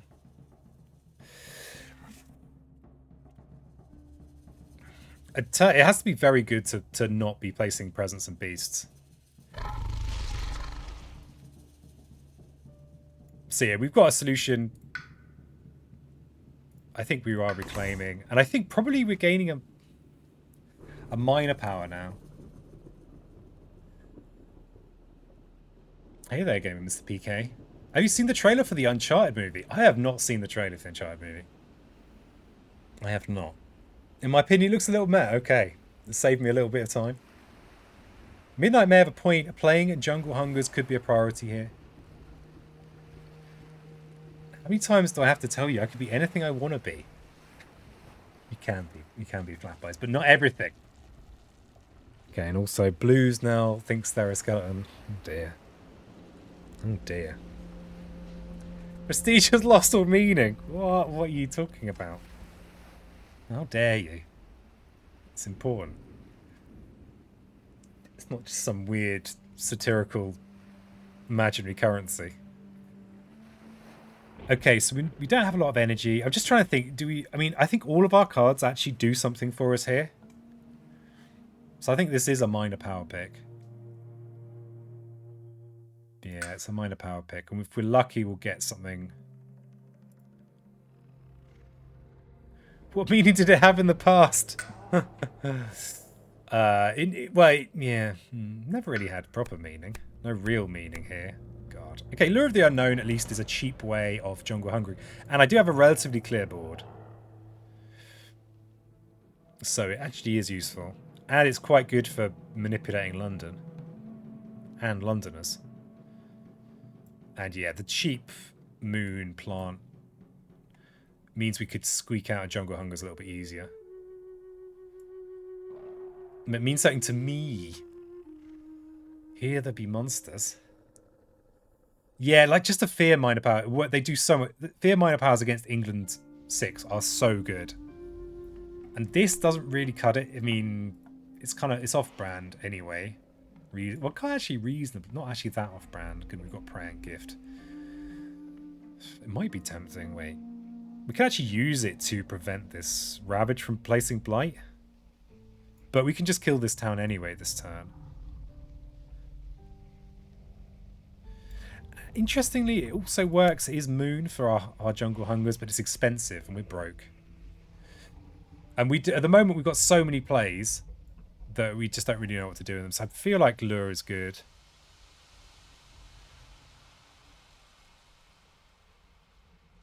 But Lure kind of is and isn't good. I think it's useful little card though. And it has got the Moonfire, which we might want to use for Frenzied Snuggles. Lure's the big winner here. Wow. It can play Jungle Hungers and still place presents. Really? We have reclaimed.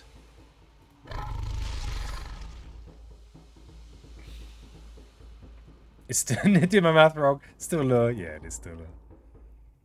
It is still Lure.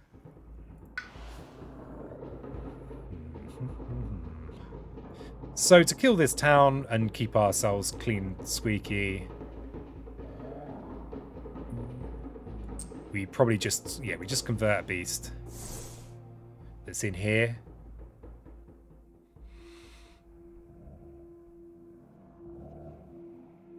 One energy, too short jungle hungers and presence placement. Yeah. Yeah. That's how it is sometimes. But it's okay. It's okay. Would have been nice to have jungle hungered this. And it is, I mean, okay, I know that I'm always down on people who want to skip the presence placement. I mean, if playing it this turn, I could deal with this land. If I just go with energy or cards. If I use Lure and Gift.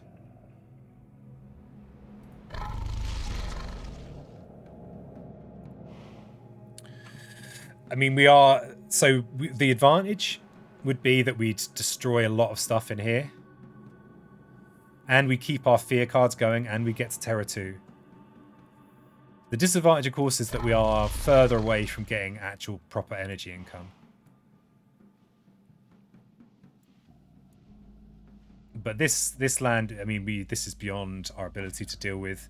It's beyond wrap. Unless we try and unless we do the wrap cool trick, which we don't want to do. It's too much. It's too much.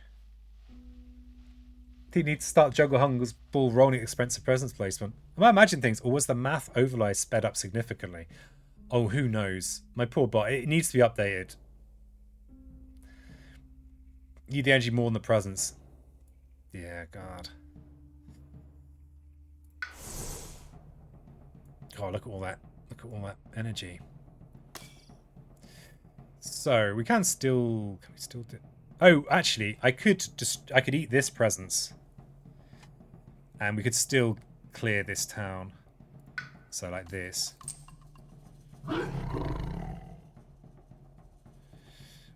And we should be... Oh, we only got one blight left.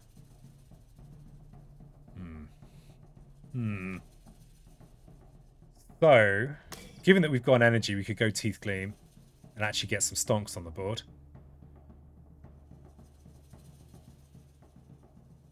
You can just lure out that jungle. Oh, that's true. That's God, that's true.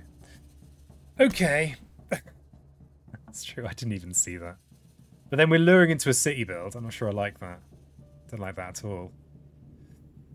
Okay, I'm getting to that point where my brain is shutting down enough that I am looking at chat more than thinking. So, I think I still prefer killing the town. Luring here for a city build doesn't help. I think if we are going to win this, especially given we've gained no fear generation, we need to win at Terra 3. So we don't want to be building cities everywhere. We've got no mass fear generation whatsoever. Like nothing. We need to pray in this coastal land to prevent the build ravage cascading. And we also need to play our plant friends. We don't really want to go down below 1. Because you really lack flexibility then. I think kill the town and gamble tipping point. Yeah, I mean, there are beasts in here, so they will slightly mitigate against bad luck. Okay, do we have a good call to do? We don't have any. So yeah, I think I want to hang on to an energy, unless we've got a good place to put a beast. See, here would be an okay place to put a beast. Except we actually can't place in there because I wanted to get rid of that beast there. Thinking about going with Teeth Gleam, but I'd rather keep my 1 energy. And 2 near is just some easy fear. Jungle Hungers with Threshold. They're going to build a city. We're going to clear it. Do I have any... Yeah, no one to push in there. So we are... I mean, it's a very unlikely... We're unlikely to get killed by it, but we might. Oh, we could just lure out the Explorer. There. Now we're not gambling tipping point. Well, we are, but the gamble is much, much lower now. Much smaller gamble. I think I'm going to leave a beast up here.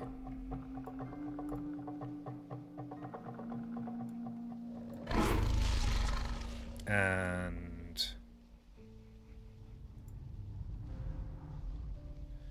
bring this beast in. Oh, we don't have flipping damage. We don't have flipping damage. Oh, God. Oh, God. Sorry, we need that damage. And that's why we don't want lure. Oh, God. I think we need this to get the damage. Okay. And you're right, we won't be below 1 energy. Hey, good night, Flap Eyes.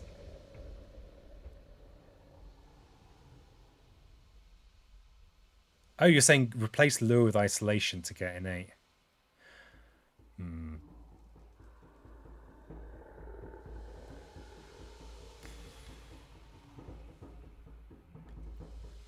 think this is enough. call instead?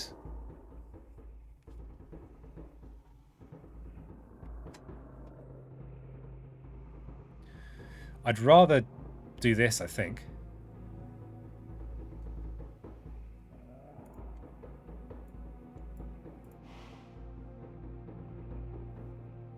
Because you're right, we will get an energy back from any gift. You can place another beast somewhere useful. Or just grab some... Actually, no, we can't grab fear with it. Just that also isolation's not going to do anything for me at all. I could just use it for fear. Just get 3 fear.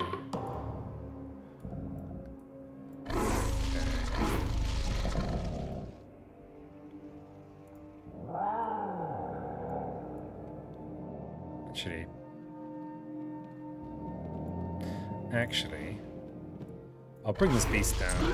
These Dahan here actually can work with call to isolation if they need to. Bring this beast in here. Kill that town. This land is about to be cleared, so I'm going to push them both up here.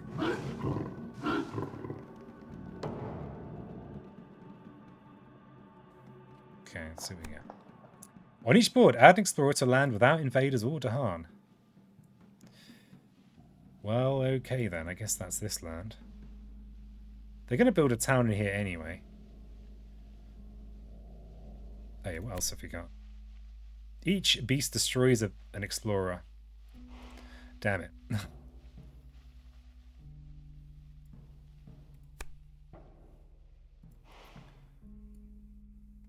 Okay, I'm going to get to use a slow power now, which is interesting because I've roused the spirits. Do I care to? I suppose I don't think it makes much odds actually.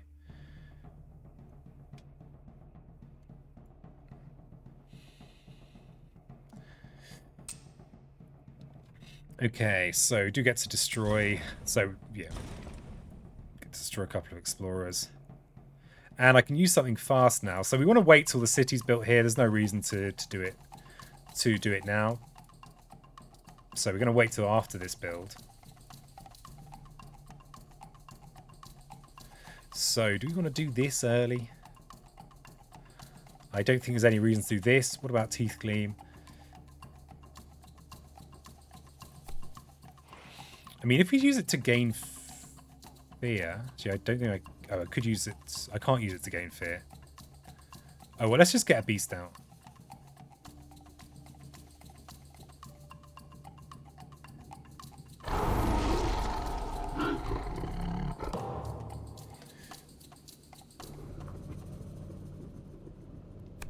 Okay, each player moves an explorer from a coastline. We're still on terror level 1. Gross. Each player moves an explorer town from land with beasts. So, where are we? We are last stage 2, and it's going to either be mountain or wetland as a stage 2. This is, I guess, we can kind of make it so that these are more balanced, so that we can escalate in the land that isn't explored. So I'm gonna remove one of these towns.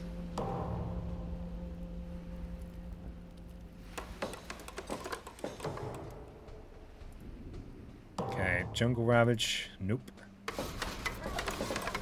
Sand builds. What do we get then? Mountain. Oh, so that was the escalation there. That land down there's got 5 flipping buildings in. Cheeky. Somewhat surprised by that. Why have they got... I was not expecting to be 5. Maybe there was a city already in there, but I didn't notice. Classic. Okay, so we jungle hungers in here, I think. Though this doesn't have blight in this land. Let's quickly sanity check. There's nowhere else that's better to do. No, this is still the best. They built normally, then escalate. Oh, that's it. That's it, yeah, okay.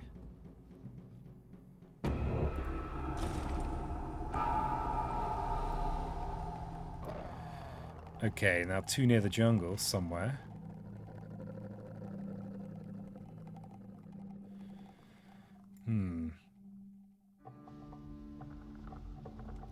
Yeah, I think it was actually a mistake to do this in the fast phase, because I could have placed this beast in here.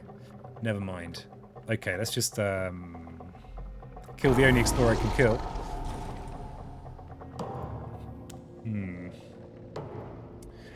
Okay, so we've got a 3 damage Ravage hand here. This is very Lure of the Unknownable. Into here, then build a city. God damn it! It's like I'm trying to wherever I want to Lure of the Unknown, it just makes a city. Didn't see the Sands London coming either. There's so much to think about here. Yeah, it's complicated.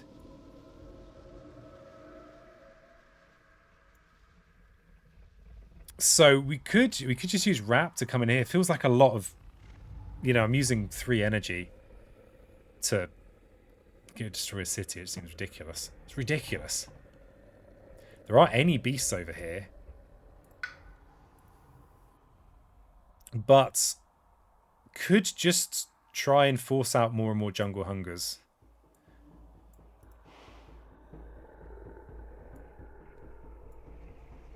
You know, we do have both the reclaims now. See on the sands in land 4 is hiding beneath the blight from land 3, I know. Sneaky. Advanced strats of the digital and the dangerous.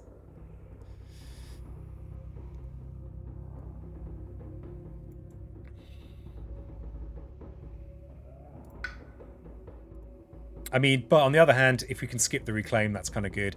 Maybe we go presence and energy this turn. And Wrap. We could even push. No, we can't push anyone in there.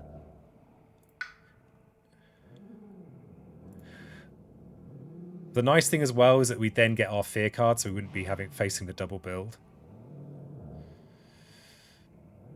Do you feel a bit gross about skipping my presence placement though? Gross, I tell you.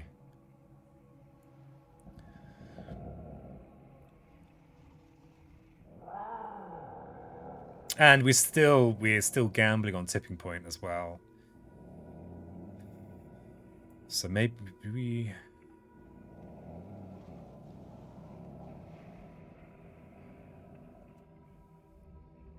Yeah, I don't want to gamble on tipping point anymore.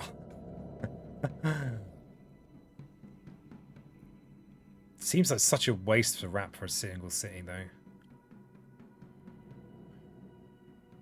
Maybe we don't Wrap this turn, but then what do we do? We don't have straightforward defend cards.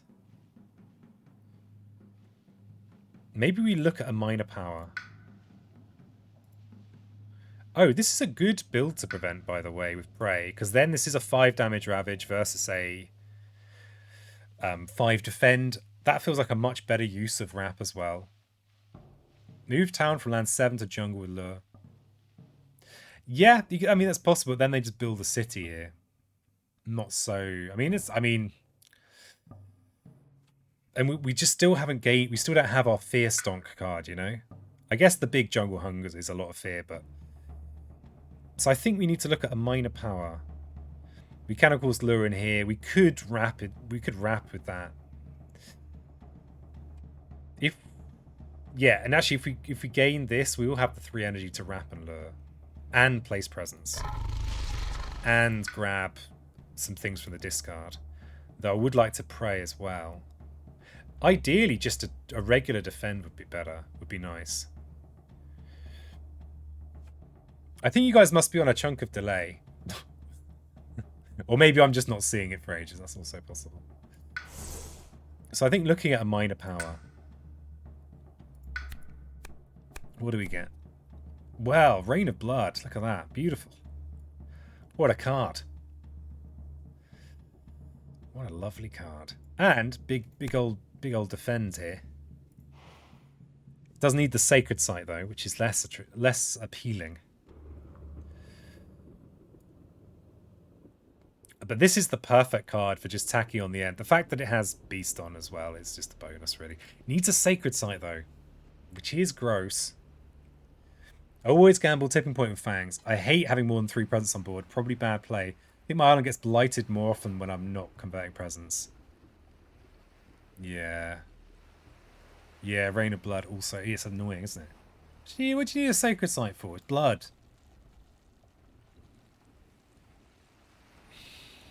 Quicken's a big deal. It's a big card. in a big world. It enables, for example, just letting this land build and then quickening with wrap. But then it's expensive and we're kind of broke. So So this city down here in this bottom sands, the only current solution I have for it is wrap. So we could go wrap lure. We could just squeak Rain of Blood on, which might be why we pick it. We can't squeak this in just anywhere. And this will do a lot of work. It doesn't look like a lot, but against England, it's crucial to have a card like Rain of Blood. It doesn't have to be Rain of Blood. But it is better if it is Rain of Blood.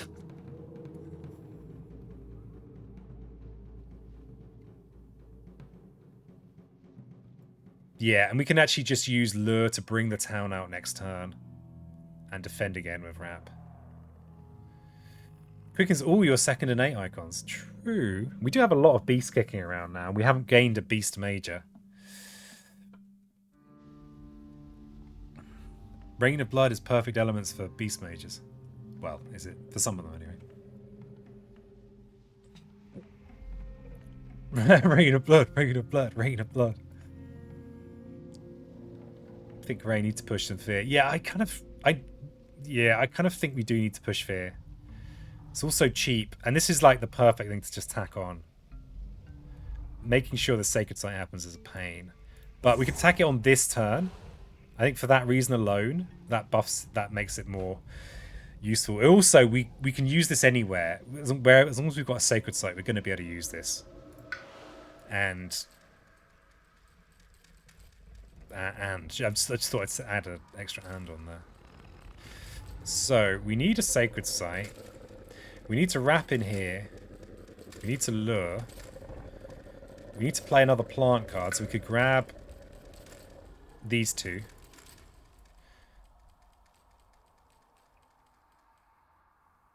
And where do we want our Sacred Site?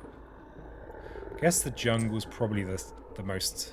Yeah, this is the most likely to have the bonus energy adjacency. We need at least one more plant card. We are broke this turn, so we probably are taking our zero costers. Yeah, and although I'd initially liked the idea of using Prey on the builders in here, I'm actually rather just reuse Lure next turn for this Ravage. This one we might just let go, if it means we can afford a Jungle Hungers maybe in one of these lands. So, we Lure, we Wrap. And then, is it just these three? Don't need to use Call for anything this turn. We just play all the cards, right?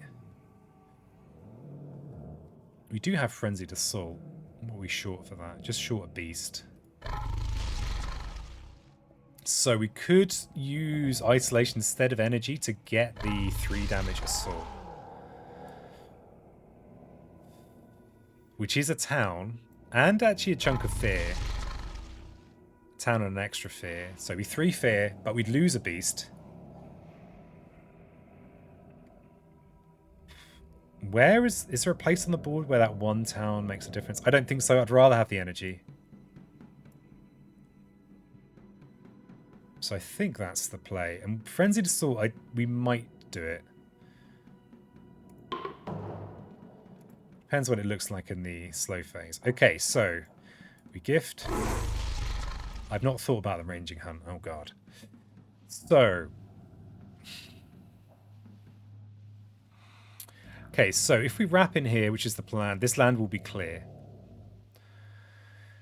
We don't have many lands that are actually good candidates for ranging hunt anymore, just because of blight. Someone's put blight everywhere. So I'm wondering where is a good place to put a load of blight. Beasts. So this top wetland and this sands and this mountain are the only real candidates for putting any beasts.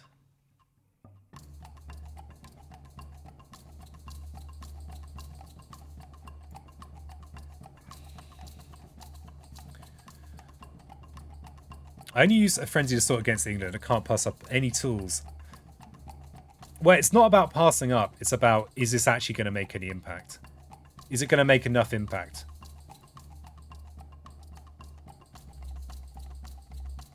And I think I'd rather have the extra energy than get rid of a random town. Especially now that we're into stage 3.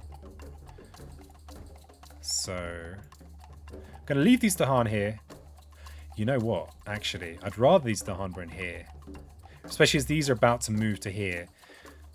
Because this is a spot that I kind of would like to be able to push towns from. To set up potential jungle hungers. So I think I will bring these in. Even if only 5 of them can move. And also I don't have to bring all 5 here. But I'm going to bring at least 2. And I may as well bring all 5, yeah. May as well. Needs to be second tier, yeah. Absolutely. But I'd rather have the energy than get the second tier.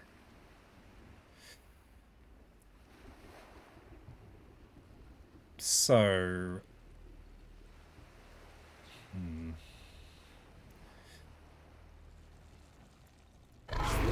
Oops. Accidentally clicked it in a way that...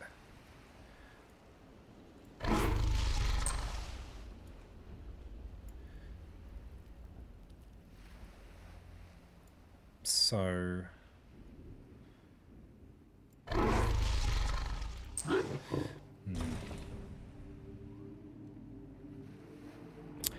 I'm more tempted to just leave these beasts here. God, I actually don't know. No, I will leave one in each. Hard to know the right. Fearful mobs.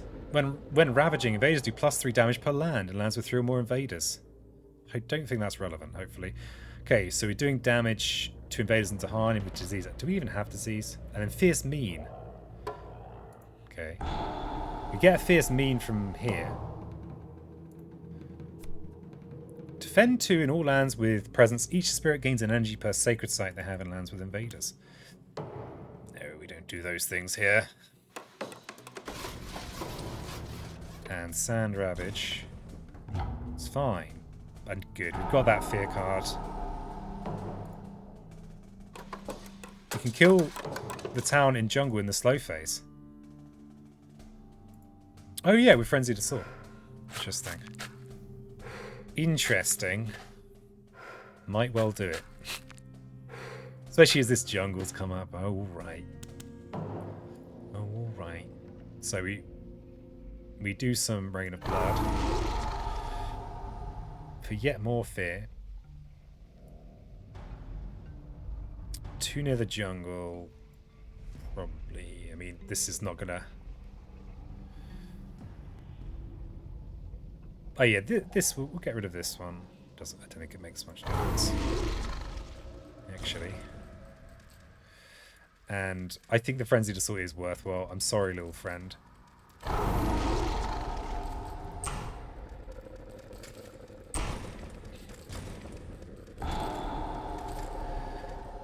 I don't think it was worth giving up the Gift of Living Energy. Okay, so what have we got? We've got 2 Ravages. We actually can't cheese these by grabbing a... We can't cheese this one just by yoinking the town, but we can yoink the town here to make this defendable with Wrap, and it's a good counter. How many are we away from Terra 3? Away.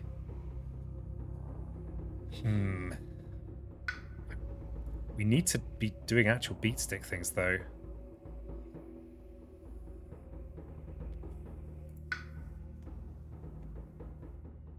Now I'm regretting not picking quick in the Earth struggles. Full of regret.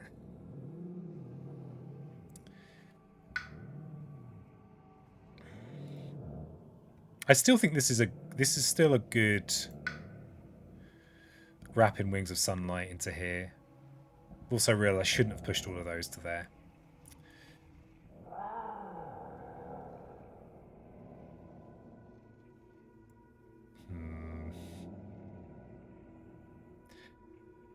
I'm also kind of broke.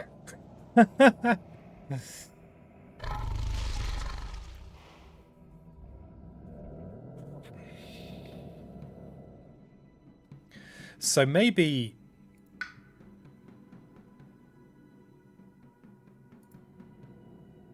if we reclaim, we have 1 energy for the turn. But then we're skipping our presence placement again. Energy, placing presence in sand, then wrap.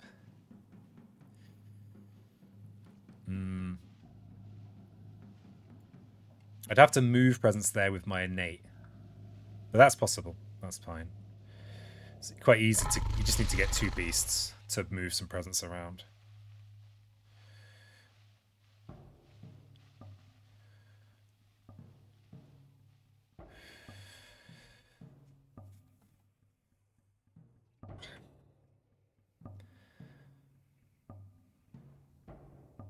The frustrating thing is that I'm doing these moves to make these defends work, but it's just meaning that they're building cities.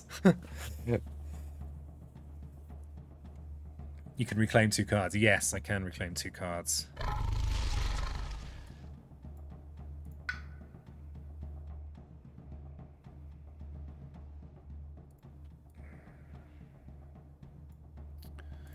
So I could reclaim... if I reclaim both of these... got the call to isolation as well. So I wouldn't actually need to place a presence in this in the sand. Because I'd get threshold if I'm using isolation as well.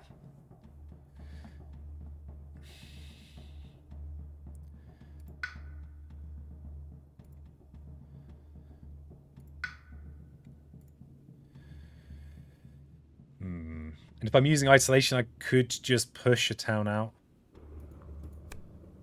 Oh, it's push. It's not actually push up to. It's push 1 per. Interesting.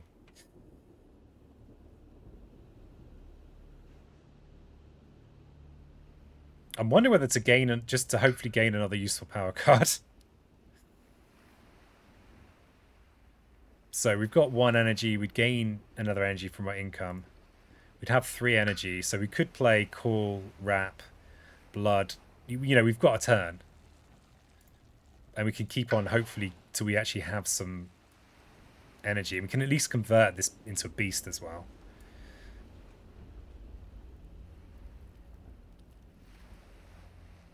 So maybe we could have a beast down here.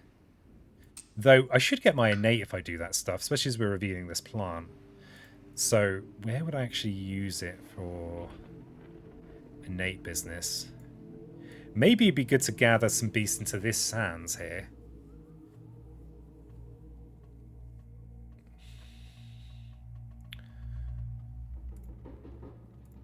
But getting ahead of myself with trying to grab presents now. I need to make this decision first. But if I do gain a card, what is there anything that's actually better than this? Probably not. Apart from, yeah, just regular defend cards.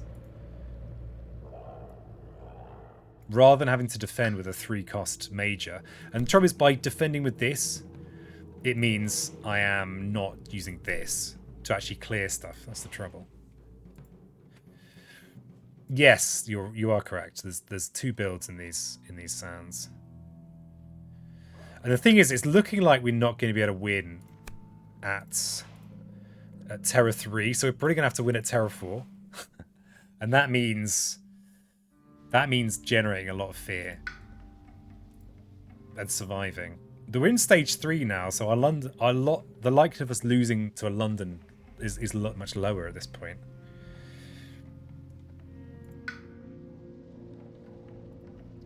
The trouble, of course, with not reclaiming this turn is that I'm only going to have max 4 cards to play.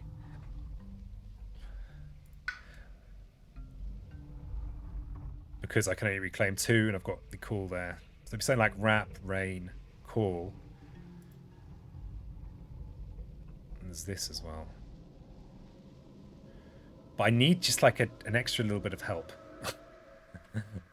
I think. If I reclaim, the only way I can afford to defend in here is to gain energy, and then I'm not placing presence. I'm not getting to this crucial level where I've actually got energy. Just like having energy, you know? It's his wild idea. And so I think because if I reclaim, I kind of have to do this. I think I'm going to go with this. And yeah. Okay, Ports is good. Getting all my old favourites. Because it's fast fear, which does make a difference. Uncanny melting. Sands and wetlands. Would mean I could do beast things in that bottom, in the blighted wetland. Nature's Resilience for the carry is such a good card. Do you think I like Portents here?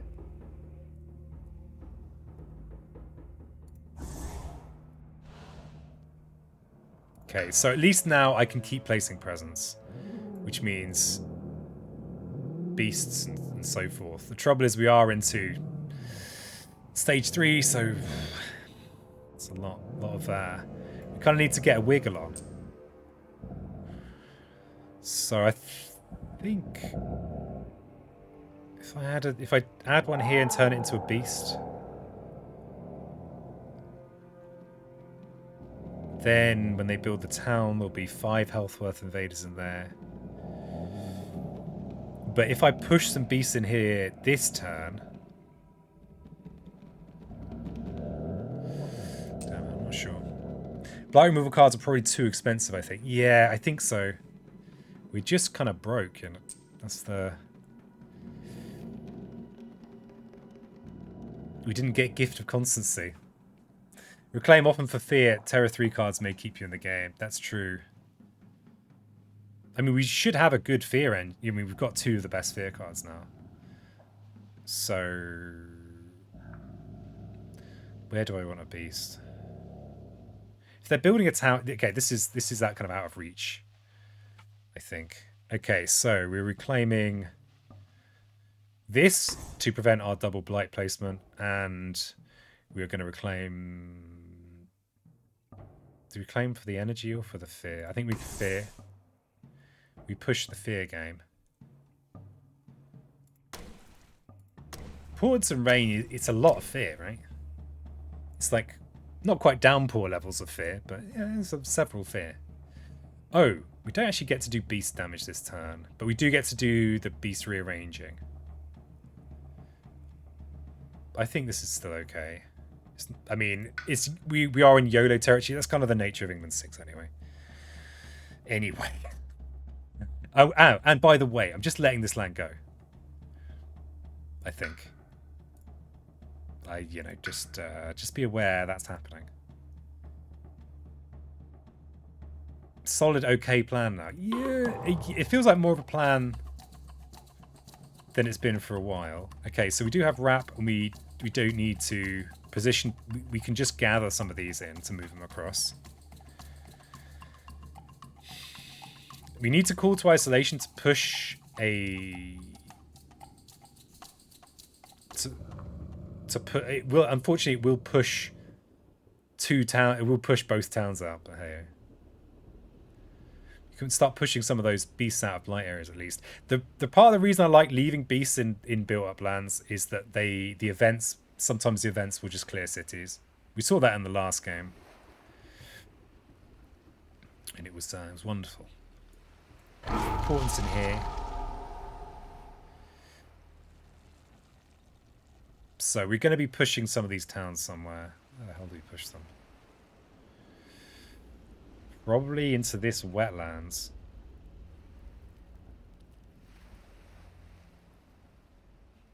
Probably.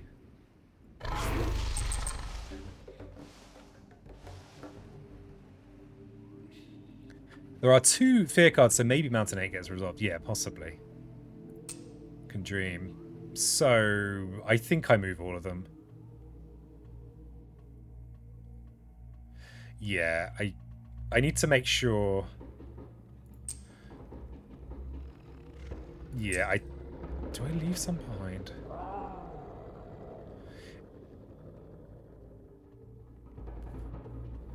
Did I draw a regular defend card? I didn't draw a regular defend card.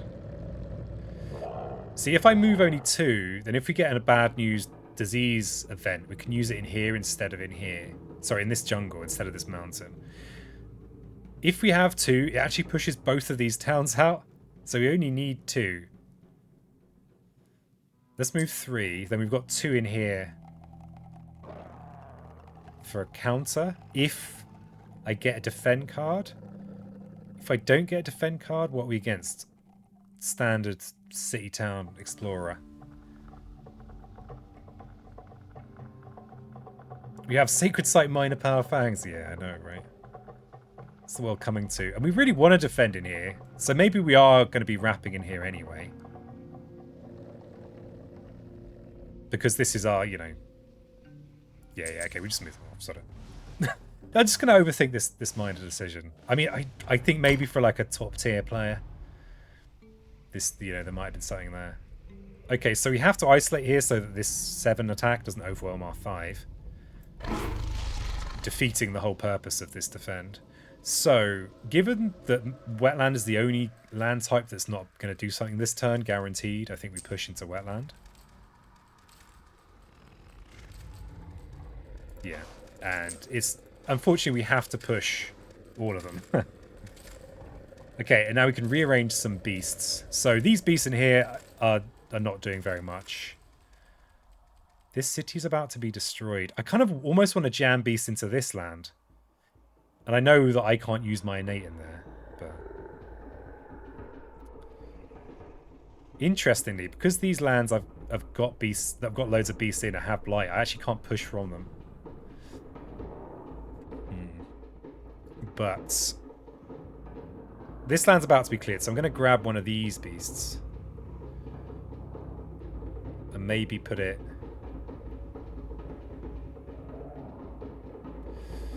in this sands, I think.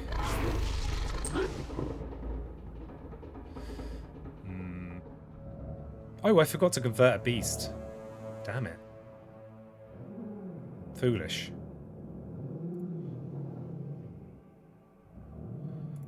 That was a mistake. Should have converted a beast. Okay, invaders do +1 damage per land when ravaging. Okay, well, I'm kind of... Yeah, it's okay. So, on each board, add a disease to the jungle or wetland with the most buildings. So we'll add it in here because this is a land that we can't do much with.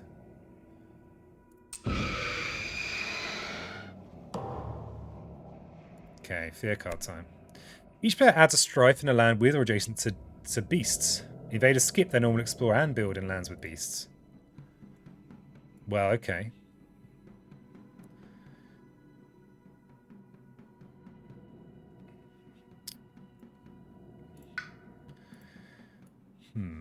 Okay, so we don't have any little defend card. I guess Rap is kind of a little defend card.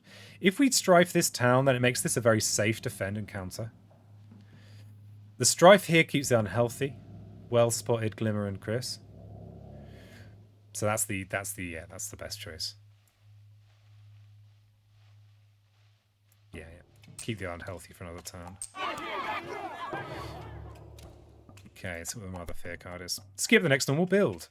The build card remains in place instead of shifting left. Okay, we're into the jank zone. Everybody, prepare. Prepare for the jank zone. So we're going to kind of get a turn off, and then we're going to get all the builds ever happening at once. What? Excuse me. Oh, it doesn't. Invaders do an extra damage. Invaders do an extra damage because of the event card. Oh well, never mind. Never mind. Let's see what our... I'm a bit confused now. What happened? What happened, peasant?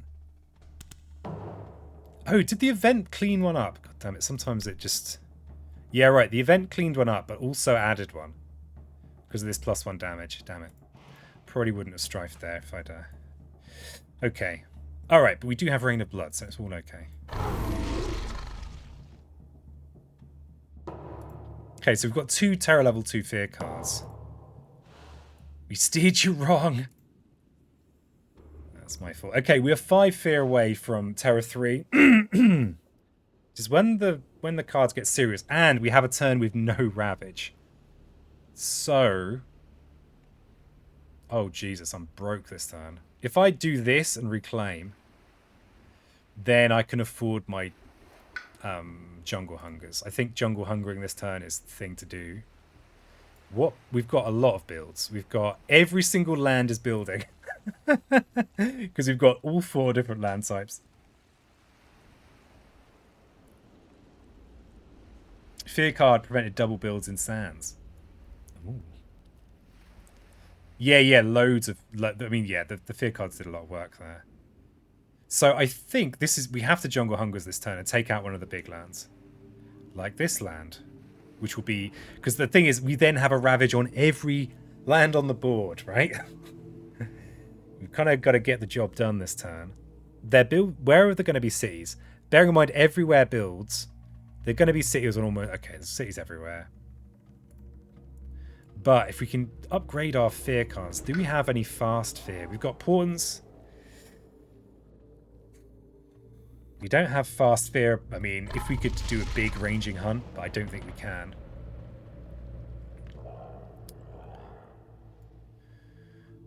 If we reclaim...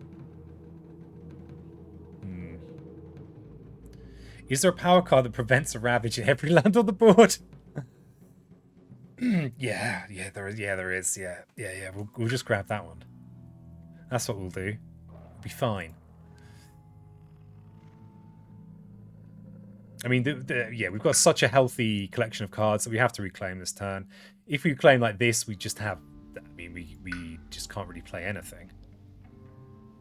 So yeah, we probably gain energy and reclaim. I think. If we were to gain a power card, that's horrible. Yeah, we have to reclaim. And we need to do some big hitting with jungle hungers.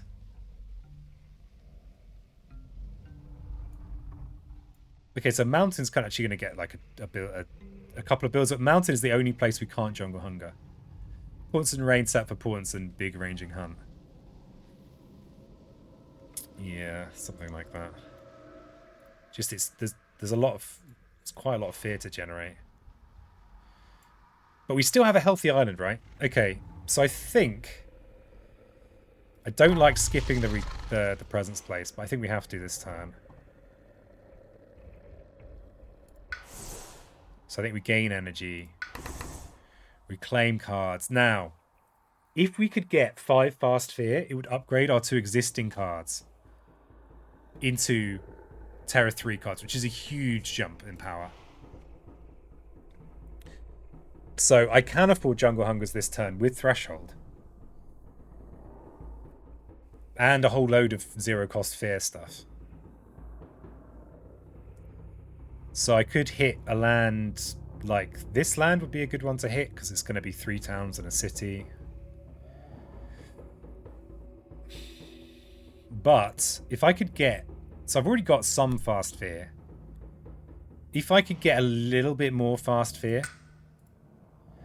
So actually I'm not even sure what is good 0 cost fast fear. I think we have... Okay, this is good fast fear. If we could kill something to get the other fear from portents, that'd be good. I don't want to blight the island. Might actually not be a bad idea though. This is fast fear. Is unlikely to be good for us. Yeah, there's not a lot of fast fear options actually. We've got it. We've got the fast fear option. I mean, fast damage. Oh, this is some fast fear as well. Sky Stretches works. Oh yeah, Sky Stretches does work, but I can't afford to use it on anything impressive. Oh, I could just use it on Rain of Blood though, yeah.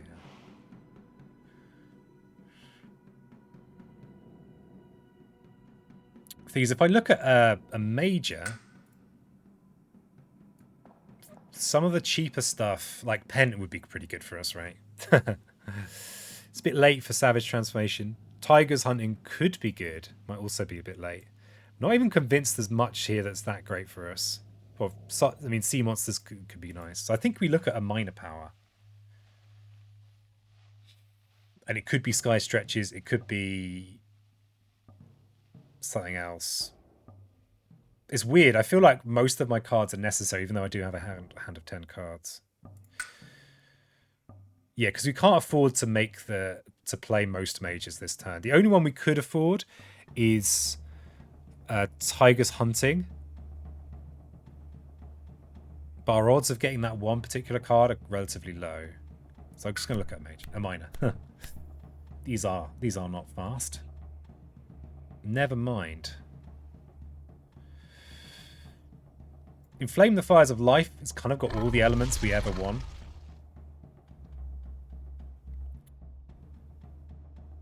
Not that convinced by these. Those Maw Beasts are savage.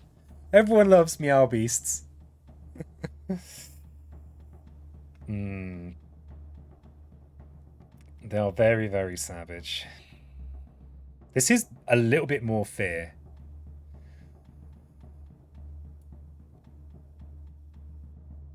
I think this is the one we take. I doubt I'm ever going to play it, though.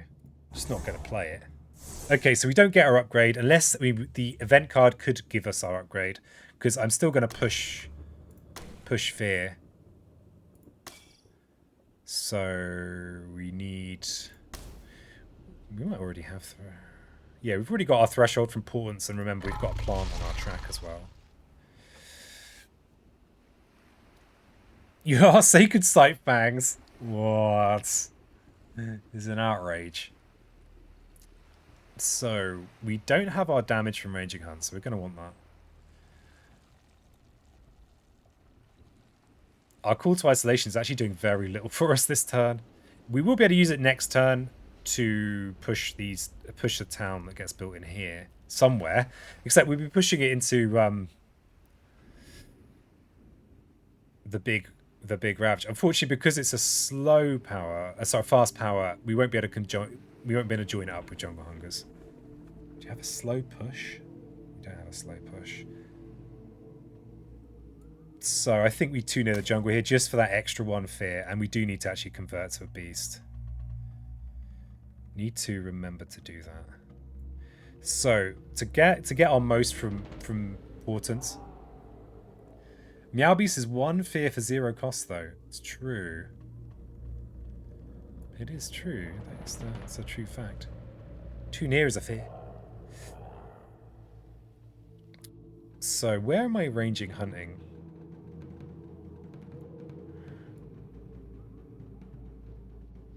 We can't prevent this build, so I kind of want to do something that gains me...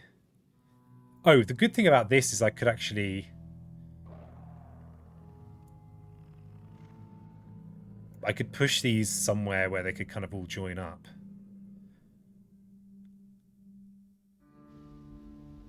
So maybe we convert one of these.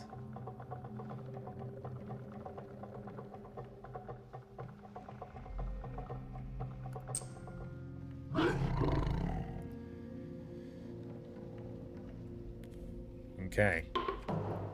So it's all a little bit YOLO. So, oh yeah, so the thing I need to bear in mind is where am I going to be ranging hunting from the point of view of Portents? So I probably shouldn't have... I shouldn't have got rid of that Sacred Site. 1 second. Don't mind me.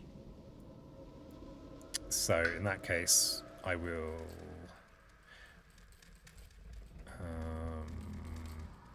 oh yeah, we can Raining Blood in here. We'll make this into a beast because it's in with invaders, so there's a chance that this will give me stocks. And Meow Beast can also do 1 damage in slow phase because Fangs has a lot of animal elements. It's true. I have underestimated Meow Beasts. So, we gift, and I'm going to come in here and kill some explorers. So we'll Portents in here. And then we're ranging hunt in here. Bring in a beast that's not doing anything. Do I move my presence? No, we leave that presence in there because it's well placed for a wrap. We then get our extra fear from Portents. See, 2 fear, that's not inconceivable that an event could give us 2 fear. If you play Lure over too near, you can pull a target into a mountain to kill.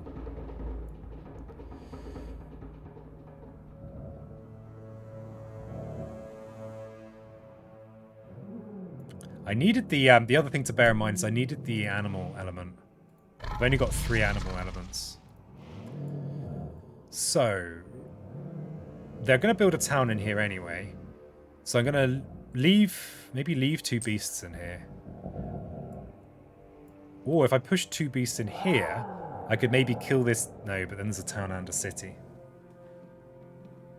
You don't need that sacred for rain, just double checking. I do need this sacred for rain.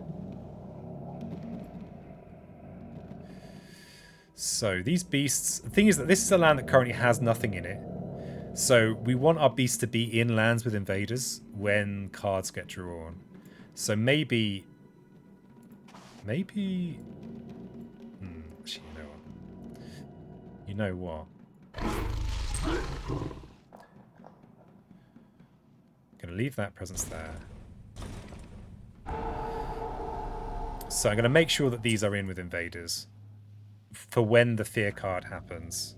So I think the best result is killing this city, which could happen from the event. More likely to damage these though. Oh god damn it. I think it is more likely to damage these. I guess the build will give you a target. I've got there's 3 towns up here.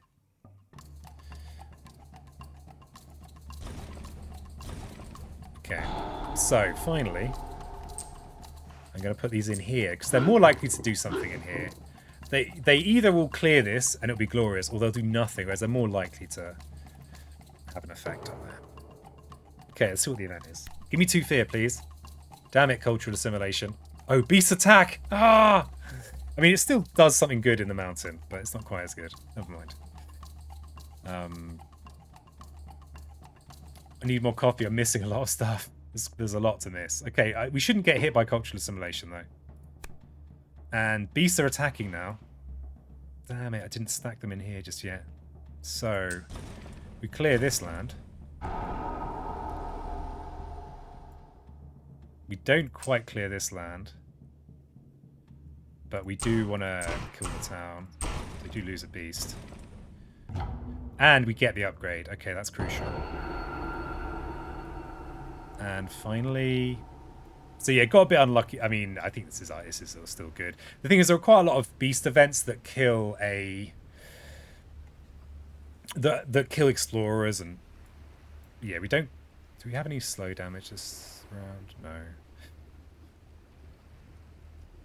And we do have reckless offensive, but I don't think that matters because we don't have lands with Dahan and towns in, so that's kind of good. Do I want to partial damage? Let's gamble on partial damaging the city. Okay, 3. So we upgrade our terror level, our fear cards. What do we get? Each player removes up to 4 health worth invaders from a land with beast disease or at least 2 Dahan. A land with beasts, you say? I don't have those. So we've got a city we can remove over here. That's the call. So is that going to count as all 4? It is. No. Oh, I guess that's right. That is just right anyway. Okay, each player adds a strife to an invader. For the rest of this turn, invaders have -1 health per strife to a minimum of 1. This is our only city on the map right now. If we add the strife now, the second fear card could remove it. We might even win now if we're lucky. The strifes also means we're more likely to get an event in here. Each player may replace a city with a town or a town with an explorer in a coastal land. Well, okay. We are jungle hungering.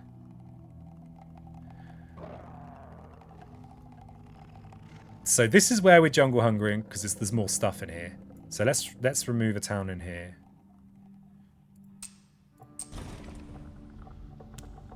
Okay, that was all right. But now everywhere on the board map builds. So it's just the entire map, no biggie. Can you just not build everywhere? God damn it. My beach community.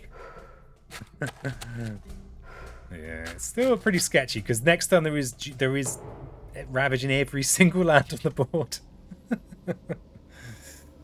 Wonderful. So there's our Rain of Bloods.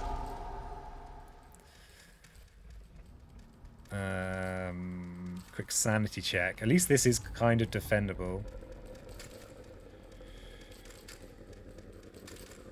So yeah, this is the biggest hit. So I think we do that. The thing that's annoying is that this doesn't have Blight in. So this is much better to let go than a lot of other lands. But the other lands are just not going to generate us the fear that we need. So I think this is the call. So we clear that little puppy.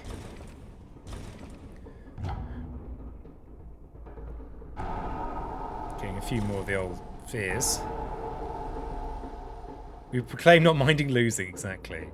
Exactly. I've caveated myself into a cozy little caveat corner. So we can tune in the jungle. There are a million beasts in here. There's only one beast in there. We'll help the one beast.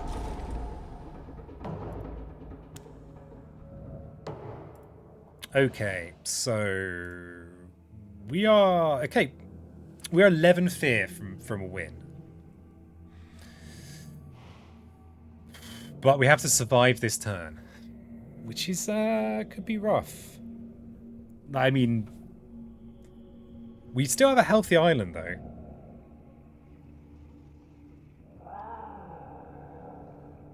So top wetland is fine. I don't think I've ever had a Ravage in every land on the board before. I'm in new territory.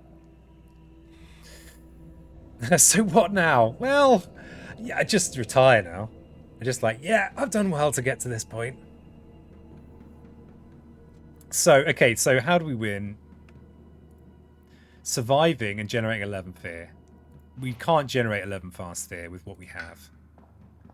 Okay, we could generate tops 3 fast fear and a bit of damage.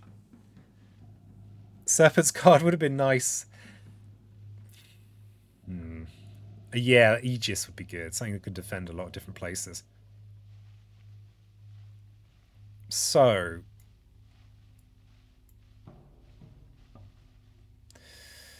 how many blighted lands are ravaging with damage in? So we've got 1, 2 lands with blight in. So these are the high priority ones to cover. If we were to be able to defend this and this, or not necessarily defend, but the trouble is, like, our lure doesn't work, because if we lure the town out, it's just going to blight somewhere else.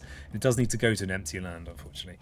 Call to isolation still works, potentially. So we could call to isolation to deal with this one here. So we could push this town somewhere. Potentially, we could call to ice. Oh no, we need to move to Han for that. How many cities are on the board? 3 cities. So that's the other way to win. We're at Terror 3.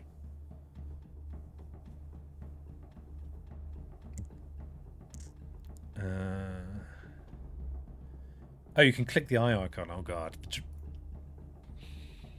This time, 7 blights. It's fine. It's fine. I'm sure there's an 8 blight card. I don't really use this much. That's partly because I don't want to become too reliant on this for when I play physical. Bad enough as it is. But yeah, it's a thing. It's a thing you can do there. Wrap is weird. I actually need to move the Dahan, but I can pretend to move them apparently. So I can kind of... But you need to actually at least remember to pretend to move them. If that makes sense. Doesn't make sense, peasant. Okay, so what about the turn after? We've got jungle and wetland again. I mean, so we could yoink these from here into here, but that's not blighted. That's not high priority. This is much higher priority. You don't, for Wrap, you don't have to move to 100. Well, you actually do have to move them, but when you're playing in the, well, my experience of playing the digital version is that you can move them from the same land to the same land. If you don't do that, even though it's a formality, it won't give you your defend 5. So yeah, watch out for that. It will say no. No defend 5 for you.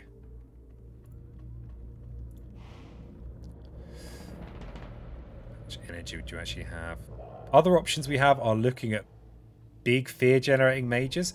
We don't have the right elements to get the threshold on some of those. Like, we don't have lots of earth and air for something like paralyzing fright.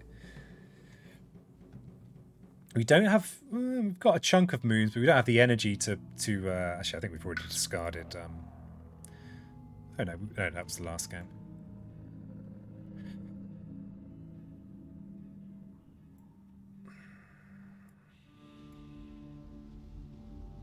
So this is a land we can take care of with our innate, because we can turn one of these presents into a beast.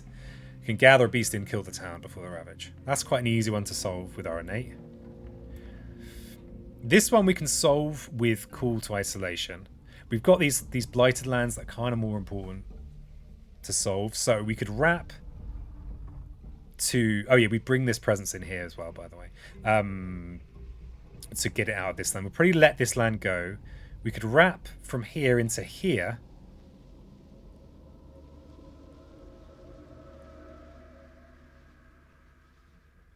And then it's a bit of a risky defend, but we would get the counter and kill a city. Can you isolate and then jungle hunger for enjoying fear to matter? I think at least 4.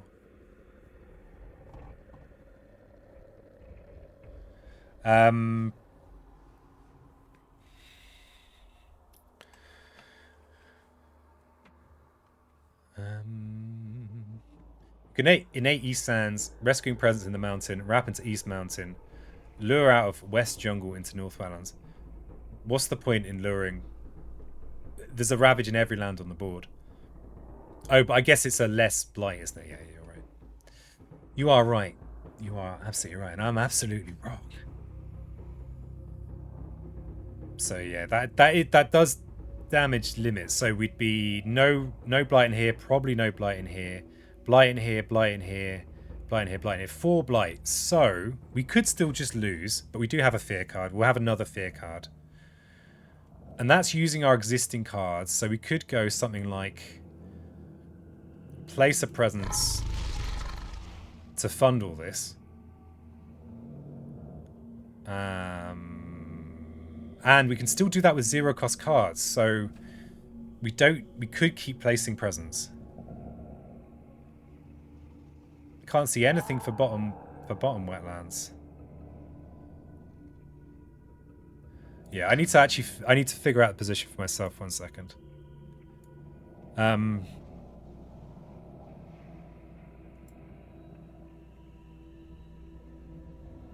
So yeah, I think vacating this to defend this is the right move.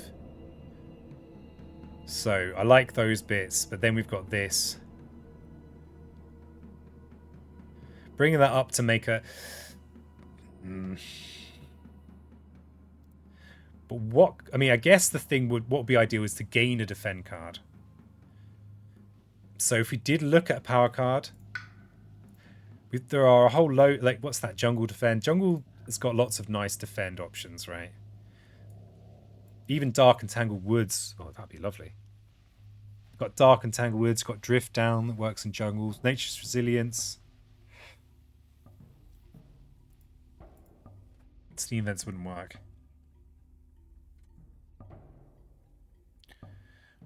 Sap, yeah, that's another good one. I think... So, okay, so our current best idea, I think, is to use Wrap. So basically what Glimmer said.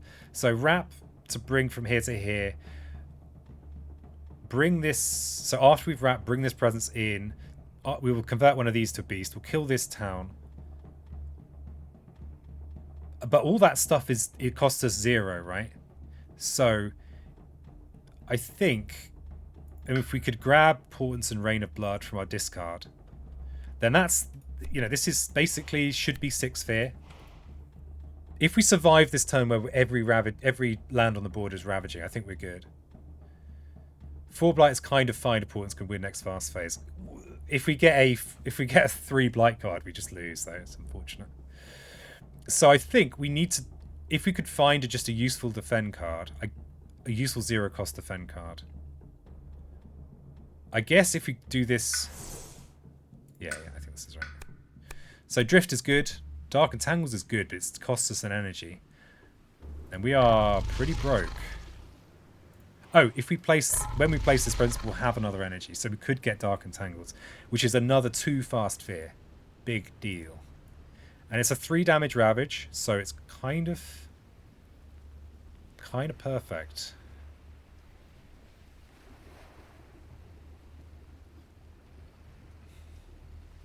Yeah, I like having this fast fear here as well.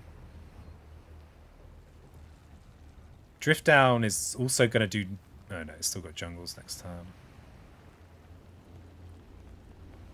The nice thing with Dark Entangles here is that we can just defend this, so we can prevent the 2 blight rather than having 1 blight instead of 2 blight, with the risk of additional 2 blight. So I like Dark Entangles here. I'm going to let chat catch up. Drift down, of course, is cheaper, and we are broke. But we're going to be less broke very soon, TM.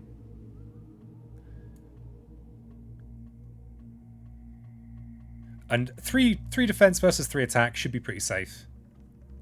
That's unlikely to get bumped by the event. And this is also going to mean... Yeah, I think this is the pick. Because it's fast fear as well, which means that we can potentially use it next turn to squeak a win, potentially, if we're still here. Okay, so we need to turn one of these into a beast. Dark Tangle is going to be 4 fear in 2 turns. And this crucial bit of defense in here.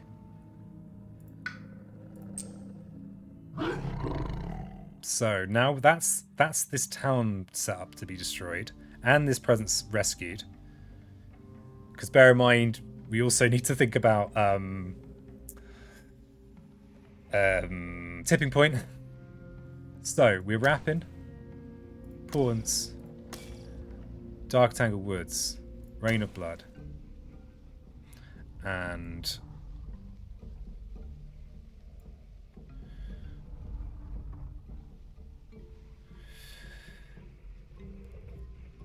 yeah, we didn't draw a solution for in here.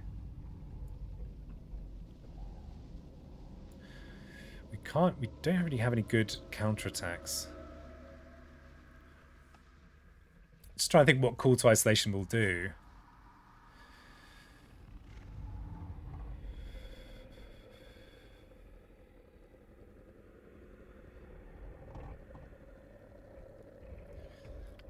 Festan's 4. Oh yeah, of course. Yeah, right. Sorry. Yeah. That was part of the original plan, and then I forgot. I just forgot. Okay. Okay, so we've got some things to do. We need to do these things in the right order. So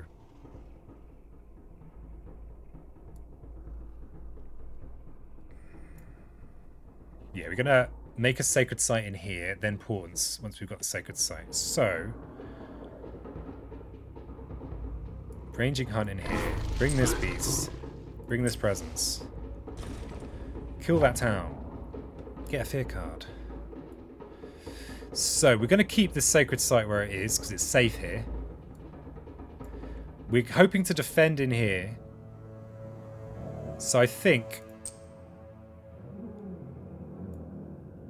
I push these beasts in here where they could kill the city. There's a chance this that this strife will just prevent this ravage. Could happen. Wrap before innate. Oh god, you're right. God, sorry. There's me saying I need to do it in the right order. No, don't do it in the right order. I'm gonna leave these to hunt in here because they might defend this sand. Oh no, and we're pushing. God damn it, peasant.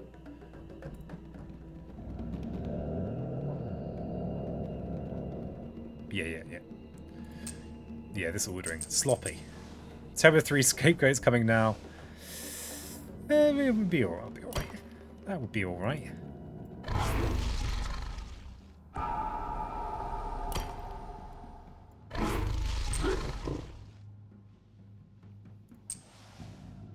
Oh, I've done this in the wrong flipping order. God damn it, peasant. Can you just do things in the right order?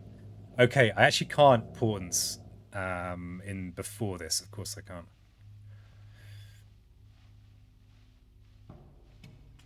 Is it gonna? Is that one fear gonna make any difference? We'll get the fear. We're gonna miss a fear. Wrong land defended.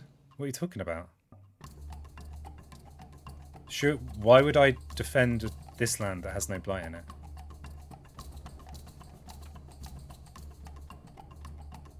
Oh god. Oh Jesus Christ. Okay. Yeah. Sorry. I'm tired. Of course. This is where they go. Yeah. Sorry about this. I think I get to a point sometimes where I get tired and then I'm spending all my energy reading chat and I'm actually like, I've kind of forgotten that I'm playing a game. Okay, let's try this again. So, we ran. We don't gather. We go in here. We bring all these lads. So yeah, sorry about that. Okay, so we've got our slightly risky defend. In there. Well, portents in here. Yeah, this goes in here. You distract you. It is a bit like that. I don't, you know, I'm happy to, you know, it is nice. It's fun. But it is confusing sometimes. So we'll portents in here, where even if we get unlucky, we should still do some damage. Okay, we'll bring the presence. Kill the town. We'll leave the sacred site where it is. This is the only guaranteed destruction. They should clear this land. Unless they get unlucky. If they get unlucky, they'll probably kill the buildings anyway. I'm going to push these back in here. I'm going to leave the presence where it is. Portents in here. Okay, and then call to isolation here. Got there in the end. You're doing great! Thanks. Well, we could still just lose in this ravage. That's the downside. Move a town 1 or 2 lands inland. On each board, choose a land with disease. Okay, we've got lucky with canny defense.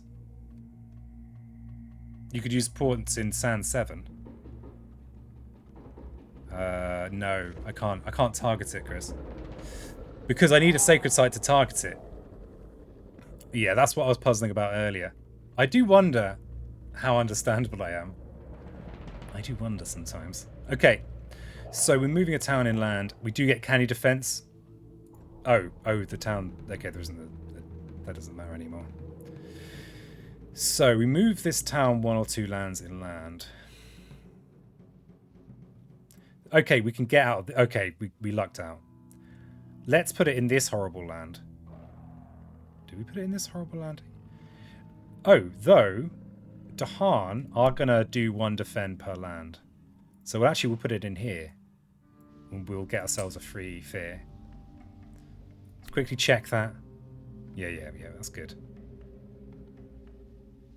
Do we have anywhere with disease? Nowhere with disease. So we put it in here, and these guys are going to die in the counter. Okay, fear card time. Isolation. Each player removes an invader from a land with 2 or fewer invaders.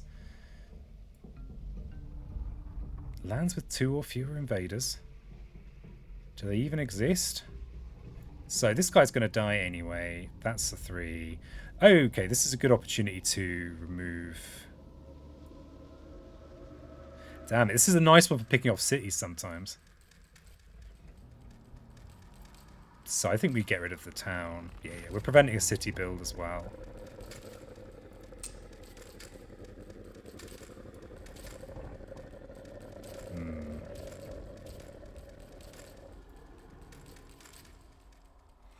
Yeah, I think we just get rid of the town. Okay, remove 2 explorers or a town from each land with Dahan. Then remove a city from each land with at least 2 Dahan. Damn it. Taking away my fear.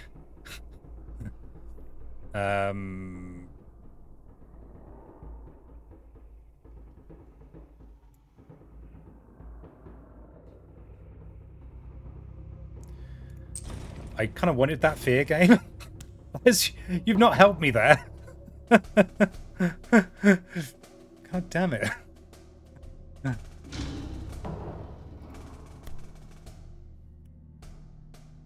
Ooh, that's not a good one.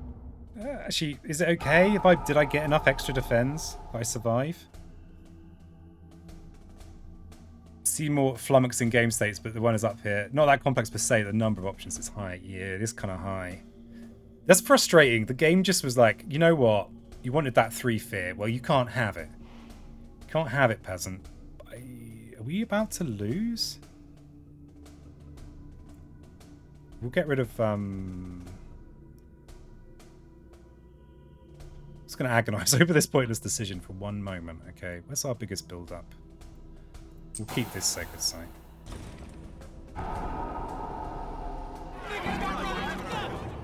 Okay, I think we might have pulled through. Okay, and then explore. Because now, we just need 3 fear. Jesus.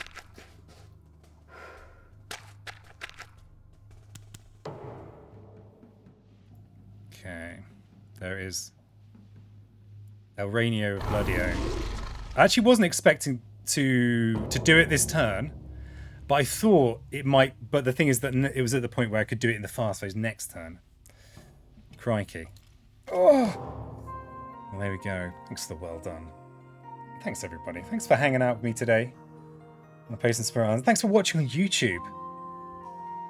All you people that watch on YouTube.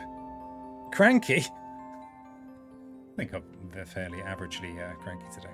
Not super cranky. Just a little bit cranky towards the end, you know. Hey, thanks for the well done, Peebo. Alright. Well. Well. Let's run a raffle. I've not run a raffle in a while. I just, you know, have phases of things. I can't remember what the prizes are. But if you want them... exclamation mark join for your chance to win prizes! So, let's see who's around. That's enough Spirit Island for one day for me. Oops, I'm going to mute that. Thanks everyone for all the raids today. Wild numbers of raids. All sorts of people. Oh, where's my little handy thing? Where's it going to tell me? Here it is. Love Fangs Fridays. Oh, thank you, Bacon. Hey, thank you. Thank you for all the thank yous. Bottom track is the best. I do enjoy bottom track. That is my go-to. That is my go-to track. Let's see who to raid. I tend to just raid all the same people all the time, but... it's that thing, it's really weird when you raid someone that you don't know that well, and you're like, who the hell is this guy? Or girl. And it's just like, oh god. So yeah, thanks Argon Splinter for the raids today. And all the subs. Wow. Okay, alright. I get to this point in the stream, and I just like my brain is leaking out of my ears. What's going on? I can't even see chat when I do this. I need to work out a better way of doing this. I also play games like Greatest and Trail. I don't stream... the main board game I stream is Spirit Island.